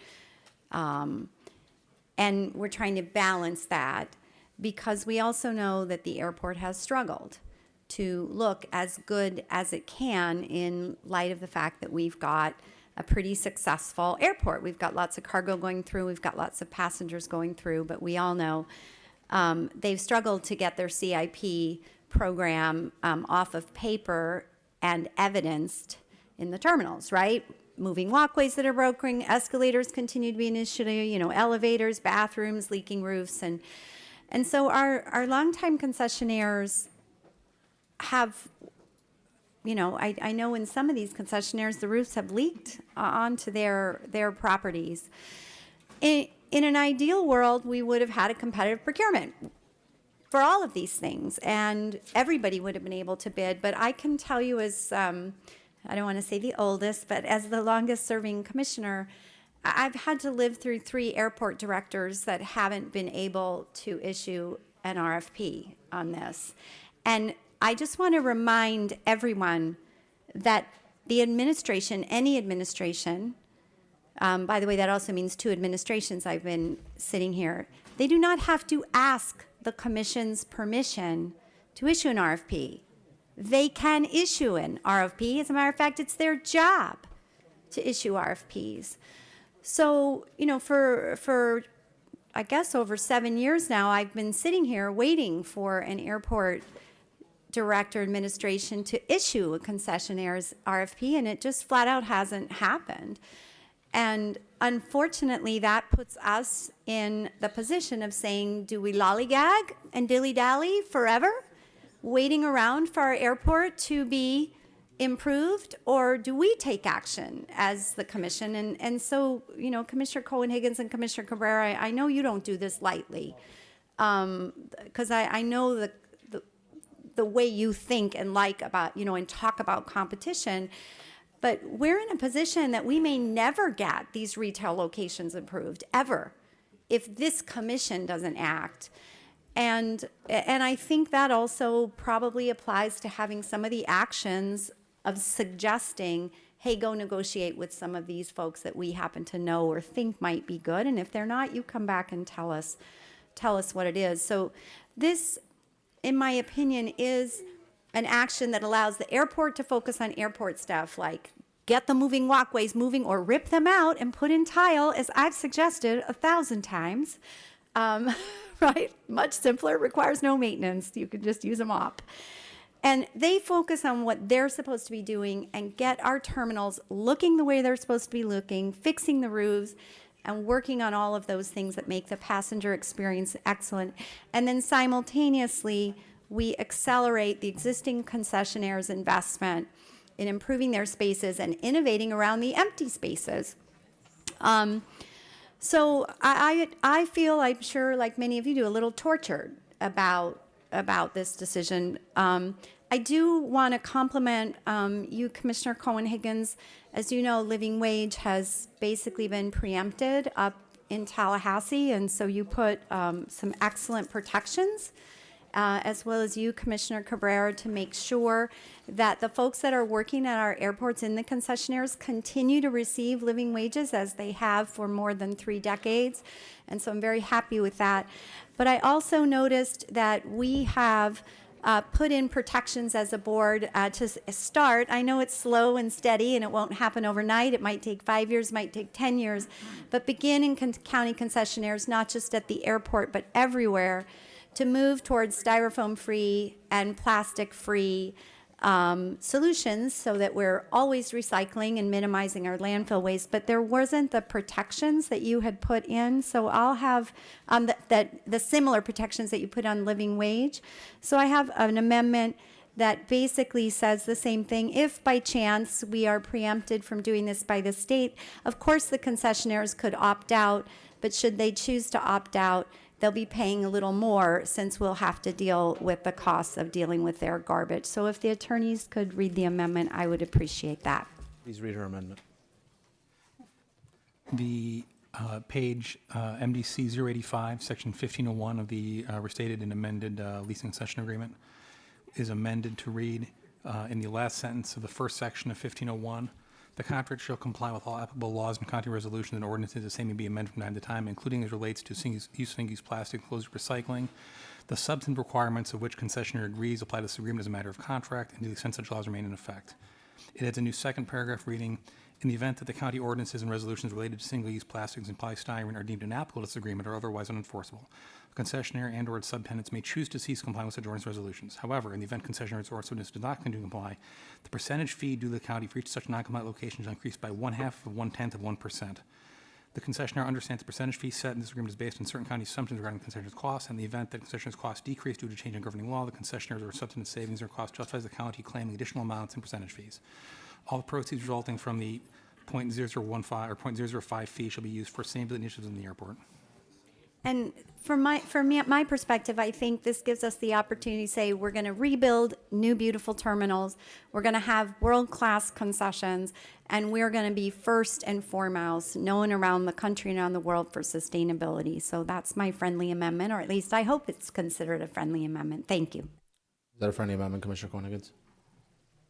Thank you, Mr. Chair. Yes, I accept it as a friendly amendment. Commissioner Cabrera? Yes.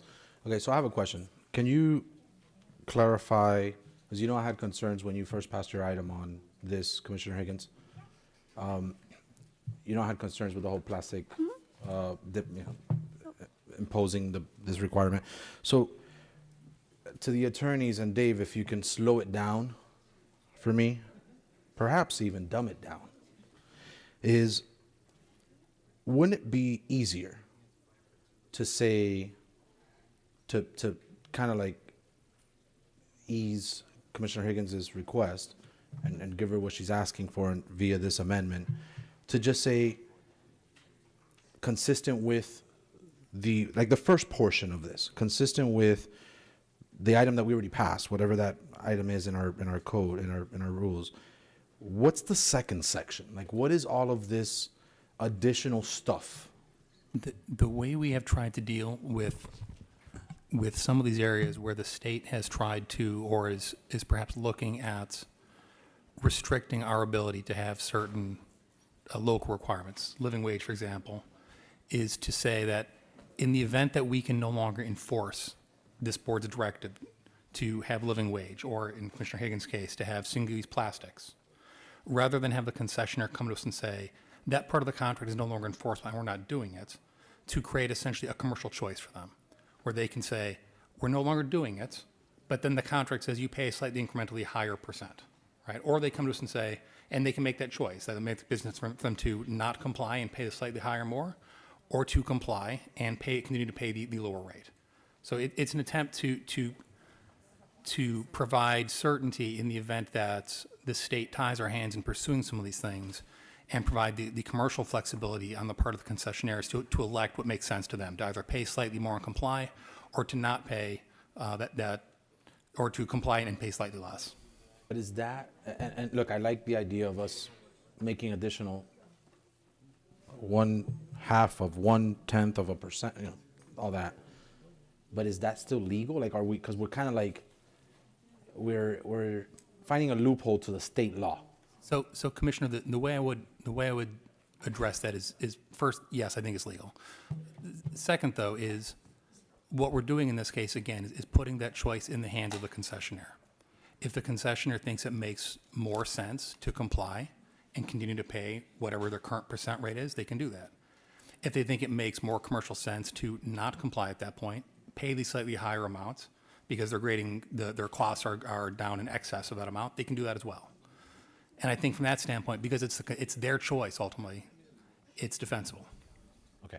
So, and I see some of the concessionaires here, so I might call them up now, but I suppose that they've been, this has been discussed with them? Or? I have had meetings with them, and I think, obviously they don't want any new constraints, but we're giving them years and years and years. And may I remind you, it's about $1 billion we're giving them. And I didn't want to make this punitive. I want to make this aspirational. We are on a slow but steady. You can go to airports all across America and across the world, and they are sustainability forward, which is reputation building. And as you know, we've got to rebuild the reputation of MIA. And we have passed this on the commission. So this 0.05% is equal to $500,000. So it's not particularly punitive on $1 billion. So it really is aspirational. Let me just give you some examples. It's also the item that we passed is very much to the greatest, it says in every clause, to the greatest extent possible. So for example, secure wrap. They wrap bags in plastic. There's no other way to do it right now. So they couldn't actually do that. Maybe sometime 10 years from now, there'll be a whole nother way of doing it, but right now there isn't. So they would not have to require it because to the greatest extent possible, they'd continue with their business as is. For example, yogurt. There's absolutely no way to buy yogurt. So no one's going to be forced to not sell yogurt in the airport because to the greatest extent possible, yogurt comes in plastic containers. But guess what? Everybody can buy a compostable clamshell. Everybody could use compostable silverware because guess what? That's readily available in the quantities that are needed at the airports, and it's been proven around the world it can be done. So all of it's very practical. There are going to be shops that may not transition for 10 years. There might be some that transition in 3 or 4. This is not an overnight thing. But given what's going on with our solid waste situation, we need to find some way to minimize what goes to landfills. Thank you, Mr. Chair. Thank you, Commissioner. And look, I could get behind that, right? I ultimately supported your item when you brought it several months ago. But they are here, right? And I don't know, we always pick on Corge, but I want to pick on Felipe Valls today. Mr. Valls, can you come up for a second? I just have one question. This was my same concern, one of my same concerns that I had when the item passed several months ago. And I want to hear out of the mouth of one of the concessionaires that has several locations at a county facility. There's not a single time that I have flown that I have not gone to La Garreta or Versailles to have my fix. Will I, as the consumer, as a result of this, pay more for you having to implement this plastics ban? And obviously already taking into account what the commissioner said, that there's things that you sell that I know you just cannot put into anything other than plastic. But taking that into account, will I as a consumer, will prices be hiked, even if it's a half of any amount as a result of this? Because that is one of my biggest worries, that we are not burdening everything is going up. Everything. Will this go up, or is this something that you can do as a good steward, as a, just cost of doing business? How does this work? Well, definitely it's something of being a good steward to the environment and not to mention the waste. It's complicated. Plastic is complicated in the airport because you're dealing in a very much grab and go kind of movable things. So for all of us, it's a challenge, but I think what the commissioner has done is create a strong incentive to go in that direction, right? Price, no, it shouldn't change the price more or less. Perfect. It's not a huge amount either. It's a huge amount actually to do it. The incentive helps you to move forward and decide. And from where I think everybody would love it to be to where it is now, I think everybody, as far as concessionaires, are in favor of this new way of letting the business itself kind of decide where it's worth doing it, where it's not worth doing it. And if you're not going to do it, it's going to cost you some money, but if it's worth it. But it definitely gives a motivating direction to that, the way it's done now. Thank you. That's all I needed to know. All right. Any other questions or concerns on this motion? Seeing none, all in favor of the motion signify by saying aye. Aye. All opposed, nay. All right. Show the item amended. All right. Commissioner Cohen-Higgins and Cabrera as the co-sponsor. Commissioner Cohen-Higgins, you're recognized on your item as amended. Thank you, Mr. Chair. We have a few changes to the lease agreement that have been fully agreed upon with the concessionaires as we understand it. So if the attorneys can read these amendments, and to be clear, these are amendments that have been requested by the concessionaires and have been, in addition to every other term in this lease agreement, extremely and extraordinarily heavily negotiated. But this is our landing place on these final amendments to the lease agreement, not to the item that is before the body, but rather to the lease agreement. So to the attorneys, if they could please read in a rather condensed form, please, these important amendments. Thank you, Mr. Chair. I will attempt to keep this condensed. The first amendment is on page MDC 027. It's an amendment to the section 101 of the lease agreement for term. At the end of the full first sentence, it says that provided though, that the amendment would add, provided though that if the county or the airport during the term awards any future concessionaire lease or concession agreement with an awarded base term of over 9 years, exclusive of any construction period, then the term of this agreement shall be extended without need for any further action or approval. The term of such extension to be the difference between the awarded base term of such other agreement minus 9, minus any additional extensions granted to concessionaires provided for below based on additional investment. This agreement may only be extended once in such manner. That section is also amended to clarify that the concessionaire may earn up to 3 additional years based on each increment of 10% over their investment amount. Their investment amount as specified in the attachments, with, again, a cap on 3 total years.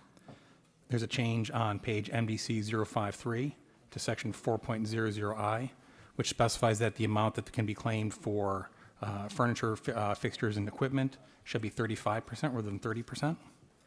There's a change on page MDC 080 regarding termination for convenience, deleting the phrase using eminent domain valuation standards and adding, but in no event less than the unamortized value of the investment made to locations based on a monthly straight-line amortization period equal to the term. And the last sentence is changed to read, after payment of the appraised value, the county should not be responsible for any additional costs or amounts, including but not limited to lost profits, lost opportunity, borrowing costs, carrying costs, damage to reputation, loss of goodwill, loss of income, or cost of goods in storage or transit. Finally, on MDC 087 and section 5.06 regarding living wage, the last full sentence of the second paragraph is deleted, which dealt with making that section non-severable from the balance of the agreements. Additionally, Commissioner, you had proffered amendments to Section 4 of the RESO, which extended the deadline for concessionaires to turn their agreements around back from 10 days to 45 days in Section 4 of the resolution. Thank you. Colleagues, this is quite a moment and a contractual obligation on the part of our concessionaires. I want you to trust that our concessionaires have made a lot of concessions in exchange for the proposal of this deal moving forward. Today, this is an opportunity to have a truly historic moment at Miami International Airport in partnership with our private business community that has shown year after year that not only are they good stewards of this incredible property, but that they are good stewards of this county in that they have upheld important value propositions that have been presented to them and made them work in their businesses, i.e. living wage, which this agreement allows to be extended in the county despite it being unlawful in other parts of the state via this extension, which I know is important to the administration. I won't belabor the point regarding the details of this deal. I think my colleagues have been briefed on it time and time again.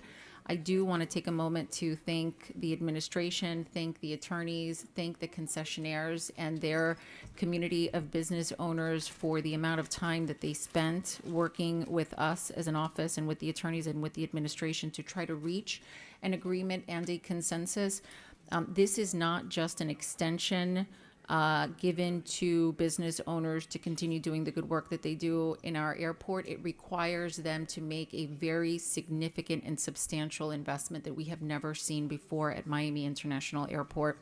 And the question has been asked of me before, why? Why now? What is the impetus of this? The impetus is that I see our current state of Miami International Airport as urgent, with passenger volume exceeding 56 million, numbers that we've never seen before, and our residents crying time and time again that they want to see their airport being a place that they are proud of. This allows us not only to modernize the concessionaire section of our airport, it allows us to do it in a very short period of time, i.e. 3 years. This agreement has tremendous deadlines and requirements and expectations on our concessionaire community that they must comply with. If they do not comply with those requirements, this extension will not be granted to them, all of which they fully appreciate and they understand. This also gives our airport and our administration the opportunity to streamline agreements that some of which are very, very old. and allows them to bring agreements up to date in a very important way so that all of our concessionaires at Miami International Airport are operating under the same legal structural format, which is very, very important for us for a number of different reasons. So I'm grateful to Commissioner soon-to-be Ambassador Cabrera's co-sponsorship on this. I certainly hope to earn the support of my colleagues. The alternative is, of course, putting this out to and for an RFP. My concern with that, as Commissioner Higgins mentioned during her remarks, is the time that will inevitably be associated with that process.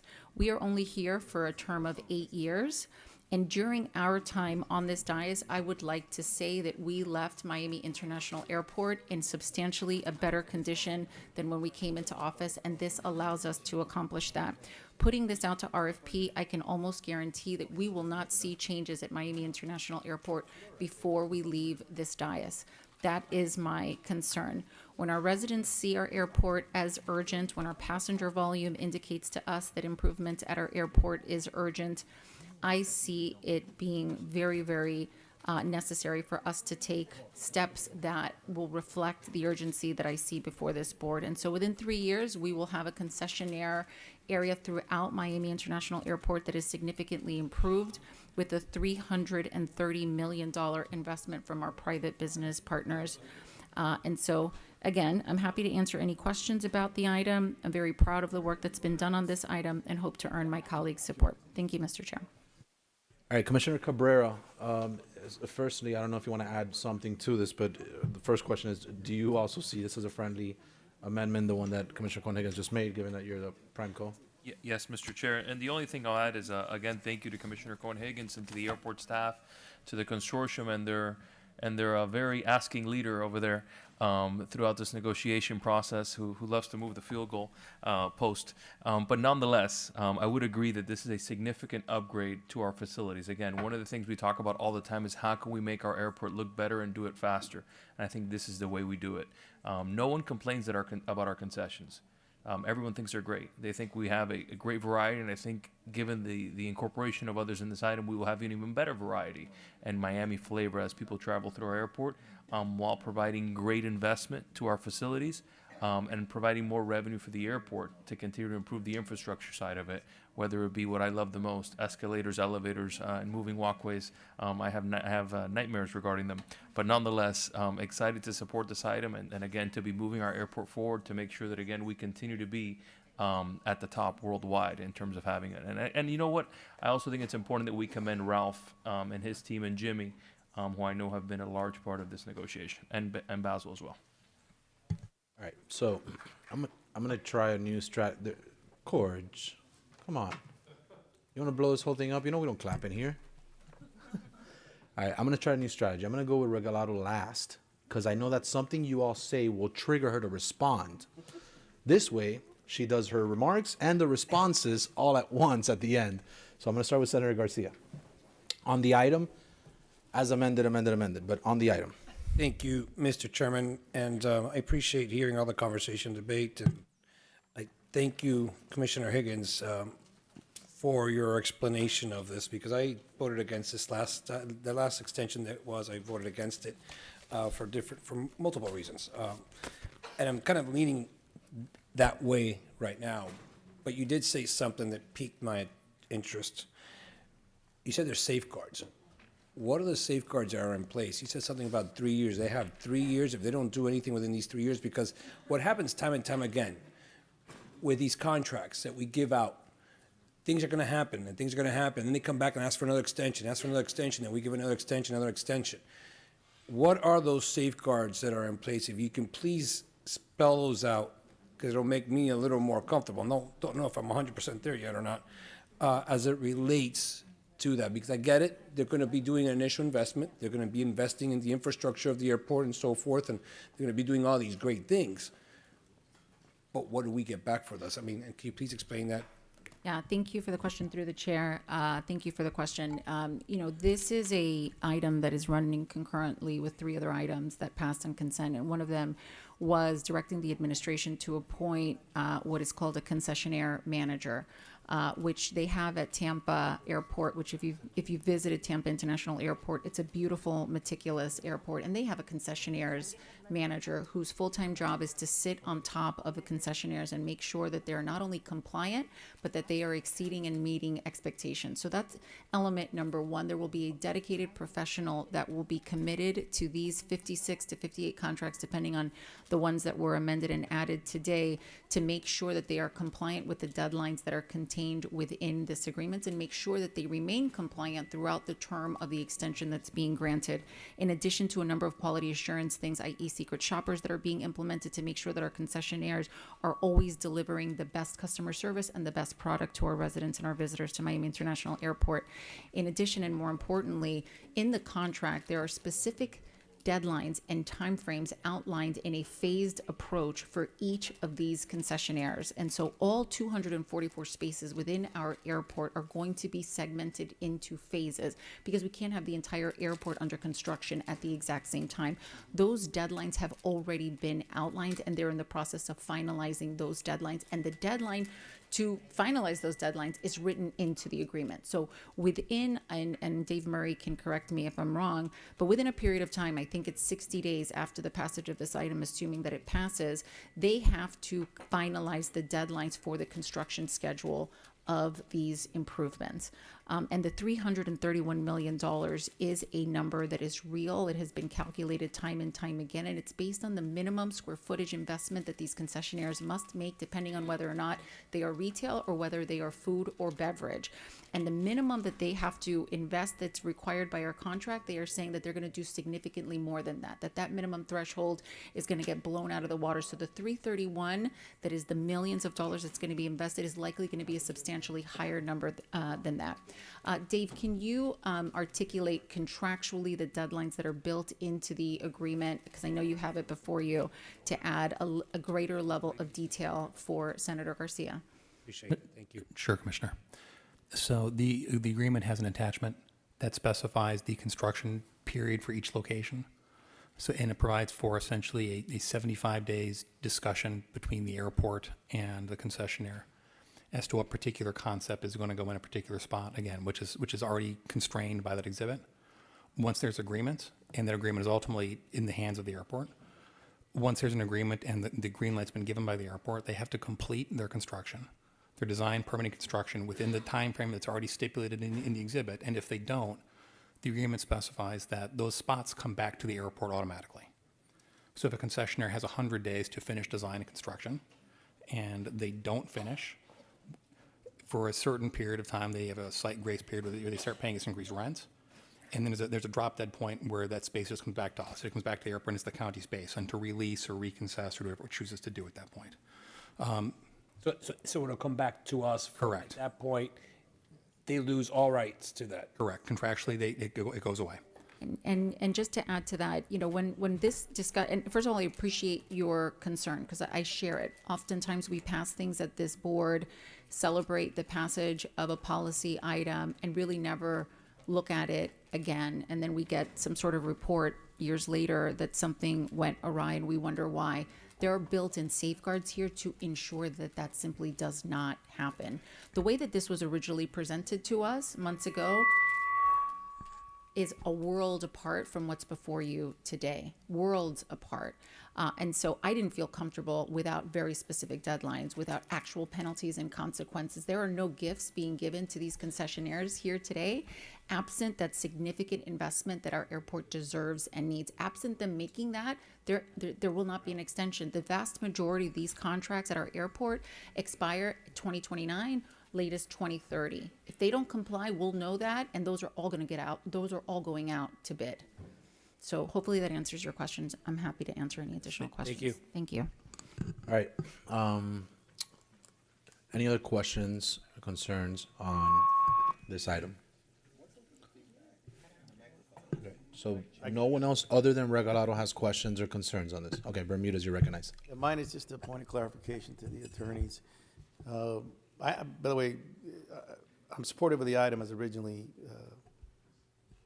written. I support 2 of the 3 amendments. I absolutely may vote no because of the one I so vociferously said I opposed. But my question would be to the county attorneys. on that First Amendment that we passed, there was reference made that these new entities that are going to be directed to talk to either Mr. Morales or the mayor, are some of these requirements that are being placed on these concessionaires? And by the way, I want to thank you for taking the time because they did a lot of work. They've been at this for 3 years. It didn't start yesterday. And I thought that after 3 years of work, we were actually going to have something, and it turns out we might have something different. But are these new entities that popped out of the blue, or may have popped out of the purple area, depending on what discussions they were having or not having with the airport, what are they going to be? How is this language, this amendment that Commissioner Cohen-Higgins has proffered, which I think is a good one, how is that going to, how does that impact that aforementioned group of entities that were added in amendment number 1 to this? So my understanding, Commissioner, is the amendment requires all those entities to comply with the substantive terms that are being awarded by the board for the amended leasing concession agreement here. So they'd be required to comply with the terms that were originally before them and the terms as amended by Commissioner Cohen-Higgins and Commissioner Cabrera. Okay, so would that include timelines? Yes. So when we're talking about 45 days, we're talking about 45 days for everybody. They would have to have timelines consistent with what's in the current leasing concession agreement. Absolutely. I just want to tell the concessionaires I appreciate the existing concessionaires. They've done a great job over the last 3 years reaching out to every single one of us. I cannot in good conscience support that First Amendment, and I don't want Commissioner Regalado to say that I'm being intellectually inconsistent, so you need to understand why I'm going to vote no. All right. So we have no additional questions or concerns, and nothing that Regalado says will trigger you, all right? You can't promise? You can't promise. All right. Commissioner Regalado, you are recognized. Thank you. And I want to thank you all because I know I live in your heads rent-free. So I want to thank you for that, for the shout-out. I want to thank you for the shout-out. Yeah. Well, I'm not paying rent. That's on you guys. All right. So first and foremost, since you told me to take notes, I did. So this is me being Pavlovian now, Mr. Chair. So to Renee's point about the safeguards, the item does speak to the timing of the concessionaires, but it does not speak to the timing of the county and the airport on the permits. Ding, ding, ding, ding, ding, ding, ding, ding, ding. So I think that there's something there that we should consider, even if it's reasonableness, but I didn't see it. Second of all, one of the reasons that we have these problems is because the leases that the county has done in the past outlive the service life of the building. So Commissioner Cohen-Higgins and Commissioner Cabrera, I would recommend one friendly amendment that would help the airport 40 years from now, which would be that no lease at MIA can exceed the service life of the structure, the service life being defined as the intended use of the premise by the lease. If you look at the issues that we have with a lot of these spaces, in the past, the county has entered into long-term leases without requiring that the level of service be maintained the same. So if you say that the lease must run with the service life as intended by that lease, then you don't have that problem. You're not going to have the decay that we have had in different parts of the airport. And I'm not just saying it, I mean, since we're all like, let's do everything in this concessionaire agreement, this is my throw-in of everything that you can do in this concessionaire agreement, because I think this will help in all parts of the airport. So since we're doing this in part because we want to fix the issues that we have with the state of the airport, at every point you have this problem. And this would solve all of those issues so that then the administration can go to those leaseholders and ensure that the lease is in line with the service life. And then they have an obligation and a reason to maintain the service level that they agreed to when they signed the lease. So that would be my friendly amendment. My other question has to do with Section 2. So Section 2 has the terms of this extension, but then Section 8 doesn't speak to terms. And I understand that Section 8 is dealing with other services. Obviously, Section 8 has to do with baggage wrap and with the marketplace, which they really don't have the ability to invest as much. I mean, because we're saying that this is about investing in the space, but it's really broad, and it doesn't provide any terms. All it says is that it's not to be in conflict with the other leases. If I could just please have some clarity as to why we're not specifically saying that Section 2 is a floor or a ceiling, because what we're doing in Section 8 is that we're just giving the administration the right to negotiate everything when it comes to these without parameters, as long as it's not in conflict, which of course it's completely different, so it can't be in conflict. So those are my questions, and then my friendly amendment, like I said, would be to the two commissioners that no lease at MIA can exceed the service life of the structure, service life defined as the intended use of the premise by the lease. All right, thank you. All right, so Commissioner Cohen-Higgins or Cabrera, who would like to take the friendly amendment request? Okay, so can you clarify the amendment, and then I'm going to step aside for a second, but then when you clarify, then Commissioner Cohen-Higgins, you have the floor to go ahead. It's a very simple amendment. When you issue a lease, you can issue a lease, you shouldn't, but you can actually issue a lease where the life of the lease exceeds the life of the building. That can actually happen. So let's say we have this building, and I give you a lease for 200 years. This building may not be standing here in 200 years, but technically you have the right to the leasehold. So what we're saying is now leases tie the level of service and the physical state of the property to the lease, right? So you're saying that you cannot have a lease that exceeds the service life of the property. That's what I'm saying. So you have the airport and you have these spaces. Everything at the airport, by the way. This isn't just concessionaires. This is everything at the airport. Let's say that you have a 20-year lease.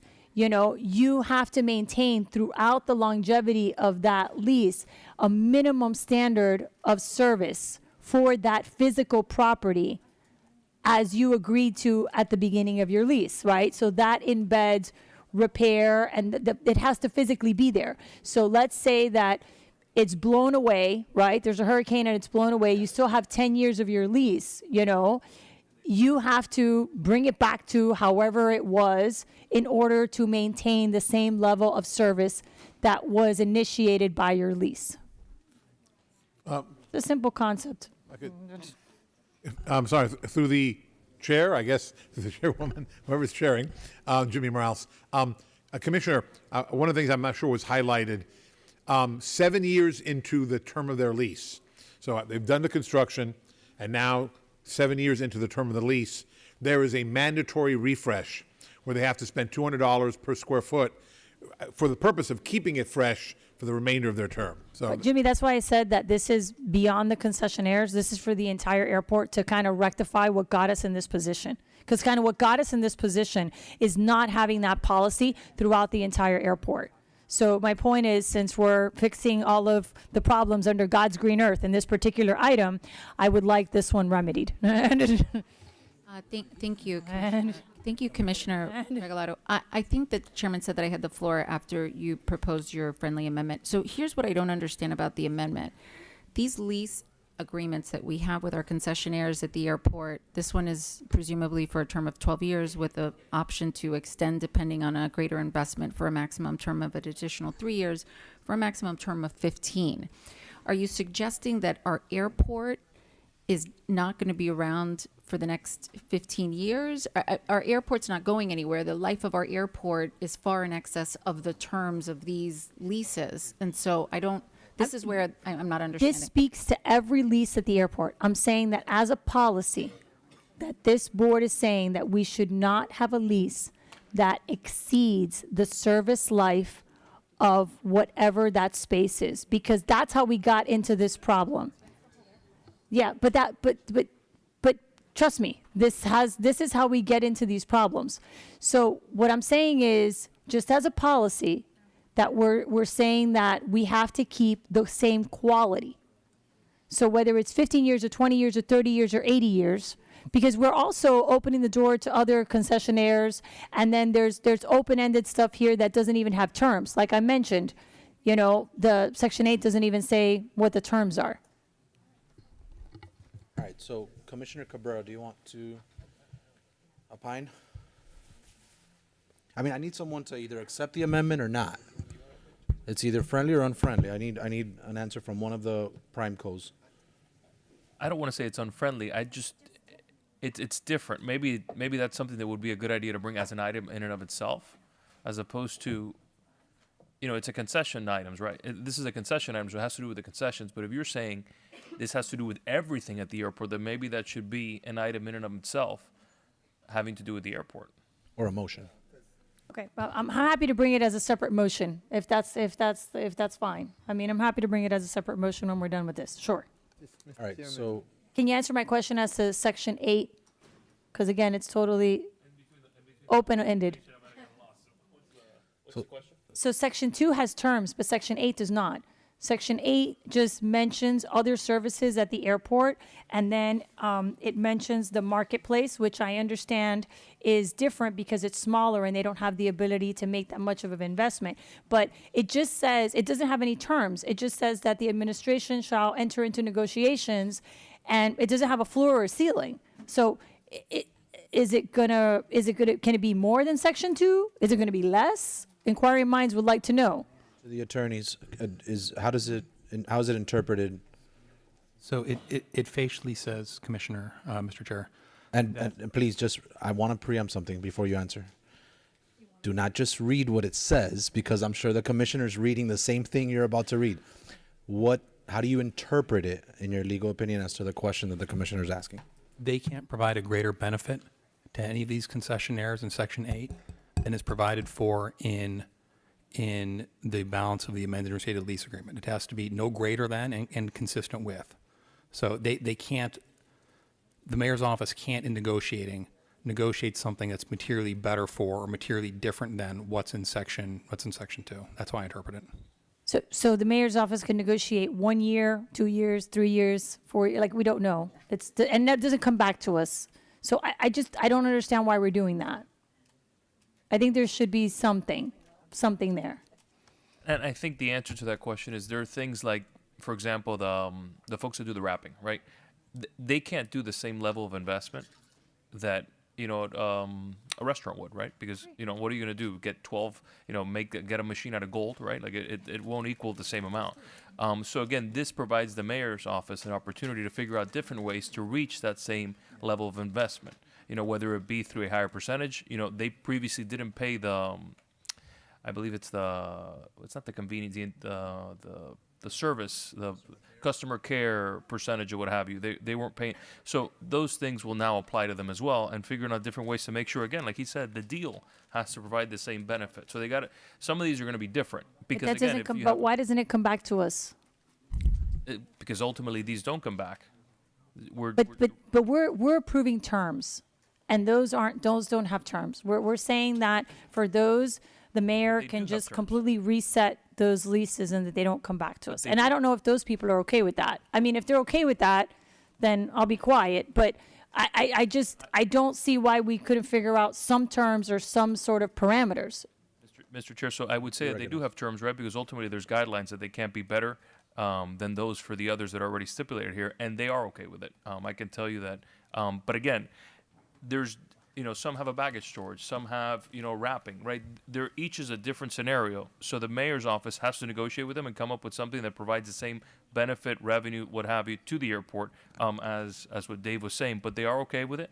And again, I would say that the parameters are that it has to be an equal benefit to the airport.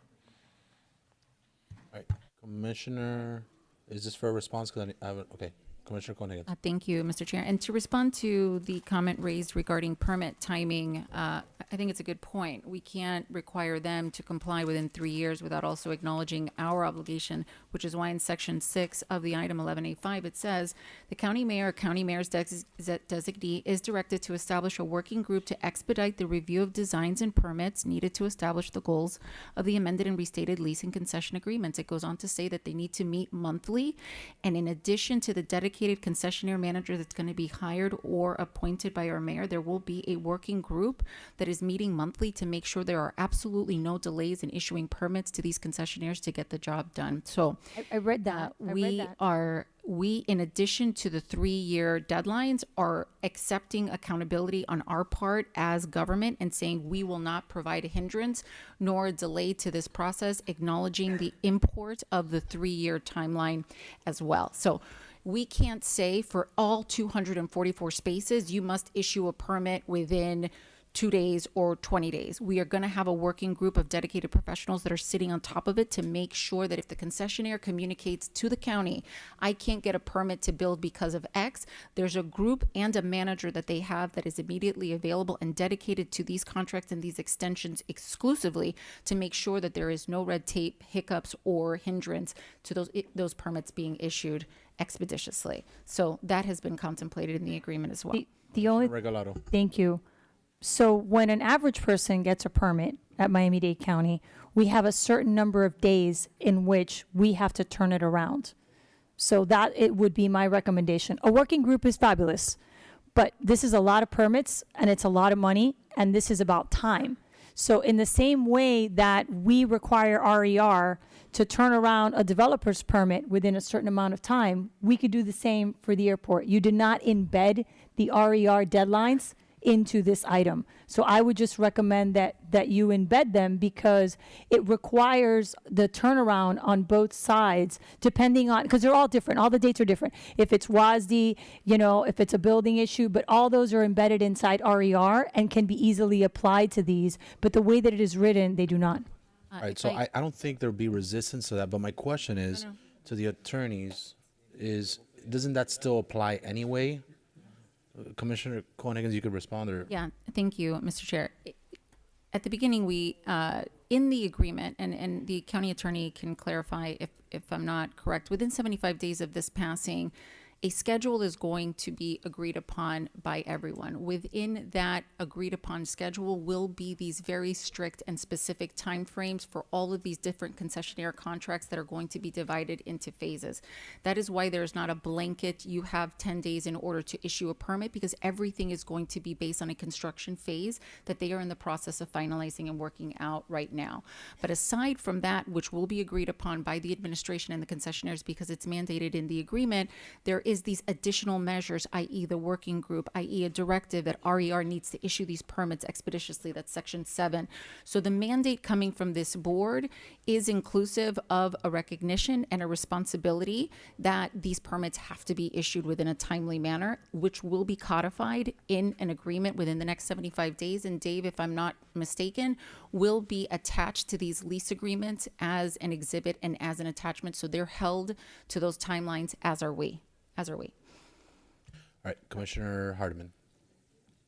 I'm actually glad that our dear commissioner had an opportunity to speak, because Section 8 made me realize upon reading it that there's someone that we left out. There's a group that we actually left out of this that probably should be considered to tag along with this, because this part of our airport concessionaires probably invest more money in the facilities through payments towards the RCC and towards their inventory than any other group that is providing service there, because they provide vehicles, and that's your rental car companies.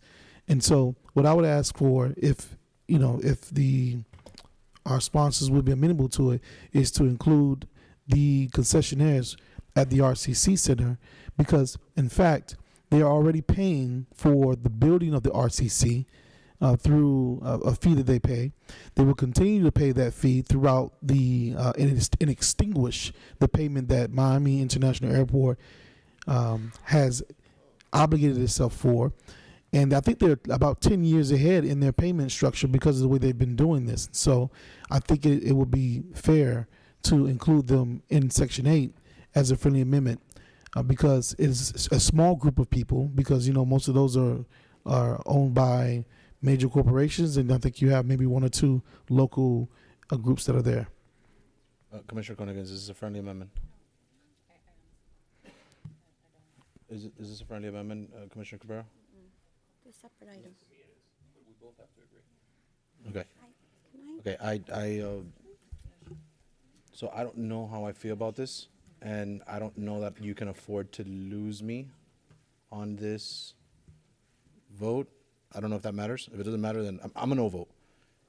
And this will make me be a no vote on the full item. Then I would consider this an unfriendly amendment. Okay. I'm okay being a no vote, but I don't know how that affects the entirety of the passage of this item. But I don't even know who these rental companies are, like what they do, what their investment is, like would the same investment apply? Well, we're just kind of like that's throwing in and what I was throwing trying to in and explain throwing on the record, and the county attorney's office can probably explain better than I can because it's not their obligation has been and always has been contractual to the airport. So the rental car facility, that beautiful facility that you see, that didn't always exist. That was built upon the backs of the rental car companies. They had to finance essentially the building of that facility, and they've obligated themselves to do that and continue to make those payments to build for that building to have been built. Moreover, something that applies in their context that doesn't apply to other people is that, for instance, I think it's like every 5 years or so, they have with the airport, they have a renegotiation of their spaces. So, for instance, say if you have it's very competitive in the sense of you have a number 1, number 2, number 3 vehicle company.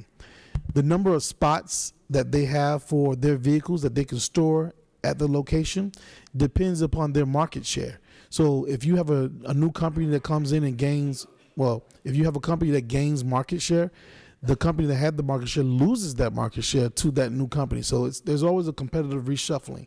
And that, in a sense, could mean that one company gets moved from one window to the next window, which means that they will have to invest the hundreds of thousands of dollars to build out the new window where you would actually go visit the car company. So my point is that unlike the ones that we have that we're discussing today, when they do one big build out, they're set, they buy inventory, they sell it.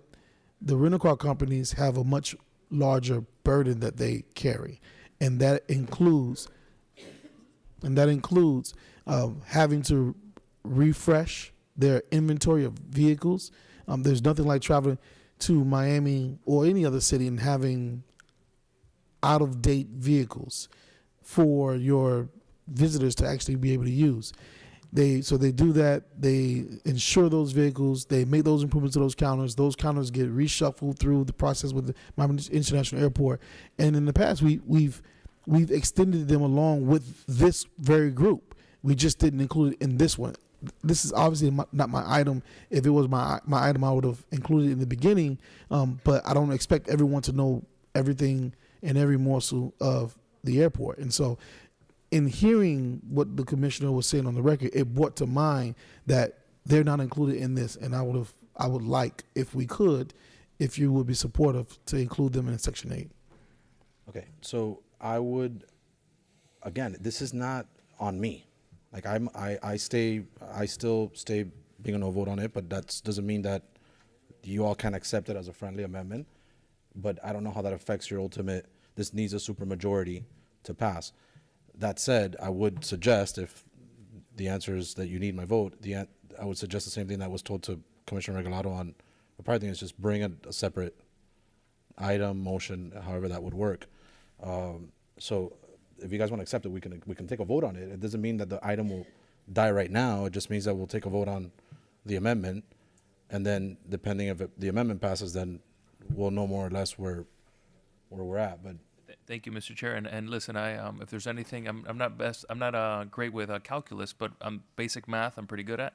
I realize we need to get to 9, so I would say sort of the similar suggestion that we've made to Commissioner Regalado of possibly bringing this back as something separate. And I think that given the consideration that the folks here have given to the airport and the great work that they've done, I think that they'd likely be supportive at that time. okay, any further? So wait, that's a non-friendly amendment at this time. Okay. Mr. Any Chair. further discussion? Mr. Chair. Another bite at the apple? Well, yeah, I mean, no one else is saying anything else. I mean, I still have issues with the no 30 days. I mean, as Commissioner Bermudez said, I mean, I want to support the item, but I still have issue with that. I don't understand why we cannot allow the administration to entertain people that are interested in being at the airport for 30 days. I don't understand why we can't do that. New people, right, for the new concessions. All right, so would you accept that would you all accept that as a friendly amendment or No. Okay. Do you accept it as a friendly amendment? All right, you recognize. I have a question to Commissioner Regalado, because we need everyone's vote on this, and I respect those that are not supportive of it, and I understand the reasons that they've articulated. But when you say a 30-day window, you mean to the exclusion of the entities that the commissioners proffered? No. Or in addition to? In addition to. Okay, Just so like we did with solid if- waste. Okay, Whoever's interested, call us. so I don't understand what the consternation would be to that proposal.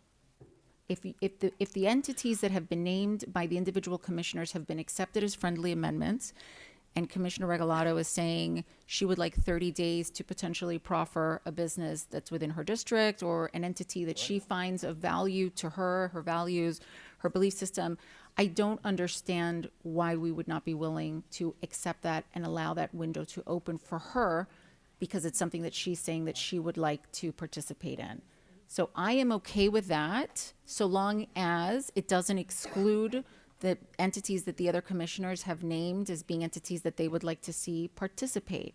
I think that allowing her that window of opportunity is a smart one, and I just don't think that commissioners that have already proffered names should proffer additional names, because there's only so many spaces that we have open and available in the airport right now, i.e. only 12.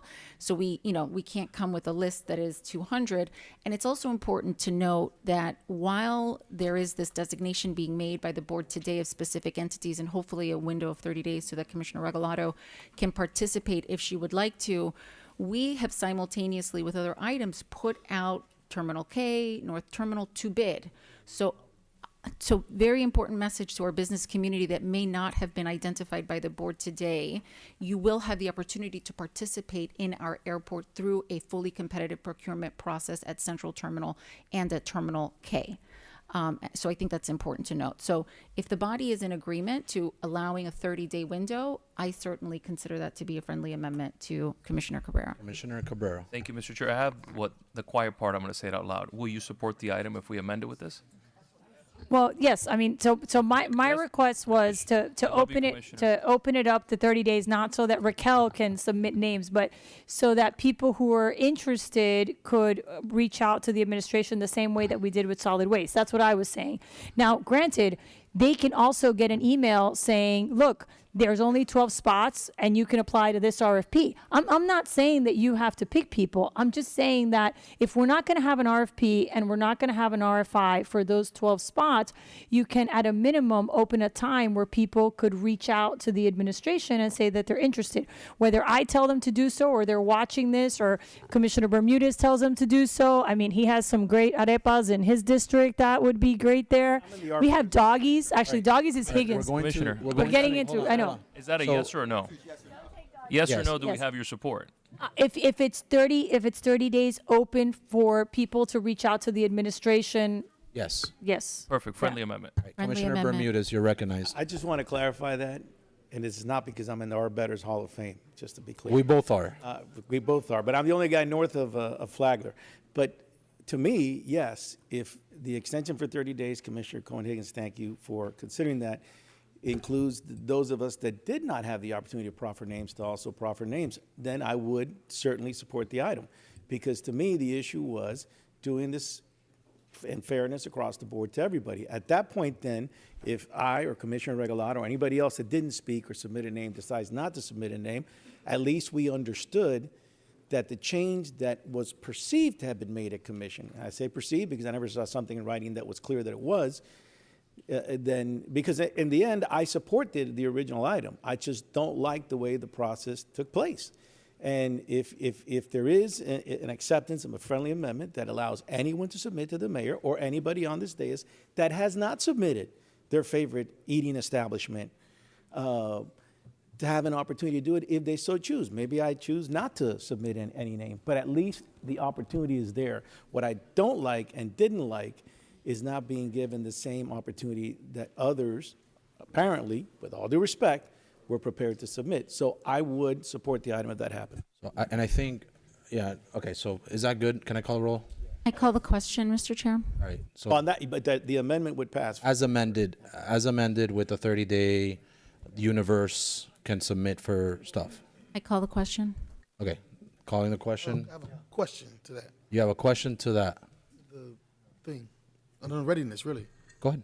Thank you. So does that include if rental car companies want to participate? That includes concessionaires. If they're considered a concessionaire, then, but there's only 12, no, because they're not in one of these 12 spots.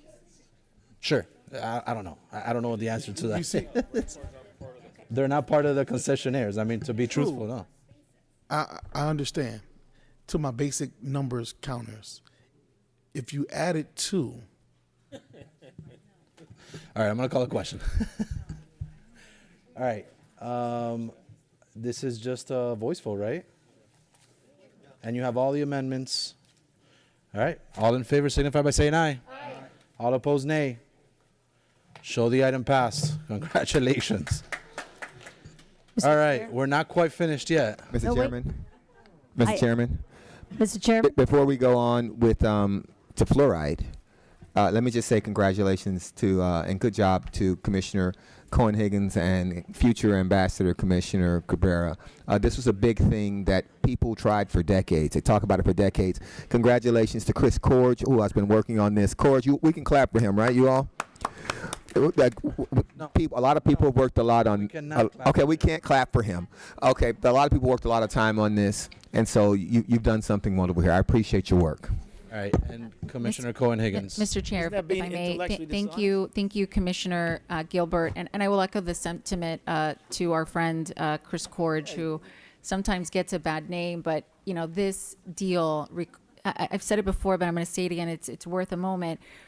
Hours and hours and phone calls, and our friend Corge even got into an automobile accident while on the phone arguing and negotiating over the terms of this deal. Thank God he's okay. But this really was a heavy lift and a lot of time spent. And thank you for the recognition, Commissioner Gilbert. And thank you to our concessionaires, many of which are here today. And make no mistake about it that the effort was fully spearheaded by Mr. Corge. And an incredible amount of time invested. So thank everyone for their input and collaboration on this effort. Thank you, Mr. Chair. I would add, and we have a motion to take before the floor item, but I would just add, Mr. Chair, while we're saying thank yous, I would just add, and I don't accustomed to say this, but my team, the Office of the Chair team, my policy director, they spent on this item endless hours and on filing deadlines till 11:59, when filing deadlines were at midnight, just to get this right and get it in on time. So kudos to you all, to the entire team, I suppose, Cabrera's and Cohen-Higgins' team as well. But thank you for all the work that you all did. Commissioner Regalado. Before we leave the airport, I still have my item. It was an amendment, but I'll make it as a floor item. This would be, and what we could do is we can ask the administration to review all existing leases at MIA and see if there's any that are in violation of what would be a new rule. But the new rule would be that no lease at MIA can exceed the service life of the structures, and the service life is defined as the intended use of the premise by the lease. All right, we have very a motion. simple. Do we have a second? We have a motion. Do we have a second? I will second the item just for purposes of discussion. I don't know, as a chair, I don't normally second, but. Thank you. Okay, the vice chair seconds the motion. Commissioner Higgins, you're recognized. Okay. So I don't have a problem with creating policy, but I just want you to bring an item where you have all the whereas clauses and explain it to me. And I'm going to vote no on your motion, not because I think it's a bad idea, but I really don't understand why we're going to get rid of the airport. Like, your assumption is the airport goes away. No. And this is my point. Yeah. Do not say anything. I'm not asking you a question. Thank you so very much. You need whereas clauses that explain to us all of the risks and all of the things that are already out of compliance and why this is something that we need to do. So for me, I'm a no on a motion. Thank you. All right, we have a motion Okay. by Commissioner Regalado. We I'm have- going to amend my motion. I'm about to prove my point because I know the answer to the question. But for the next BCC meeting, can the administration bring us a lease, bring us a list of all the leases at all of our airports where the lease exceeds the life of the structure? You're about to be surprised, kids, and then we'll take up the item. You will see the leases that I'm talking about. Thank you for the So kids part. I do feel young. Yeah, no, but that's my motion. Directing the administration to bring us the leases that exceed the life. You'll see that exceed the life. Yes. I'll second that. You'll see. Okay, we have a motion. We have a second. Yep. All in favor signify by saying aye. Aye. All right. Is it okay? Is it okay? One more second. Vice Chairman, you're recognized for a motion. Thank you, Mr. Chairman. I do have a motion. Can the attorneys read the motion? You still had another item on your pull list, Mr. Chair? I know. Oh, okay. I'm going out of order. I think it's Monica. I'm going out of order. Monica.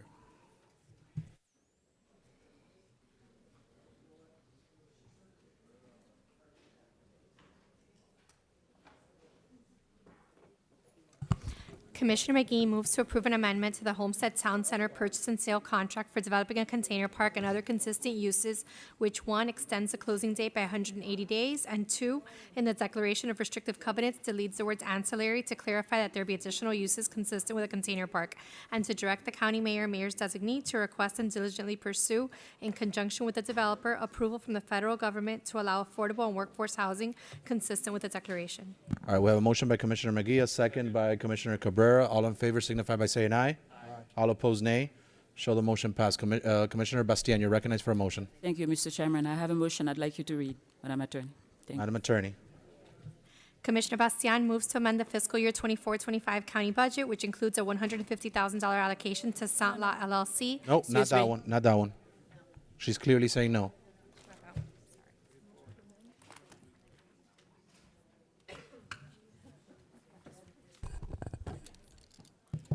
I thought they were prepared, Commissioner. Mr. Chair, is this on the allocations or? No. I'm just, Commissioner Bastien may have to go, so I'm giving her the courtesy. Yeah. We're going back. We still have another item on the pull list. No, I know. It's my wife's birthday. I might have to go too eventually. All right. So, We'll get there. We'll get there. Commissioner birthday, Bastian too. moves to amend Resolution Number R-804-24, adopted on September 17, 2024, and related to the conveyance of county-owned property located at 2750 Northwest 20th Street, Miami, Florida, folio number 01313300700040, the county property. Two, number one, amend Section 6 to revise a provision relating to access to a boat ramp to provide for use only by the Miami-Dade Sheriff's Office and Miami-Dade Fire Department with access via water only, and a mobile command center for the Sheriff's Office on county property or on the developer properties. And two, delete Section 7, requiring a report to this board in the event the conveyance cannot be effectuated. Commissioner Bastian further moves to direct the county mayor or county mayor's designee, in accordance with Section 2 of Resolution Number R-804-24, to file the required certificate confirming satisfaction of the due diligence review, and to take all actions necessary to effectuate the immediate conveyance of the county property in accordance with Section 9 of Resolution Number R-804-24. All right, there's a motion by Commissioner Bastien. Is there a second? second. Second. Seconded by the Vice Chair. Any discussion on the motion? Seeing none? Yeah. Does the administration have anything to say about it? Through the chair. You're recognized, Madam Mayor. So this was an item that was approved at the board, obviously, to negotiate in a way that would provide for safety with the fire and police access. And my understanding is, because we've been working very diligently with the developer to try to accommodate the conditions, is that we're still working on it. But the bottom line is we don't have anyone here from fire department because of this funeral.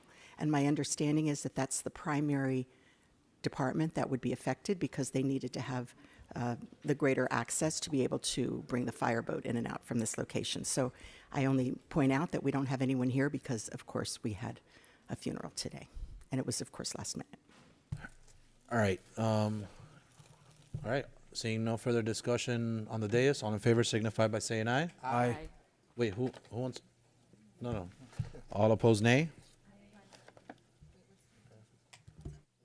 All right. Show the item passed.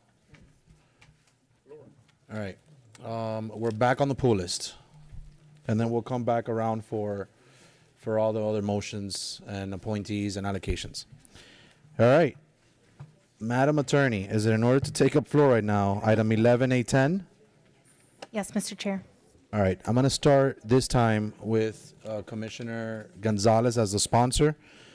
Given that last time he brought an item, he was not afforded the opportunity to explain it, and it was voted no before it even got to him. That was a first reading item, so it's very different, but nonetheless, you have the floor, and then I have two pooling commissioners for this one. So, Thank you, Mr. Chair, and thank you to all my colleagues. I know it's 3 o'clock and everybody's tired, but this is an extremely important issue that we're going to vote on today. And after I present, I would like to allocate some time to our great Surgeon General so he can say some words. But colleagues, today I bring before you a proposal that I do not view as political, ideological, or partisan. I view this as prudent.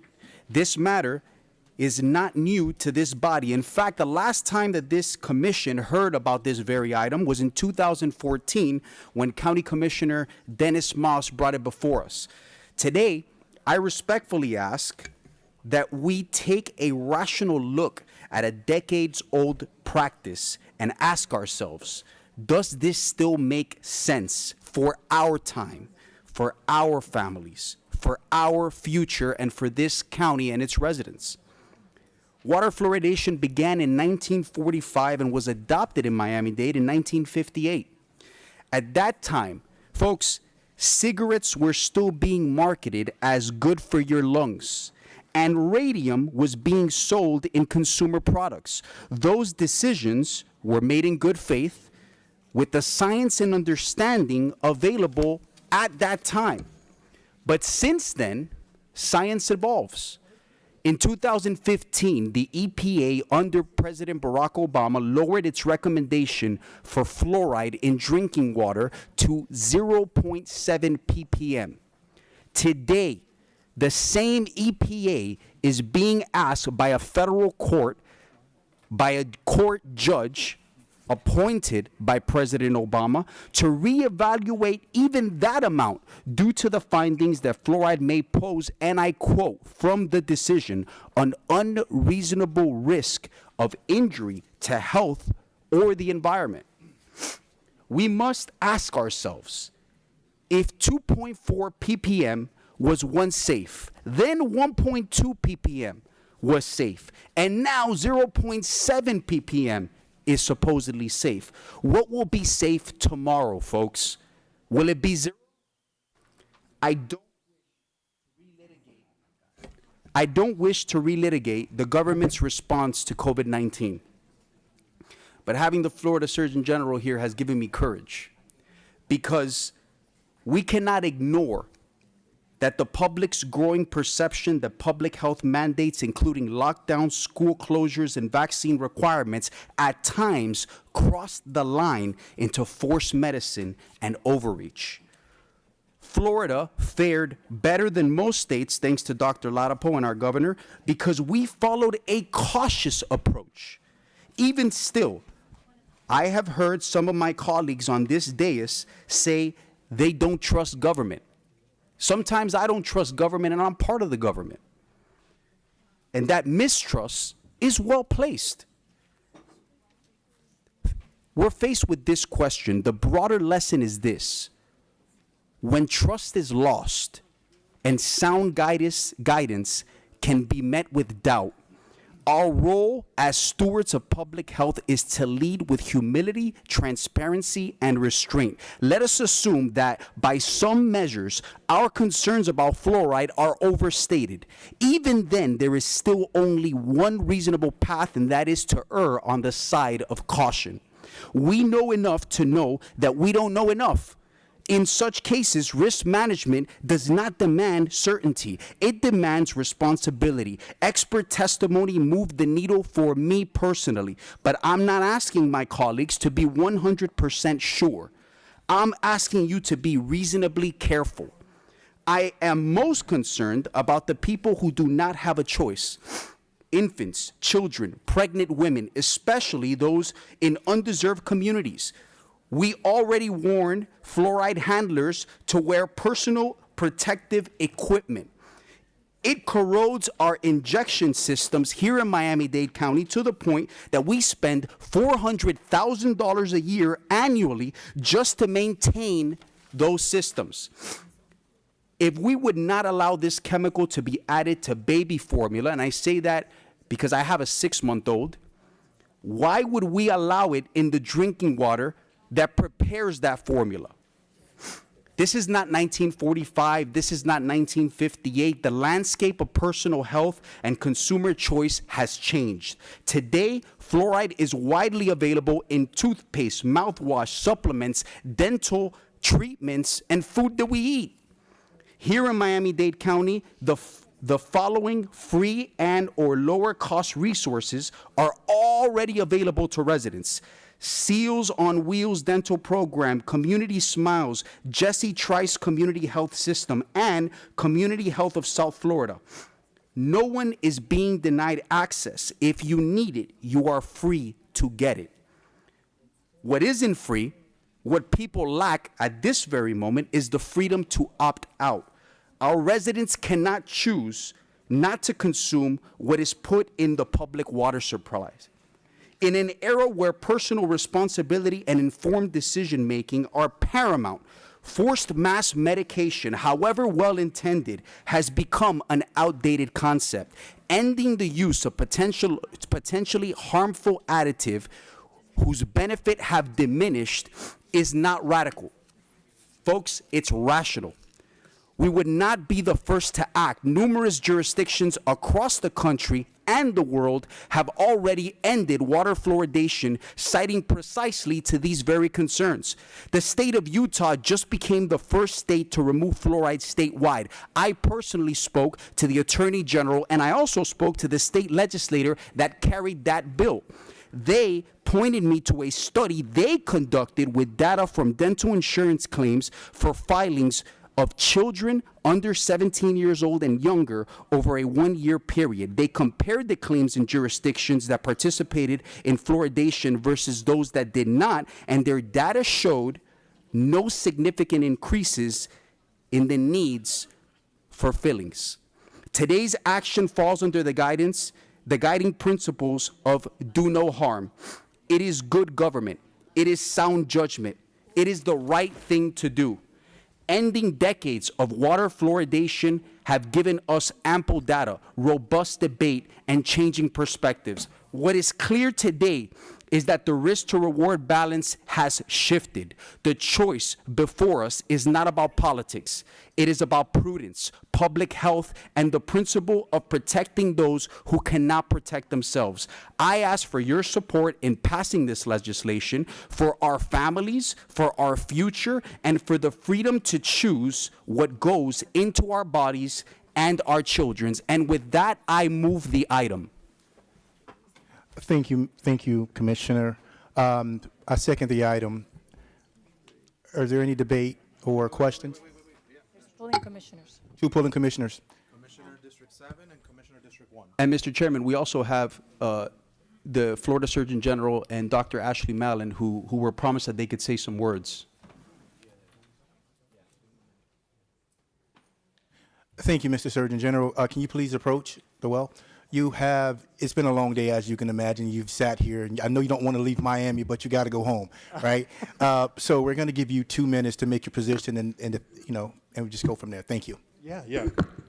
Thank you for inviting me. Enjoyed listening to Commissioner Gonzalez share his words there, and he said prudence. I actually really enjoyed just hearing him make his argument. I think he makes a really good argument. And I want to come back. I want to focus on that word prudence. Okay? I know you all have heard the different positions in favoring the use of fluoride in water, and I of course support, and all of us here support good dental health. So this is not a discussion about whether we want to keep kids and adults from having cavities. So you've heard the arguments on the side that supports adding it to water systems. And you've heard arguments that talk about the scientific data behind concerns about neurotoxic effects, concerns about changes in behavior and intelligence even. So you've heard all of that. You've heard all that evidence. Well, I want to build on exactly what Commissioner Gonzalez was saying and come back to prudence. So if you, as the leaders of this community, make the decision to continue adding fluoride to water here, you have to believe one of two things.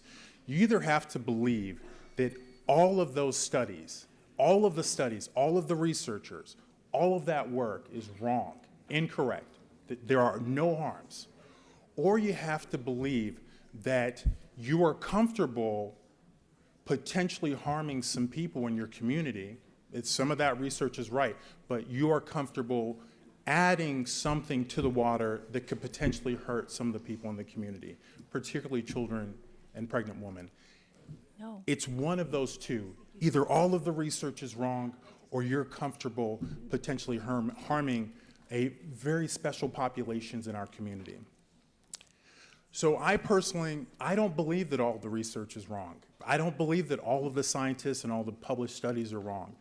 I think that probably the research is probably accurate.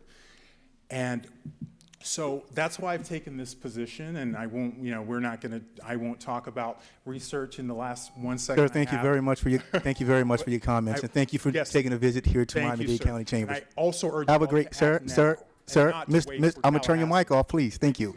All right. District 7. Thank you. I do want to say thank you for coming out, though, because it is a long way from Tallahassee. Thank you, and for your patience. It's been a long day, and we did want to give you the respect that you deserve, so thank you. Yes, and I'm glad we got to hear from him, because at the end he said, don't wait for Tallahassee, but the Commissioner of Agriculture, Wilson Simpson, called me this morning and asked me to wait for Tallahassee. He specifically said that we should wait till the end of the legislative session before we take up this issue. And by the way, currently in Tallahassee, SB 700 is being considered, and unlike this item, it has gone to committee. It has gone to 3 committees. It has been vetted, and the people who have voted on it have had the opportunity to hear from both sides. That has not occurred on this dais. This item was placed without going to committee in the BCC, and then it was deferred. And in that period, if it was not that important, if this was not about beating Tallahassee to the punch, it could have gone to committee and we would have had a discussion. I came as a courtesy to Commissioner Gonzalez, and I attended his committee to hear the presentation on fluoride because he asked me to, fully expecting that if there was an item, it would come to my committee, and it did not. And at that presentation, we said that there was not an item and this would not be voted on. And yet this item miraculously appeared 2 days later on an agenda for a BCC and was then deferred. So I moved to defer this item until at least the end of session. And should we take this up, we need to have a conversation about it where both sides are presented, and that has not happened. We don't even have the time to hear from our own department. Mr. Chair, so I've already moved the item. It's been seconded. Can I respond? Because My deferral just got a second. Point of order, deferrals take precedent, I believe. Yes. Yes, she's correct. The deferral does take precedent. Can I respond? Because I'm very disappointed at the intellectual inconsistency that we have before this board. because you're citing right now to moving things out of committee. And let me tell you something. In the past 2 years, 154 items have been moved out of committee. 27 of those items have been for developers. One of those items was deferred indefinitely, moved out of committee, put in another committee, and then put forward on a committee. Okay? You voted for all of those items, including but not limited to free housing for child molesters in my district. And today, I'm sorry, but today, when we're talking about health and we're not talking about child molesters and developers, you take issue with it. That is I take that is issue the with you epitome. not That is the understanding the epitome of process. intellectual inconsistency. And I have the utmost respect for you. I admire you so much. I am so disappointed in you. I'm disappointed in you for Point of not order. allowing this to go Okay, through the process. Point of order. All right, Commissioner Gonzalez and Commissioner Regalado. We're both very passionate about this, and obviously in very different reasons. That's inappropriate. We are not, and I won't call out other municipalities, but we aren't other municipalities. There's decorum in this chamber. We are not turning into some of the other cities that we see. I was not the one that was disrespectful. You were not. You were not. But now you are, because now you're both talking out of order. So deferrals take precedence. I allowed you to speak on the deferral because this is your item, and I wanted to give you the professional courtesy. On the deferral. If somebody on the deferral, if somebody is speaking on the deferral, Commissioner Bermudez. My only question is maybe the attorneys, or I know Jess is up there, just the confirmation that there is a bill, in fact, going through the House and the Senate that would actually deal with this issue. I understand there is, but if the attorneys can verify that. Yes, there is a bill. Okay. And on the deferral, Senator. Yes, on the deferral, just because there's a bill doesn't mean anything. And I think all of us in this dais know exactly that just because there's a bill presented in the legislature does not mean that it's going to pass or fail. So I think it's important to allow the conversation to move forward. On the deferral, I'm going to vote no on the deferral to make sure we have the conversation move forward. And I would like to see what my colleagues think about this, because this is an issue that's been going on for many, many years, since the 1940s. And I think it's important to have a dialogue amongst the commissioners, because I think we all know where we are, honestly. I think we all know, and listen, I can go one way or the other on this because I can see the health. Well, this is on the deferral. So anyway, I vote no on the deferral, and I ask my colleagues to vote no to have the conversation. Okay, Commissioner Gilbert on the deferral. Thank you, Mr. Chairman. I don't know where I'm at on this. That's probably why I wanted deferral. I don't know where I'm at on this. I needed this to go to committee. Mr. Surgeon General, I appreciate your remarks.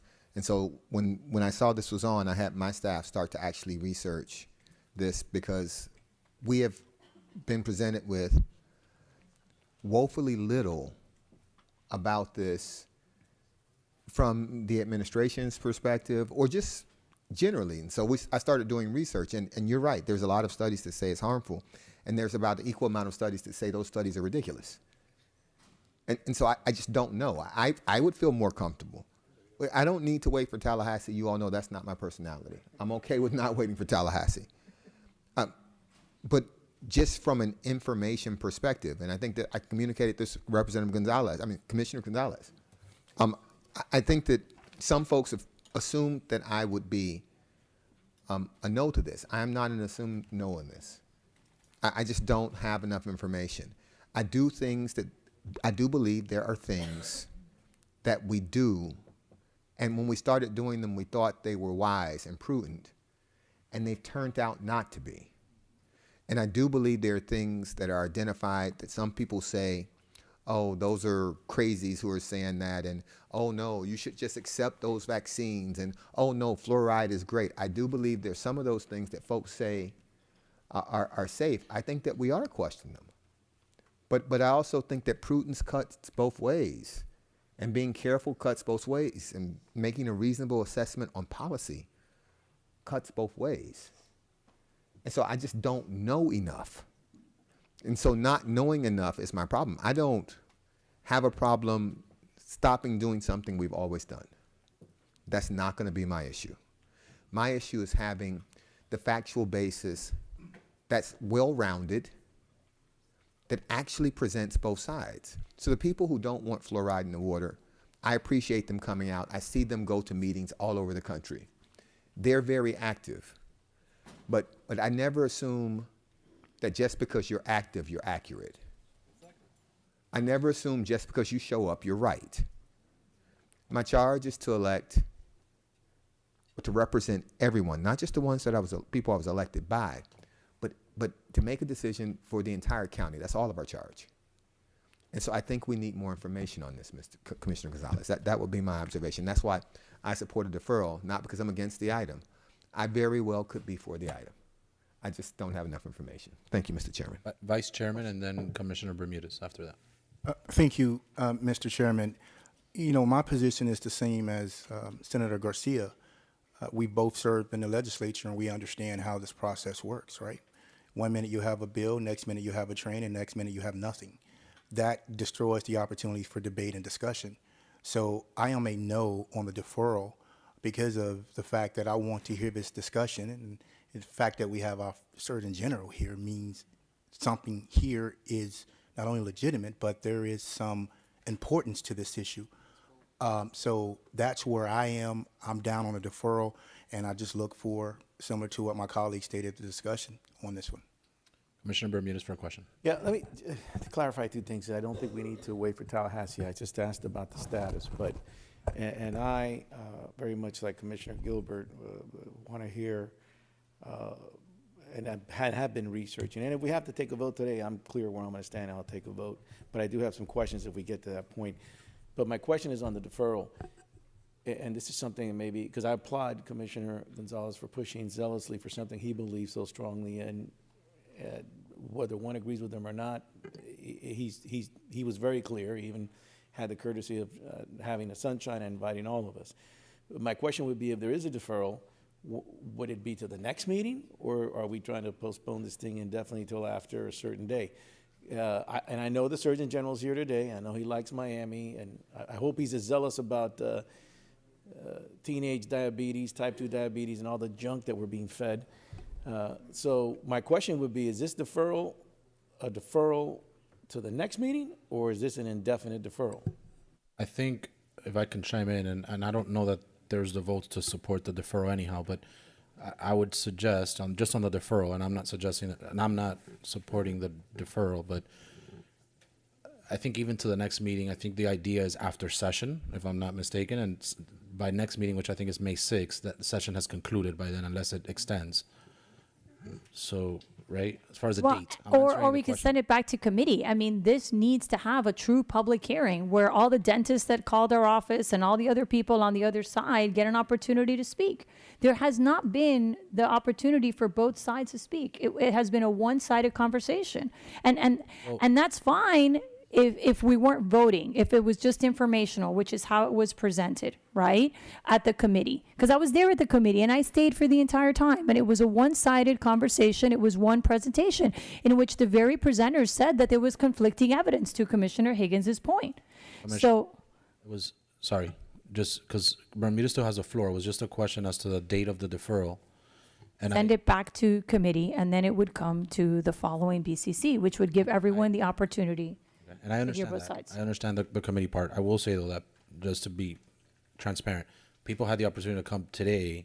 This has been on the agenda. It wasn't a late item this go around. People could have came and had public hearing today on it. But I do point well taken on the committee part. Mr. Chair? Yes. I also had a town hall where we invited several different folks from the other side. I invited every commissioner here to attend. We were hijacked by a socialist communist group. That's what happened. All right, so yeah, I don't know why everybody's so scared of having the conversation. I think we should vote on the deferral and then vote. I'm taking, thank you for that. All right, so on the deferral, all in favor of the deferral signify by saying aye. Aye. All opposed, nay. Nay. All right, so you're an aye. On the deferral. Okay. Either way, the deferral dies. Regardless, the deferral dies. So now we can ask questions. So now we can ask questions on 11A10, on the item itself. Now, I'll get it started. I have one, maybe a few, but for me, Commissioner, and I wish, I also, like the Vice Chair and Senator Garcia, come from Tallahassee, where sunshine is very different. So I wish things were different here, and we could have kind of talked through this before. But and I couldn't make it to your committee. I know your office reached out and invited us all, but my difficulty with a specific section in the item is that I don't want to create, with the savings that you're pointing out in this item, and I know that the savings comes from our department, and I think it's like $500,000, but I heard also it might be a little bit more.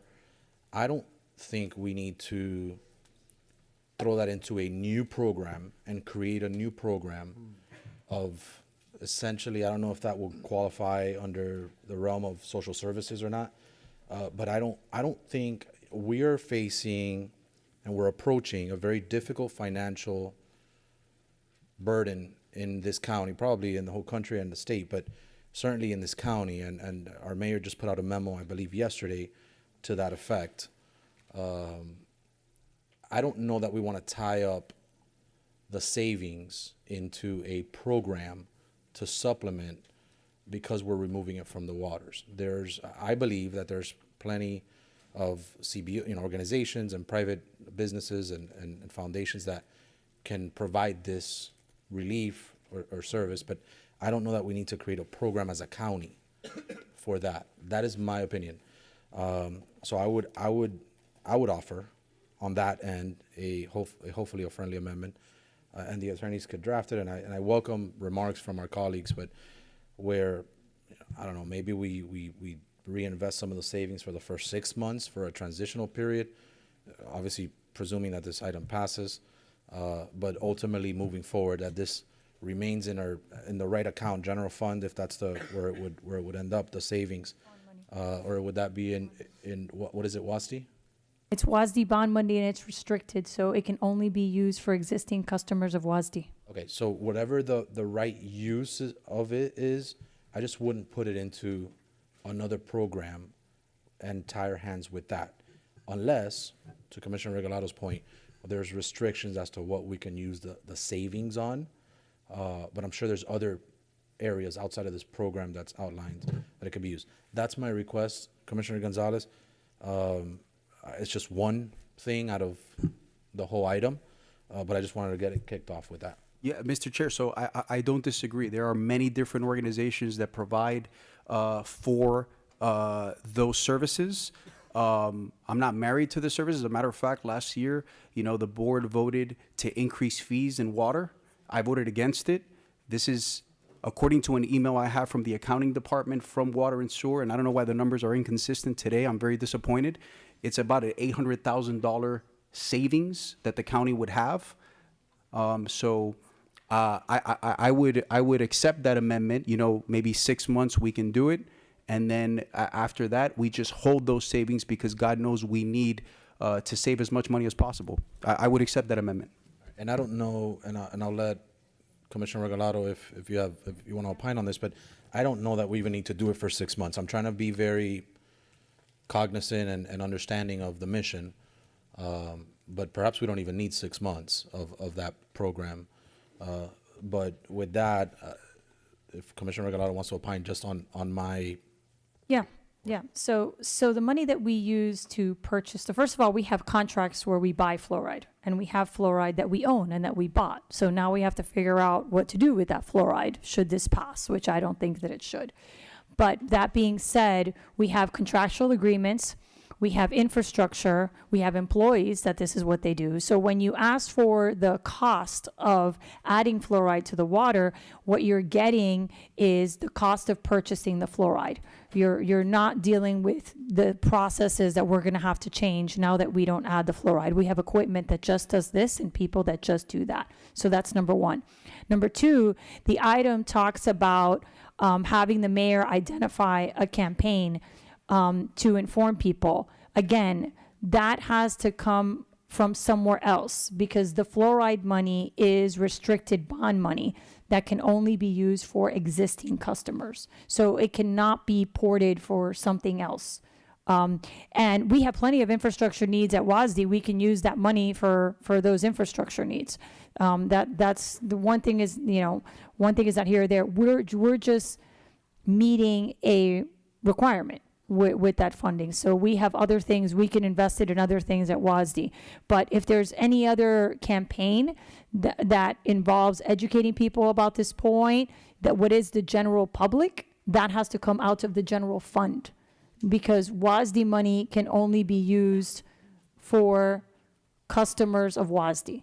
Thank you. So with that said, and thank you for that, Commissioner Regalado, I would, based on that information, and I trust that Commissioner Regalado spends a lot of time on WASD, and if the administration wants to opine different than what she said, I don't need you to, but if that's the case, I would ask then that we remove the campaign, because we certainly cannot tap into general funds. I will accept that amendment.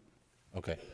So, all right. So there's a friendly amendment then. I have a question, Mr. Chair. Yeah, we're going on the amendment or, okay.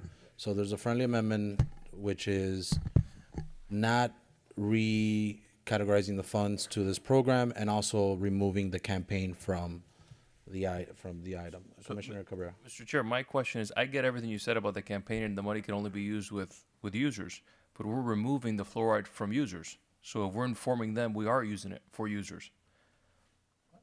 Yeah, it makes sense. I know it sounds confusing, but it makes sense.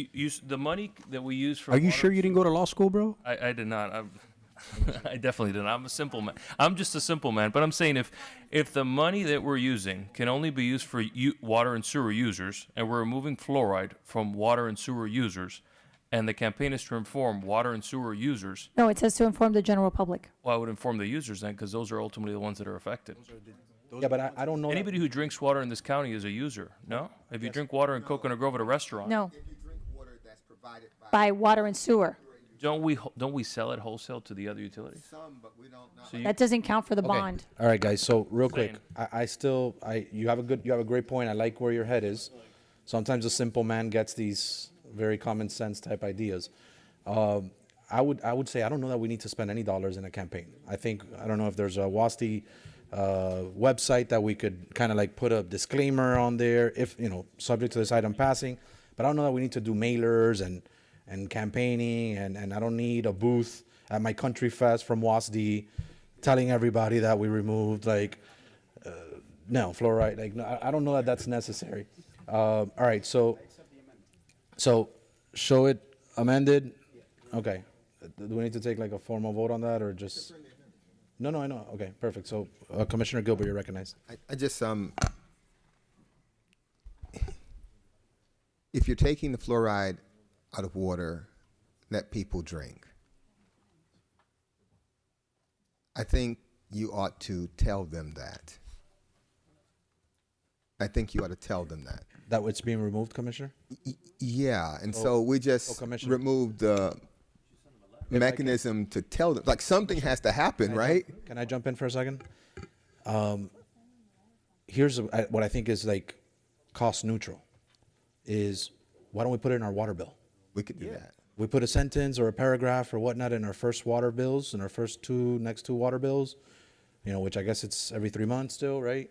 So for the next 6 months, which is 2 water bills, you put that disclaimer in there, and then does that? Because I'm trying to just not spend money on. It's something. If you all think that satisfies, if the board decides to remove fluoride from the water. And on the website. Yeah, we need to actually tell people that we're doing that. I don't, because we're actually changing something. All right, So- maybe let's ease everybody. At least we're getting somewhere. Maybe we add a slip or an additional document in the bill. My thing is not to do a whole campaign about it and spend hundreds of thousands of dollars on it. But for it to stand out, to Commissioner Cabrera and Gilbert's point, maybe in the water bill, additional sheet. We get this all the time from solid waste and things like that, where there's, several sheets in the bill or in the mailer. I think that could suffice. We could do that. There are also things like there's a big delta between what was in running a full campaign and just putting it in the bills. We could direct like BCC Media or the mayor to do like PSAs And so, like, we produce our PSAs by BCC Media. We produce them here. We put them on our channel. We farm it out.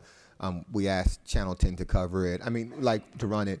There's something else. So I just, before we just take all of the money out, maybe we should, if you're going to do this, craft some language that minimizes the expenditure of the money, but still allows us to be aggressive in informing people that there's a change. And so that would be my observation on the information campaign. My other thing is, and this might go to the information campaign also, is something that until we really think about it, we think about Miami-Dade County, and we think about Miami-Dade County, and we think about people who live in Miami-Dade County, and we think we provide the services for everybody who lives in Miami-Dade County until we actually think about it. So we're probably 13 of the 20 people in the county who realize that we actually don't provide all the services for people in Miami-Dade County. How does this affect the other water providers in Miami-Dade County who provide water to businesses and residents in Miami-Dade County? And so how does this how does this affect them? Are they required to comply to this? If they aren't required to comply to this, and if they're wholesale providers, if they're wholesale, recipients from us, then obviously they're going to get water from us that doesn't have fluoride in it.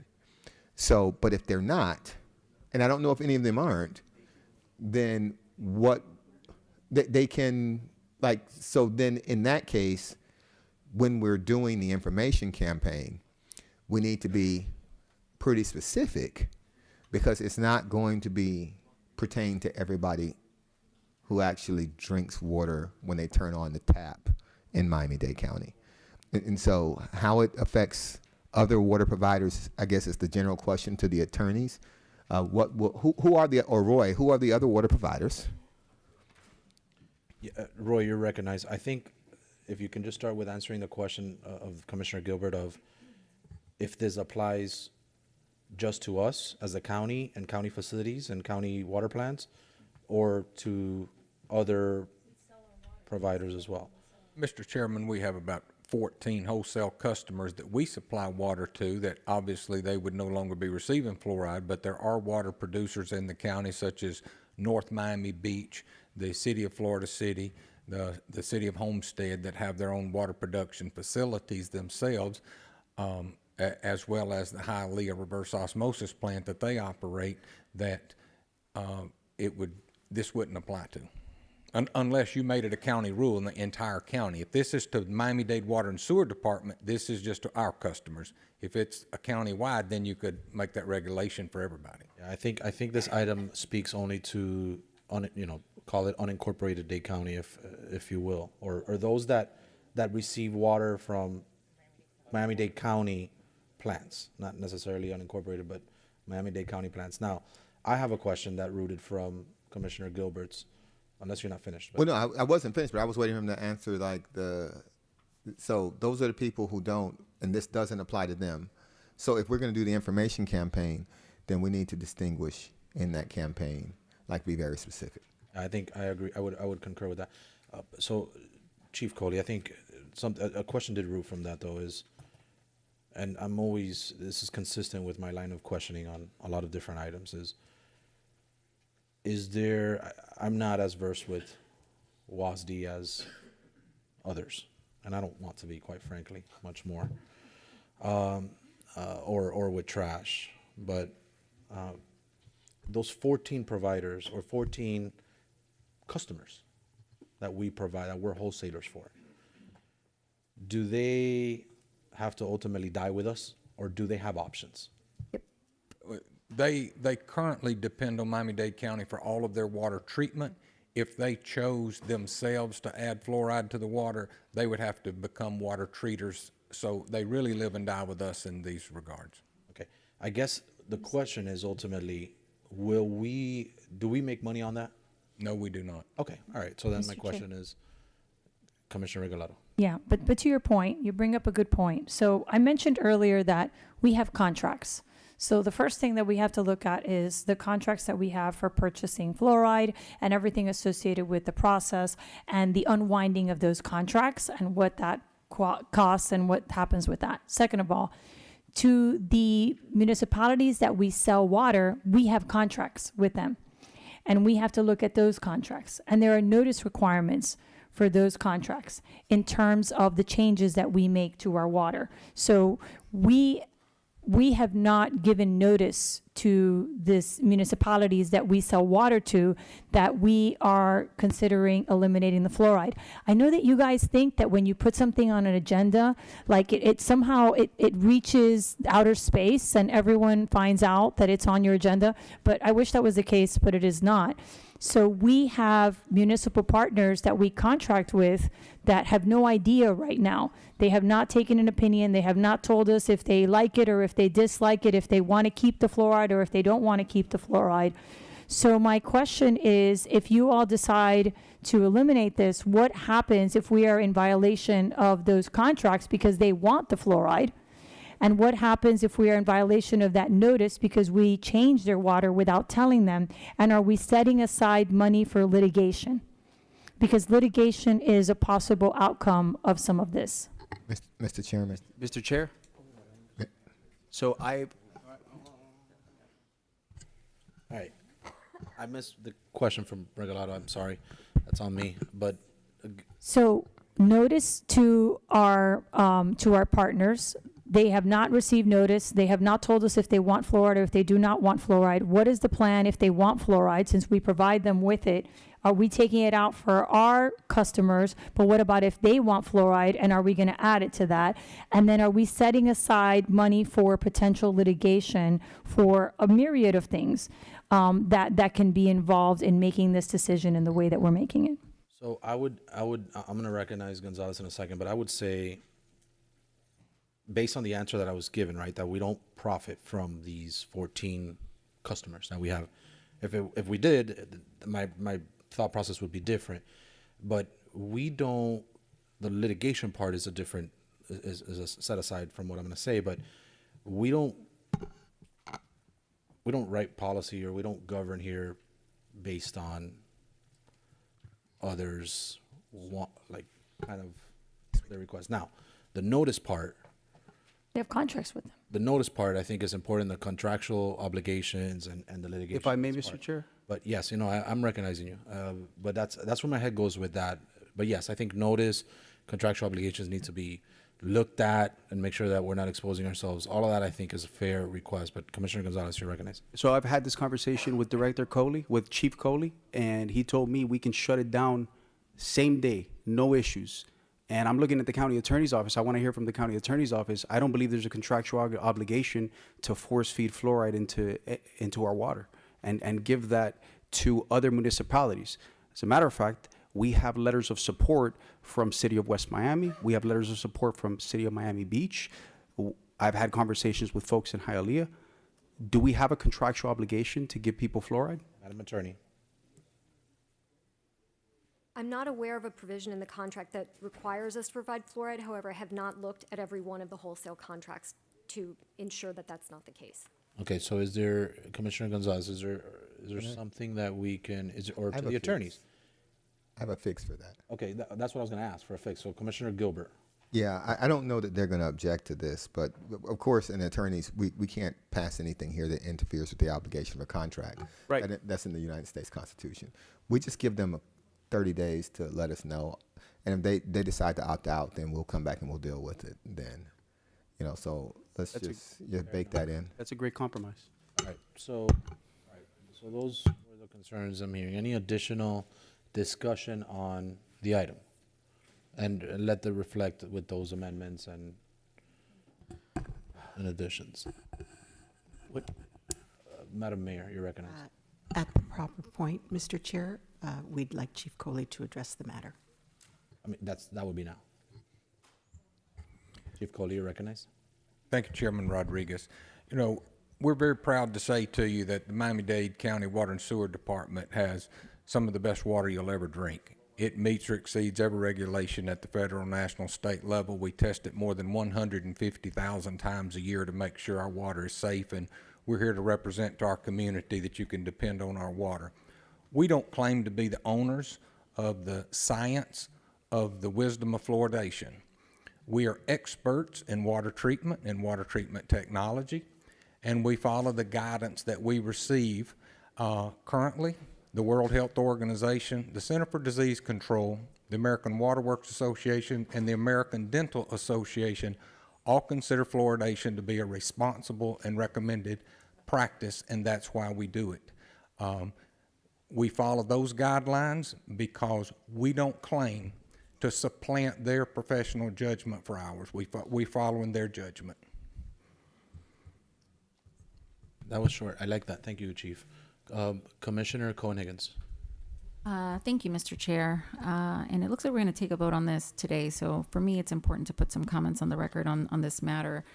We are going to vote on what I consider to be a matter of great public import because it directly affects the health of our residents, and particularly the most vulnerable in our community, pregnant women and children.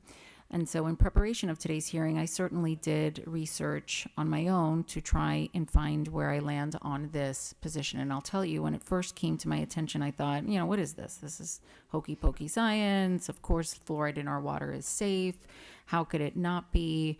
It's been happening since as far as I can recall. And so when I did research and I looked into it, before I talk about the research that I found, and if anyone here that is an expert or professional in the area takes issue with anything that I say, I genuinely and authentically welcome you to come and correct me, because I am not an expert in this area, nor do I in any way pretend to be one.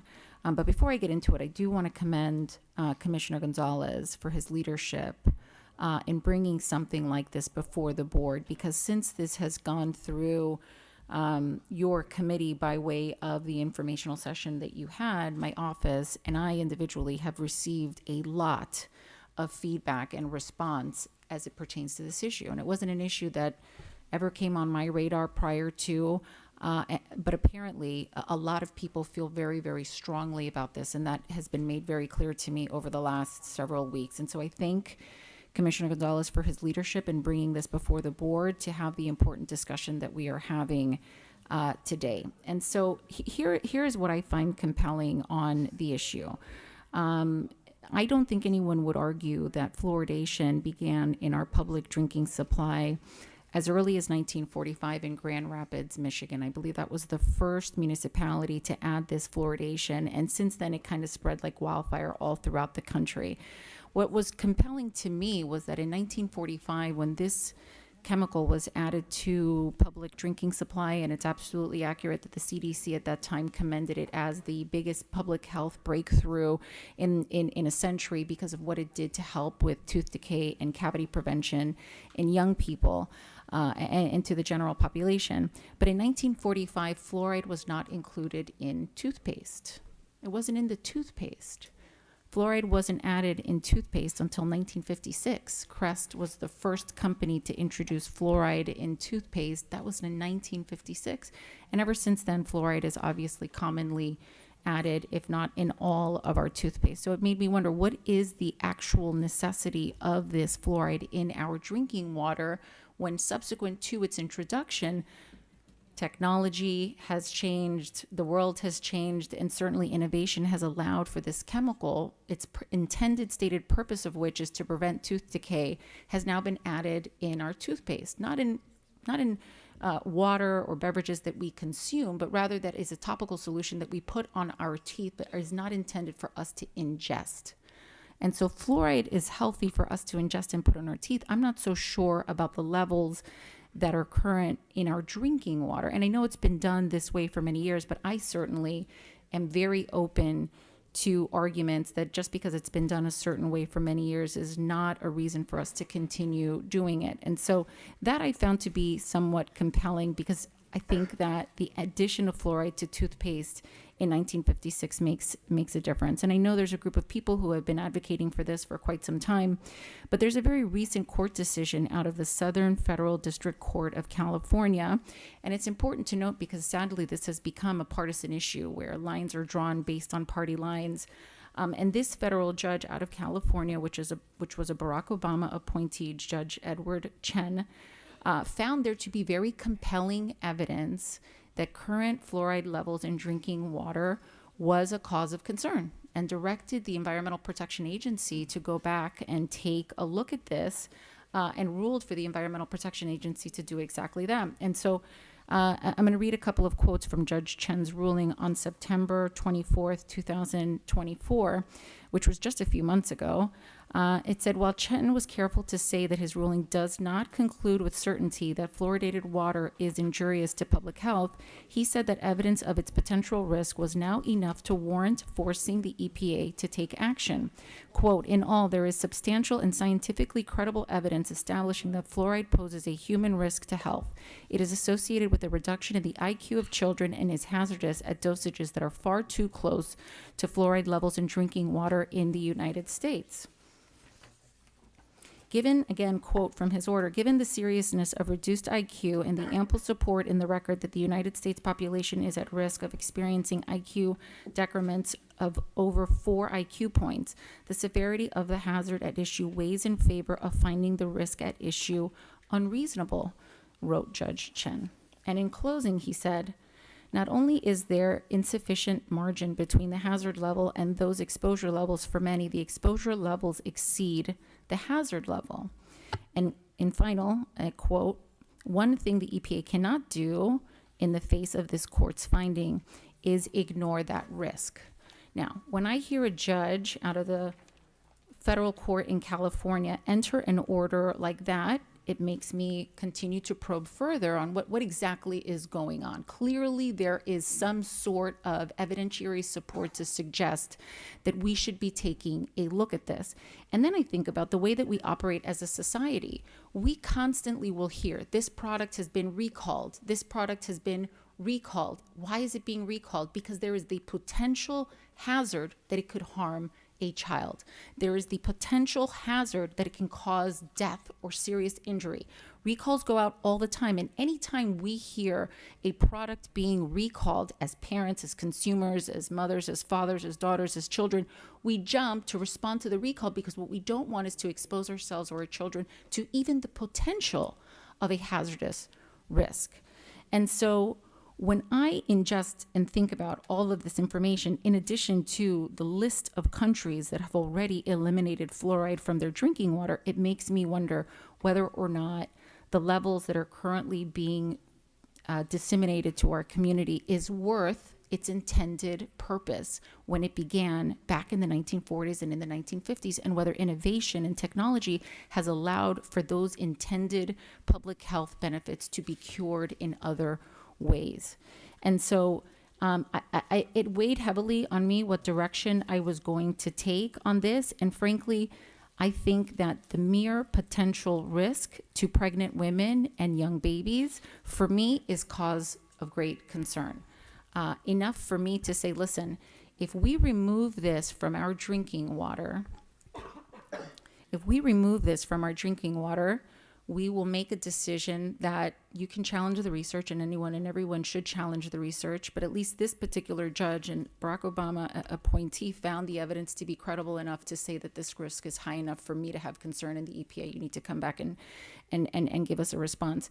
We are now voting in a similar light and in a similar manner. The options before me are allow the fluoridation to continue, with studies out there saying that this is increasing the risk of lower IQs and cognitive deficiencies in our young population, in our pregnant population, versus cavities and tooth decay, where the actual substance is already in toothpaste, etc.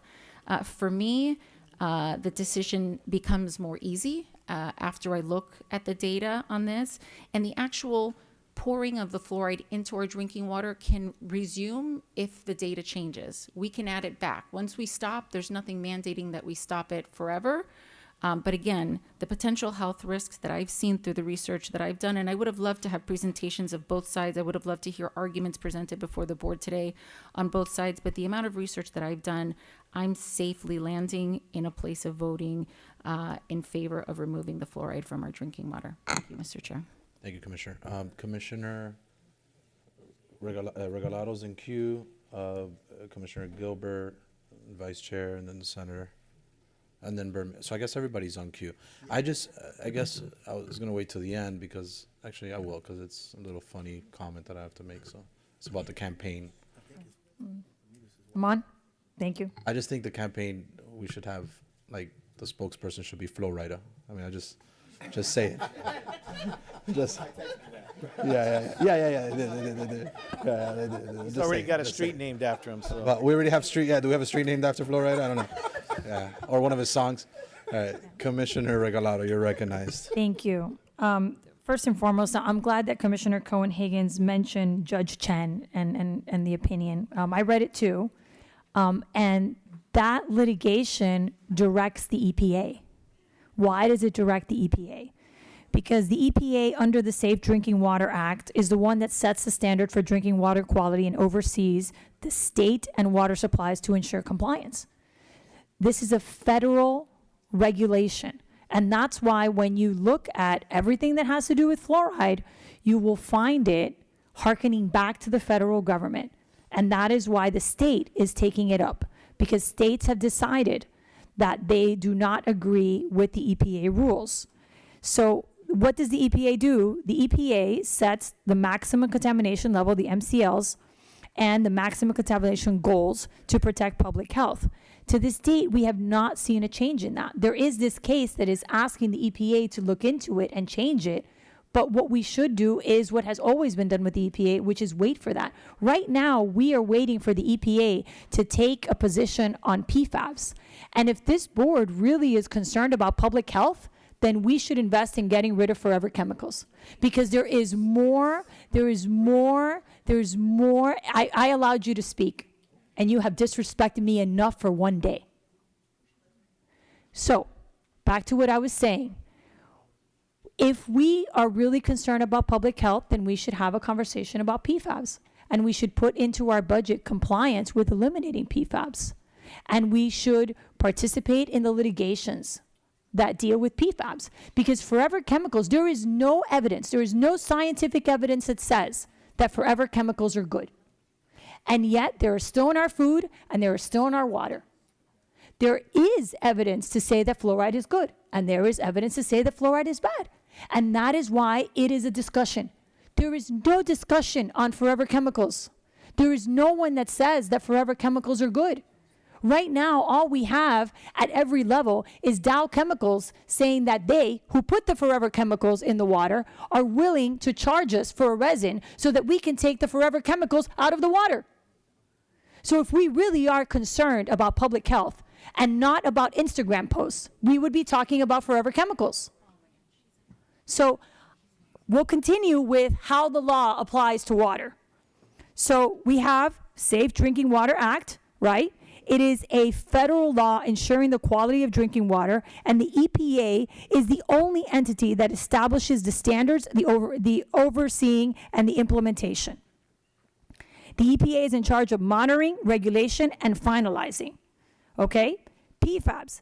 The EPA has been looking into PFAS. Currently, we have 4 parts per trillion and for mixture of other PFAS in our drinking water.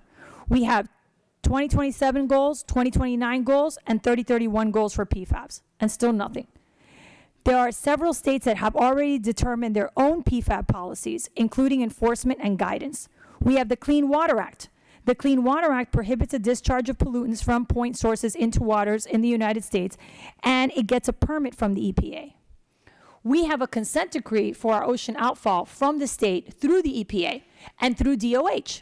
So now we have EPA, DOH, and DEP with regulate our water. Not only the water that comes in, but the water that comes out. And we comply with all of those standards. They have not opined on fluoride. The conversation at the state level, which has gone to 3 committees and has passed out of 3 committees, has not dealt with PFAS, has not dealt with DOH, and has not dealt with DEP. There's more laws. So now we have CERCLA. CERCLA is a superfund. The EPA designed CERCLA for transparency and accountability. And when the EPA opines on fluoride, PFAS, or any of these chemicals, there is an open period where people get to comment on this because it is of national importance. We had one meeting. where if people found out about it, they found out about it. Commissioner says that he had one Zoom meeting where everybody was made a panelist and someone hijacked it. That is not public engagement. That is not education. We have not told people that we are considering this at a large scale. I mean, if we want to educate people on this, then instead of doing this right now, in all the bills that go out for all the WASD customers, tell them in their bill that we're considering eliminating fluoride and they should come to a meeting on a set date and have those people come and participate in this conversation. I understand that people want to get ahead of this. I understand that people feel strongly about this. But this is not within the purview of this particular body. We are not the ones that determine what is or is not safe. We only follow the guidelines. And I'm telling you this because we are opening ourselves to litigation by stepping into an area that is outside of our charter. Our home rule does not establish the ability to do this. And we will be in litigation as a result. So I ask you again to consider, at a minimum, to follow our own process regarding public hearing before you take a decision that is outside the scope of the governance of this body, because we will find ourselves in litigation. This is not something that you just Google search and make a decision on. We have not heard both sides. So I am not going to support this. It is not because I am for or against fluoride. It is because I am for process and because we have to abide by the regulations of government. This is a federal issue. And if you're interested in this issue, call your federal representatives. They're the ones that make this decision. And the judicial opinions on this, they call to the EPA and to the federal government to make these changes. And currently our state is considering these changes based on the power that they derive from the federal government. And if they want to litigate with the federal government, and if they want to take on the EPA, and if they want to change the rules for DOH and DEP, they can do so. But everyone in this dais worries so much about the budget and the decisions that we've made, and you're not considering the exposure that you are giving the residents of Miami-Dade County. Not only are you exposing them to a choice that has not been well vetted, you're exposing them to paying for litigation because you have failed to follow a process and to understand your role within government. All right, so Commissioner Bermudez, I was going to be sympathetic to the fact that it's your wife's birthday and Yes. in case you need to get out of here, but then I realized you still need to stay for the vote. So Apparently, I'm stuck here, so. you're stuck here, so You guys will be the excuse for so my I'm wife. not going to you next. I was in case you needed to leave, but No, listen, let me, it's an important issue, and oh wait, are you going to stay for the vote or no? I'll stay for the vote. Okay, so then let me just go. I'm going to come back to you then. If you have to leave, I will stay on you. But Commissioner Gilbert, and then Bermudez, yes. Thank you, Mr. Chairman. Just first, as an initial matter, I would that we would lower the temperature, not the actual physical temperature, but the emotions on the dais right now. This is not personal. This is not personal. We sit as the objective policymakers, the 3 million people. They deserve our intentional, purposeful, and educated deliberation on ideas. So if I've been offensive to anyone, this is not personal. I don't mean to disrespect any of you all. This isn't personal. I stated before I wasn't sure about this item, and I'm still not sure about this item. I listened to our Surgeon General. I appreciate his presence here. And to my colleague, I appreciate his remarks. And to my colleague, Raquel Regalado, which I appreciate your remarks too. I think that you make some very good points. I don't necessarily agree that it's not our job to look out for the safety of the content of the water. I think that is part of our job. I think it's part of our charge. I don't agree with the process. I think this should have gone to committee. But I think we have a process by which things don't go to committee. I've sat as chair. I've taken things out of committee that I felt needed to come out of committee and needed to be voted on now. And I think that I know I respect the decision of our chair to actually do that. So this is properly before us. So if anybody's going to sue, I don't want them leaving this moment thinking that we violated our procedures. We're within our rights to do this the way we're doing it right now. There was a public hearing that was held this morning. This was advertised. It wasn't put on late. This is properly before us. Whether I think it should have come this way or not, it is in fact properly before us. Just to digress into a more personal side. And I know, Commissioner Regalado, you know this, and I know the chairman knows this, and Keone isn't here. My son is autistic. And he met all of his milestones until he was 2 years old. Right around that time, they gave him all of those vaccines. And I'm not an anti-vaxxer. They gave him all those vaccines, and I asked the doctor, I was there, is this safe? And they said, yes, he'll have a fever for a bit, and he'll be fine afterwards. He never met a milestone after that. And so, I'm a man of faith. God's will is God's will. I live my life. It is what it is. But it opened my mind to the idea that just because someone says something's safe doesn't mean that it is. Commissioner Cohen-Higgins, DCH, she said something that I thought was really telling for me. She said they put fluoride in the water and then they put it in toothpaste. And so if we're saying that primarily the benefit is the safety of our mouth, our teeth, our dental work, which I think is important because in underserved communities, they have poor dental health. Okay. But they still have toothpaste. They still have toothpaste. And toothpaste isn't something we give out of the tap. It's something that you have to buy and you have to choose. So they have the ability to choose toothpaste with fluoride, or I guess choose toothpaste without fluoride. I don't know if this is dangerous or not. But no one's talked to me about irreparable harm if we take it out. So if we take it out, there is no irreparable harm that anyone's talking to me about. And the people who want us to take it out saying that there is irreparable harm caused by leaving it in. And so I'm listening to this from a very evidentiary perspective. And from my perspective, I didn't know how I was going to vote. I would tend to lean on the side of not allowing for irreparable harm. Not allowing for irreparable harm. If we end up being wrong, Commissioner Gonzalez, if this passes, I'm going to support it. If we end up being wrong, I'll be the first person that says, hey, no, we need to put the fluoride back in. But if there's a chance that this does something to someone, and it has been doing something to someone, and let me just say also, we can't afford to lose none of our IQ points. None. And let me just say also that all of us drank the water. So that's important to note. Not the Kool-Aid though.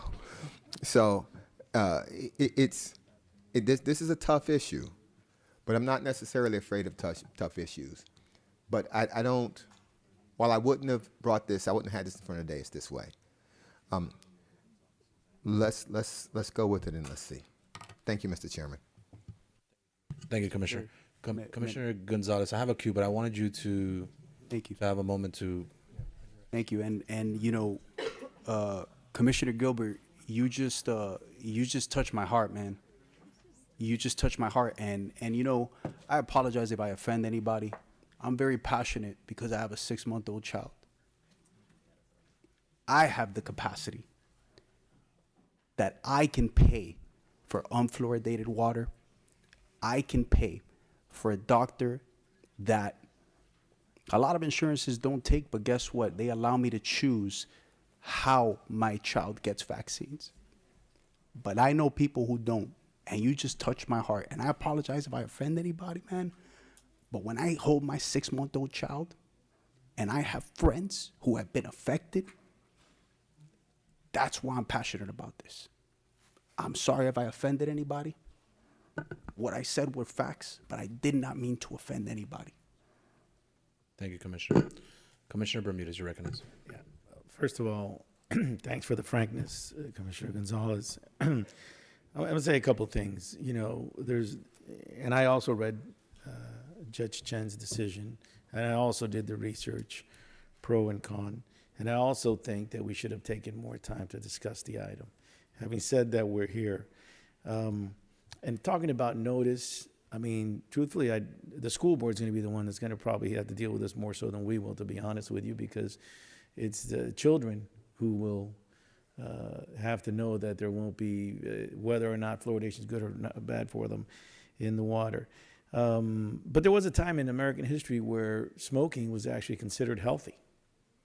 You know, it sounds weird, I know. It sounds weird, but it's true. If you go back and look at the ads, and you'll say 4 out of 5 doctors smoke blank, because it was a belief that it was actually healthy, when in fact it wasn't. So things do change over time. And looking at the research, absolutely there are a number of cities, a number of countries. The state of Utah, I believe, recently just actually took the decision to take the fluoride out of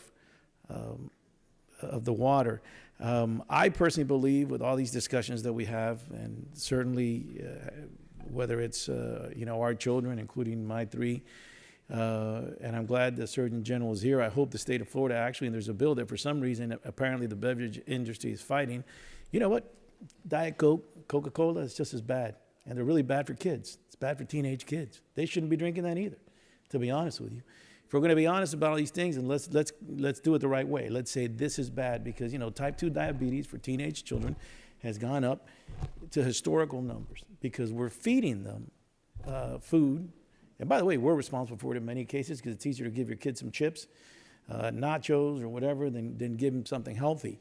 In the end, there is choice there because you can buy or not buy that. Your kid doesn't have a choice. The parent does. When the child gets to a certain age, they may be able to make their own choice. So, to me, this comes down to one simple question, and I don't know. We have the Surgeon General here, but I'm going to ask you, Roy, because you're the person responsible really for, and you do a great job running our water system. Would the removal of fluoride have a negative effect on our drinking water to our residents? Only with respect if you believe fluoride is good for dental care. It does not impact the quality of the drinking water for hydration purposes. Okay, so if it was removed, fluoride was removed from our drinking water, and we came back 6 months from now and everything else was the same, would you still make the same statement that you made before, that we have some of the finest drinking water, if not the finest in the United States? I would. Okay. So for me, that takes care of some of my concerns. While I understand that it is an issue, if fluoride would be a problem to young children in particular, as some of the studies have said, or depending on the level, obviously, and the retort is the level has to be X, Y, and Z. And I do believe, by the way, I agree with Commissioner Gilbert, that we do have an obligation to the health, safety, and welfare of the residents of Miami-Dade County. It is in our charter. That's actually what we're supposed to do. Doesn't mean, and Commissioner Regalado is correct, that there are other entities that weigh in, whether it's the state DEP, the federal DEP, the EPA, et cetera. But if, in the end, the quality of our drinking water from the person that leads our department is not impacted by the removal of the amount of fluoride that we're discussing, then I think that, I'm going to end up on the side of supporting the item. Just because I think that if you were to tell me that that would be a tremendously negative impact on not just children but adults, then it would be a different story. I think we're going to see more debates like this. There's, you can have your opinion one way or the other on what's happening at the state and it's certainly at the national level. But the one thing I agree with our secretary at the national level of Health and Human Services is that the American diet, the standard American diet, which if you take the acronym is the SAD diet, probably is having greater impact on the cost of the medication and the cost of healthcare in this country than anything else. And I hope, as much as we talked about this item, one day we can sit here and have that conversation about what we can do about it. It may not be much, but maybe there's something that we can do. And I'm going to support the item, Commissioner Gonzalez. And I too was, like some of my colleagues, on the fence. I did do the research because of the response that our director gave us. I don't see, if the response was even in some way ambivalent that the water would not be safe by removing the fluoride, then my vote would go the other way, but I'm going to support it. Thank you, Commissioner Bermudez. We're heading to Senator Garcia. Thank you, Mr. Chairman, and I appreciate all the comments and Commissioner Cohen-Higgins is very eloquent in her detailed debate. I too came to this with a very open mind. Look, was in the legislature for a long time doing health policy. It's the second time I say I was in the legislature on the dais.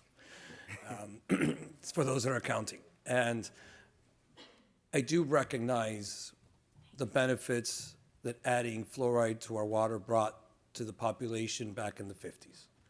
Do recognize why it was done. It was done in a time where oral health was not in its best place. It was done in a time to help underserved communities because of the lack of fluoridization in other products. And I think it did have a benefit. But again, it had a benefit before we started adding fluoride to so many other of our food and products that we use. And actually, fluoride, I think, happens, if I'm not mistaken, Surgeon General, I think even happens naturally. It happens naturally in some of our foods, and that it comes from our soil. So with that, I look to the debate that we've had, the conversation that we've had, recognize that fluoridization in our toothpaste came in the 1950s. Then Dade County added fluoridization to their water. Then cereal started adding more and more fluoridization. So I say all that to tell you that I think now in 2025 seems like an oversaturation of fluoridization. And as a non-doctor, I appreciate Commissioner Gilbert's comments. And I think that's exactly where I kind of fall. Because the reality is, I don't know. I don't know if there is a correlation between IQ or developmental disabilities, or whatever the case may be, and fluoridization. But could there be? I don't know that either. But just in case there is, I tend to fall on the side of erring on the side of caution, correct? Listen, why take that risk? Why take a risk in an environment, in a world that we live in, that we know how much fluoridization is already out there, that we know it's in our food, it's in our food supply, and so forth. So for that reason, Commissioner Gonzalez, I too agree with Commissioner Gilbert on this, where I wish the process could have been a little bit differently, but it was done well within the rules and regulations of this county commission. These are things that I fight against all the time, but the reality is that it was done in a manner where it's legal and it was transparent, a manner that I wish was done a little differently, but I agree. But just because of that doesn't mean that we stop the debate and not have the conversation. I think people have had, my office has been flooded with calls on both sides, not just on the get rid of fluoridization. I've been flooded on both sides of this issue. So this is where my office had the ability to do research. I did my own research. We looked into it. And I honestly think that even if you take a vote today, my colleagues that may be voting against this, I don't necessarily think is a bad vote. I just think for me, we need to be, I'm going to vote on the side of caution. And that's why, after serious consideration, after talking to numerous doctors and medical professionals across the state, I think it's a safe vote to ensure that we try to protect the health and well-being of our children. And if we see that this has a negative impact on maybe on the oral health of our population, we can come back and have that conversation at that point. But I don't see why today we cannot support your ordinance moving forward. So for that reason, I'm going to vote yes today. Thank you, Mr. Senator. We're going to give Commissioner Regalado, we'll give you the last word. Let me just put a few remarks, and then I'll come to you, if that's okay with you. Yep, thank you. So I look at it from a different standpoint, right? I came in with the same position that Commissioner Regalado placed on the record today, from the standpoint of process, from the standpoint of science, and from the standpoint of due process in a sense. But since this item was placed on the agenda and notice was sent out, I began doing my own research. And my research led me quite more away from the question about fluoridation, but more towards questions of what we find in our diets, similar to what Commissioner Bermudez just mentioned, right? So what I did was, and I'm going somewhere here with this, what I did was I picked up a bag of Frito-Lay potato chips. And in the process of studying the ingredients that are currently found within those bags of chips, I found out that many of those chips have high sodium, and we know high sodium is directly attached to heart disease and kidney diseases. We found that it had added sugars, right? And we know what added sugars can do for you: obesity, type 2 diabetes. We also found in those packages saturated fats, such as cheeses and buttermilk and skim milk. And we also understand that those items in of itself alone too, they cause like heart disease, particularly in the African American community. We found out there's lactose, and we also found out there's artificial colors, such as yellow 5 and red 40. And we cannot dismiss the fact that these same ingredients also have highly processed ingredients. And we know combining those ingredients, the communities that normally suffer the most are the low-income communities, because they truly believe, and we do truly believe, that if the government authorized and the government said it was good to go, then it's good to go. My position today is this. Now that the federal government understands that these items are contributing to hypertension and heart diseases, kidney diseases, and others, will they take a position and do the right thing and look at these ingredients and say, maybe that we were wrong years ago and now it's time to right the ship? I say all that to say because while fluoridation was introduced with commendable intentions, evolving evidence, this is what brings us here today. It is evolving evidence and ethical considerations and modern alternatives justify us reevaluating its role. If you want to put this in a nutshell, ethical considerations, evolving evidence, and alternatives allow for us to have this discussion and this debate. But here is the one thing that allowing for government to dictate what we should put in our bodies and what we shouldn't, being frank, this is what it does in the same vein and same sentence. It overrides individual choice. Think about it. It overrides individual choice. And so for us, if I'm voting, and I heard my colleagues as they laid out the records for what they're doing, I cannot say that it was fluoride that caused some of the issues that members in my community deal with. Neither can I say it was the other way around, that it did cause it. But what I am sure about is that I don't believe we should put government in a position to override individual choice. Leaving fluoride in the water overrides individual choice. Individual choice comes by way of walking into a grocery store, seeing something on the shelf, and making that purchase. It is a conscious decision that is being made. Forcing people to drink water without any input with fluoride is not voluntary, and it is not a conscious decision. It is a forced decision. So for those reasons, I am in support of Commissioner Gonzalez's legislation, because I do believe at some point we have to get back to the individual choice. And this is a great point where we can begin that debate and that discussion. And I look forward to some of my colleagues bringing some legislation that maybe we can tackle other issues, such as, you know, the artificial colors and the dyes that are in our food that our kids are taking on. Maybe we should now look at this commission and look for a czar amongst one of us to now tackle the other issues that are causing obesity. Maybe this is the start. So thank you very much, and I'm in full support of it. Commissioner Regalado. Thank you. Thank you.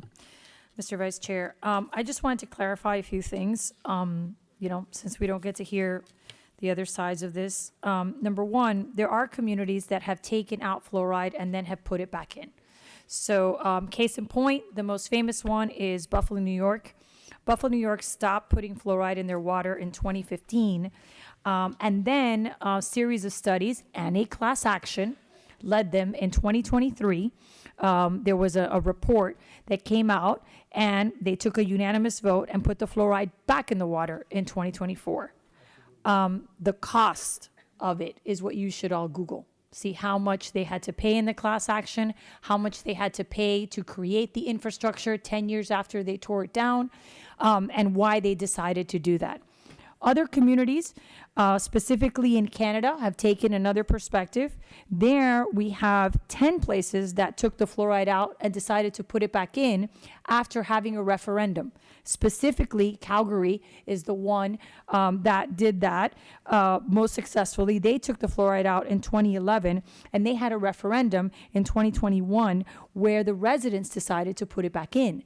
So if you're going to make a decision based on people's right to choose, maybe you should put it on the ballot, which is what Canada has decided to do. And there's several cities that after taking out fluoride have decided to put it on the ballot. All of the ones that have put it on the ballot, people have responded by saying that they want the fluoride back in. So again, I don't think that we are the ones to make this decision. I think this is outside the scope of what we do.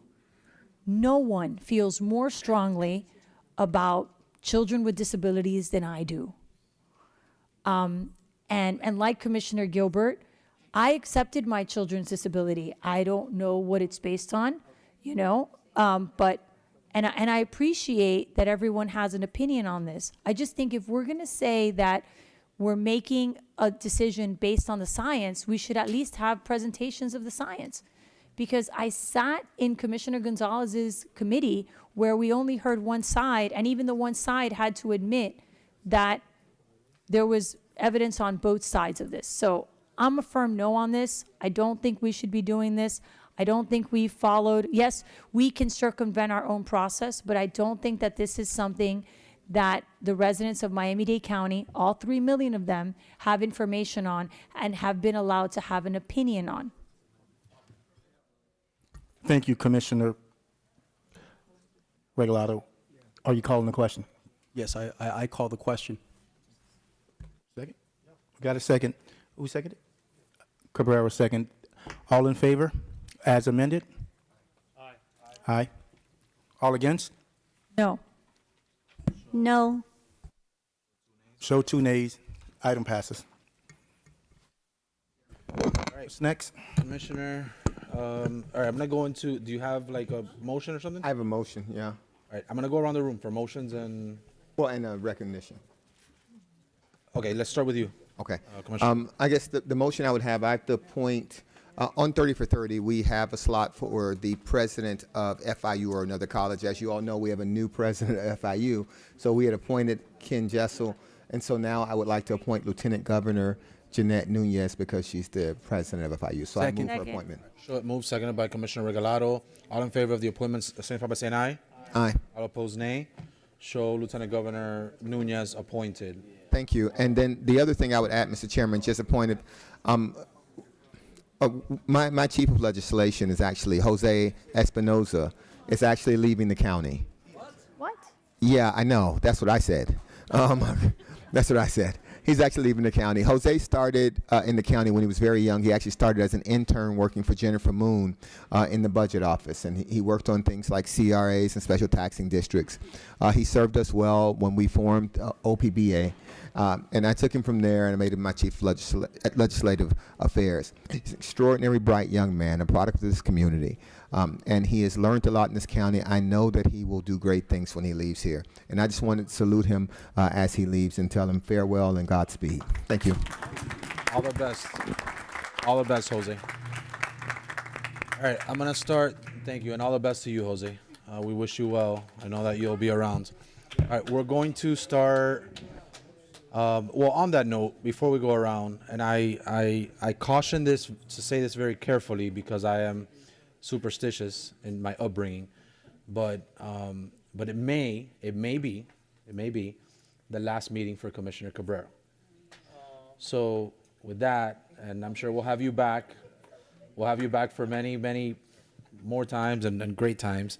But with that, while you're still a sitting member, a guaranteed sitting member of this commission, of this body, thank you for your service to this county and for everything that you've put in. I know that we can all share that this work does not come without a cost. So thank you, Commissioner Cabrera. From the bottom of my heart, you've been not just a colleague, but a friend to myself, and I know that most feel the same way, but thank you, appreciate you. And we obviously don't want you to leave, but we wish you all the best. I know you're going to do great things. Thank you. All right.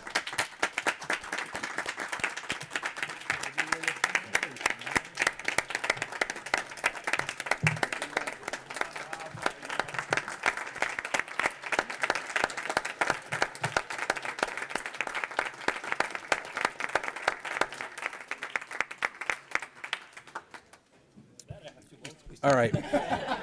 And while I was going to go in order with that, I'll recognize you for your two motions. Go ahead. I believe the attorneys have them.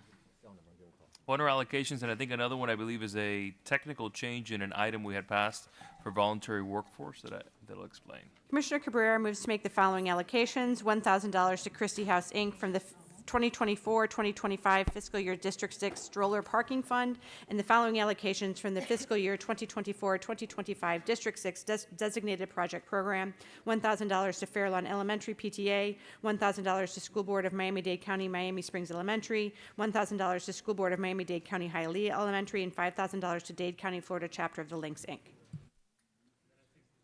I think there's another one you guys Yes. Is the other one on allocation as well, or can No, we take all allocations, or should we take it separately?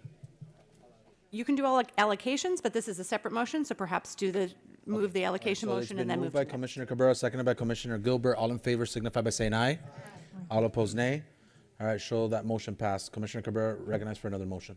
Commissioner Cabrera moves with respect to the change in the Voluntary Workforce Housing Development Program monetary contribution in lieu of construction formula in ordinance number 25-14 to authorize and direct the county mayor's designee to make conforming changes to IO 03-60 consistent with ordinance number 25-14 without the need for further board approval. All right, it's been moved by Commissioner Cabrera, seconded by Commissioner Gilbert. All in favor signify by saying aye. All opposed, nay. Show that motion carried. All right, Senator Garcia, do you have any allocations or appointees? Thank you, Mr. Chairman. Yes, I do. And actually, not all of us feel the same way you do about Kevin Cabrera. Just saying that. Fair enough. Commissioner Cabrera, you know that that's just a joke, and we all are going to miss you up here, especially me. But when do we get to haze him or roast him? We need to be able to roast him at least. Can't roast. We need a roast, do a private roast. But anyway, Mr. Chairman, I do appreciate that, and I do move to allocate $15,000 from District 13 discretionary funds for the Country Fest. That one hurt. And I also want to make a motion to, I think a county attorney has a motion for us to read to include the I-75 project that we're working on into the federal legislative package. I'll read the motion. Senator Garcia moves to add the following project to the list of appropriation project funding requests included within the 2025 federal legislative package: an I-75 project development and environment PD&E study for potential new interchanges and/or traffic relief measures between State Road 860, Miami Gardens Drive, and Northwest 138th Street along or near the I-75 corridor. Thank you. And I also have one more for Commissioner Steinberg. It is a reimbursement for the Office P card from discretionary funds for the Portable Storage Consultant LLC for $4,000. Thank you. All right, so it's all in favor, signify by saying aye. All opposed, nay. All right, show that. Commissioner Higgins, do you have any? Yes, I have a motion. In case you guys want to recycle your printer cartridges, our mailroom upstairs does not accept them, shockingly. So in keeping with Commissioner Gonzalez's environmental work from this morning on eliminating paper, I have a motion as well. Commissioner Higgins moves to direct the administration to accept and mail for recycling by the manufacturer all prepackaged and pre-labeled boxes containing discarded ink cartridges submitted for mailing by county offices in the Stephen P. Clark Government Center. All right, it's been moved. It's been seconded by Commissioner Gilbert. All in favor signify by saying aye. All opposed, nay. They wouldn't take them. We had to throw them away. Well, I had to take them home. Thank you. We're good. I had to take them home, but now I have crutches and I can't take We're good. them home. We're good. Never Commissioner mind. Gilbert, any additional? No. Commissioner Cabrera? We make an allocation similar to Senator Garcia's to Country Fest. I think it's AG3 for $20,000. Thank you. There's a motion by Commissioner Cabrera, seconded by the Vice Chair. All in favor signify by saying aye. Aye. All opposed, nay. All right, Vice Chairman. Thank you, Mr. Chairman. Mr. Chairman, I have two motions. The first motion is Commissioner Bastien's motion. Would the county attorney please read that particular motion? Commissioner Bastian moves to amend the fiscal year 2024-2025 county budget, which includes a $150,000 allocation to Sant La LLC for the provision or support to needy or underserved children and families, to instead allow the funds to be used for the Sant La Leadership Fellowship Program. Commissioner Bastian further moves to allocate $50,000 of the $150,000 set aside in the fiscal year 2024-2025 county budget for Haitian Heritage Month to Route 1804 Foundation Inc. to be used for support activities during Haitian Heritage Month. It's been moved. It's been seconded by the Vice Chair. Wait, wasn't it your motion? No, it's Bastien's. Oh, it's Bastien's. Oh, so it's been moved by the Vice Chair and seconded by Commissioner Higgins. Okay, perfect. All in favor signify by saying aye. Aye. All opposed, nay. Vice Chair, you recognize? Thank you, Mr. Chairman, and also move to, on this next motion, this is a motion dealing with food and nutrition. It is an urging, and I do believe the county attorney has the language to read. Vice Chairman McGee moves that this board urge the Florida legislature to appropriate funding for the Food and Nutrition for All South Florida member project. Also, to direct the clerk of the board to transmit a certified copy of the resolution memorializing this motion to the governor, the Senate President, the House Speaker, and the chair and remaining members of the Miami-Dade State Legislative Delegation. Also, to direct the county state lobbyist to advocate for the foregoing. And lastly, to direct the Office of Intergovernmental Affairs to amend the 2025 state legislative package to include this item. Move the item. We have a motion by the Vice Chair. We have a second by Commissioner Bermudez. All in favor signify by saying aye. Aye. All opposed, nay. And the last thing is to give you some money, Mr. Chairman. All right, Vice Chair. We'd like to give $5,000 to Country Fest. All right. And through A3. All right, we have a motion by the Vice Chair. And we have a second by Commissioner Cohen-Higgins. All in favor signify by saying aye. Aye. All opposed, nay. Thank you for that, Commissioners. Cabrera, Senator Garcia, and Vice Chair. Do I have any appointments or motions? Because it's been a long day. Do I have anything, Madam Attorney? Not that I have, Mr. Chair. Okay, perfect. Bermuda, I'm going to now work this way. Bermudez? Yes. Well, let me congratulate Commissioner Cabrera, too, on his next steps, and well-deserved. And thank you for the service. He was trying to get to my percentage when we all ran at the same time. He got close, but but I look forward to the great work you're going to be doing. I'm going to go ahead, despite the fact that the chairman's kept me here longer than expected, and give $15,000 to the A3 Foundation Corp for the Country Fest. Of course, when I get home, if my wife says it's too late, Mr. Chairman, I may have to bring that number down. Also, $5,000 to his house from District 12 stroller and parking funds, and $5,000 to the Martin Luther King Economic Development Corp for District 12 discretionary reserve, or from. So those are my three, and I move that. And if you second it quick, you'll keep the 15. If not, my wife will bring it down quicker. Thank you, thank you. There you All right, go. it's been moved, it's been seconded. Thank you for that. All in favor signify by saying aye. Aye. All opposed, nay. All right, show it moved. Commissioner Regalado? You got nothing? Wow. What, are you sure? I'm just kidding. Commissioner Cohen-Higgins.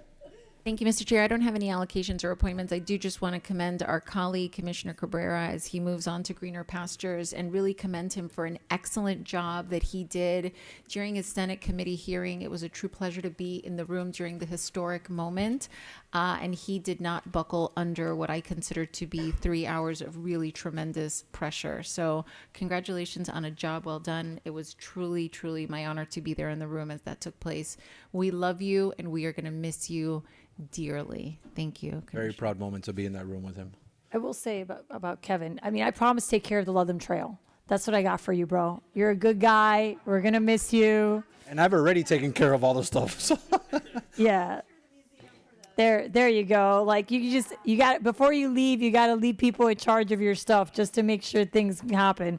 So we're like the designated survivors. We don't go on the field trips. So we'll make sure that, things get done here. If you need us, give us a call. All right. Vice Chairman. Thank you very much, Mr. Chairman. And Commissioner Bermudez, we have to go on the record to sing happy birthday to Vivian, to your lovely wife. How about that? That way we can save you. Yeah, we got to record that. Yeah. All right. On the count of three, we'll just say happy birthday. We can say happy birthday. Yeah. Okay. 1, 2, 3. Happy birthday, Vivian. Thank you for sharing your husband with us. Yeah. Vice Chairman, you're recognized for another. Thank you. And Commissioner Cabrera, many things have been stated earlier about the void that you're going to leave here. And I can honestly say, my friend, if there were more commissioners built and shaped like you in the sense of your credibility and reputation and keeping your word, I do believe processes either on the state, federal, and the county level will all move easily to get people where they are. So I just want to publicly say it was an honor sitting in that confirmation hearing, watching you under pressure. It was also an honor just to know that a brother who sat next to me on this dais is going to be in a very, very great place to represent this great nation. So thank you so much. Thank you for that. All right, seeing no further business and having the attorneys relaxed now and not winging me down, show us adjourned. Whose phone?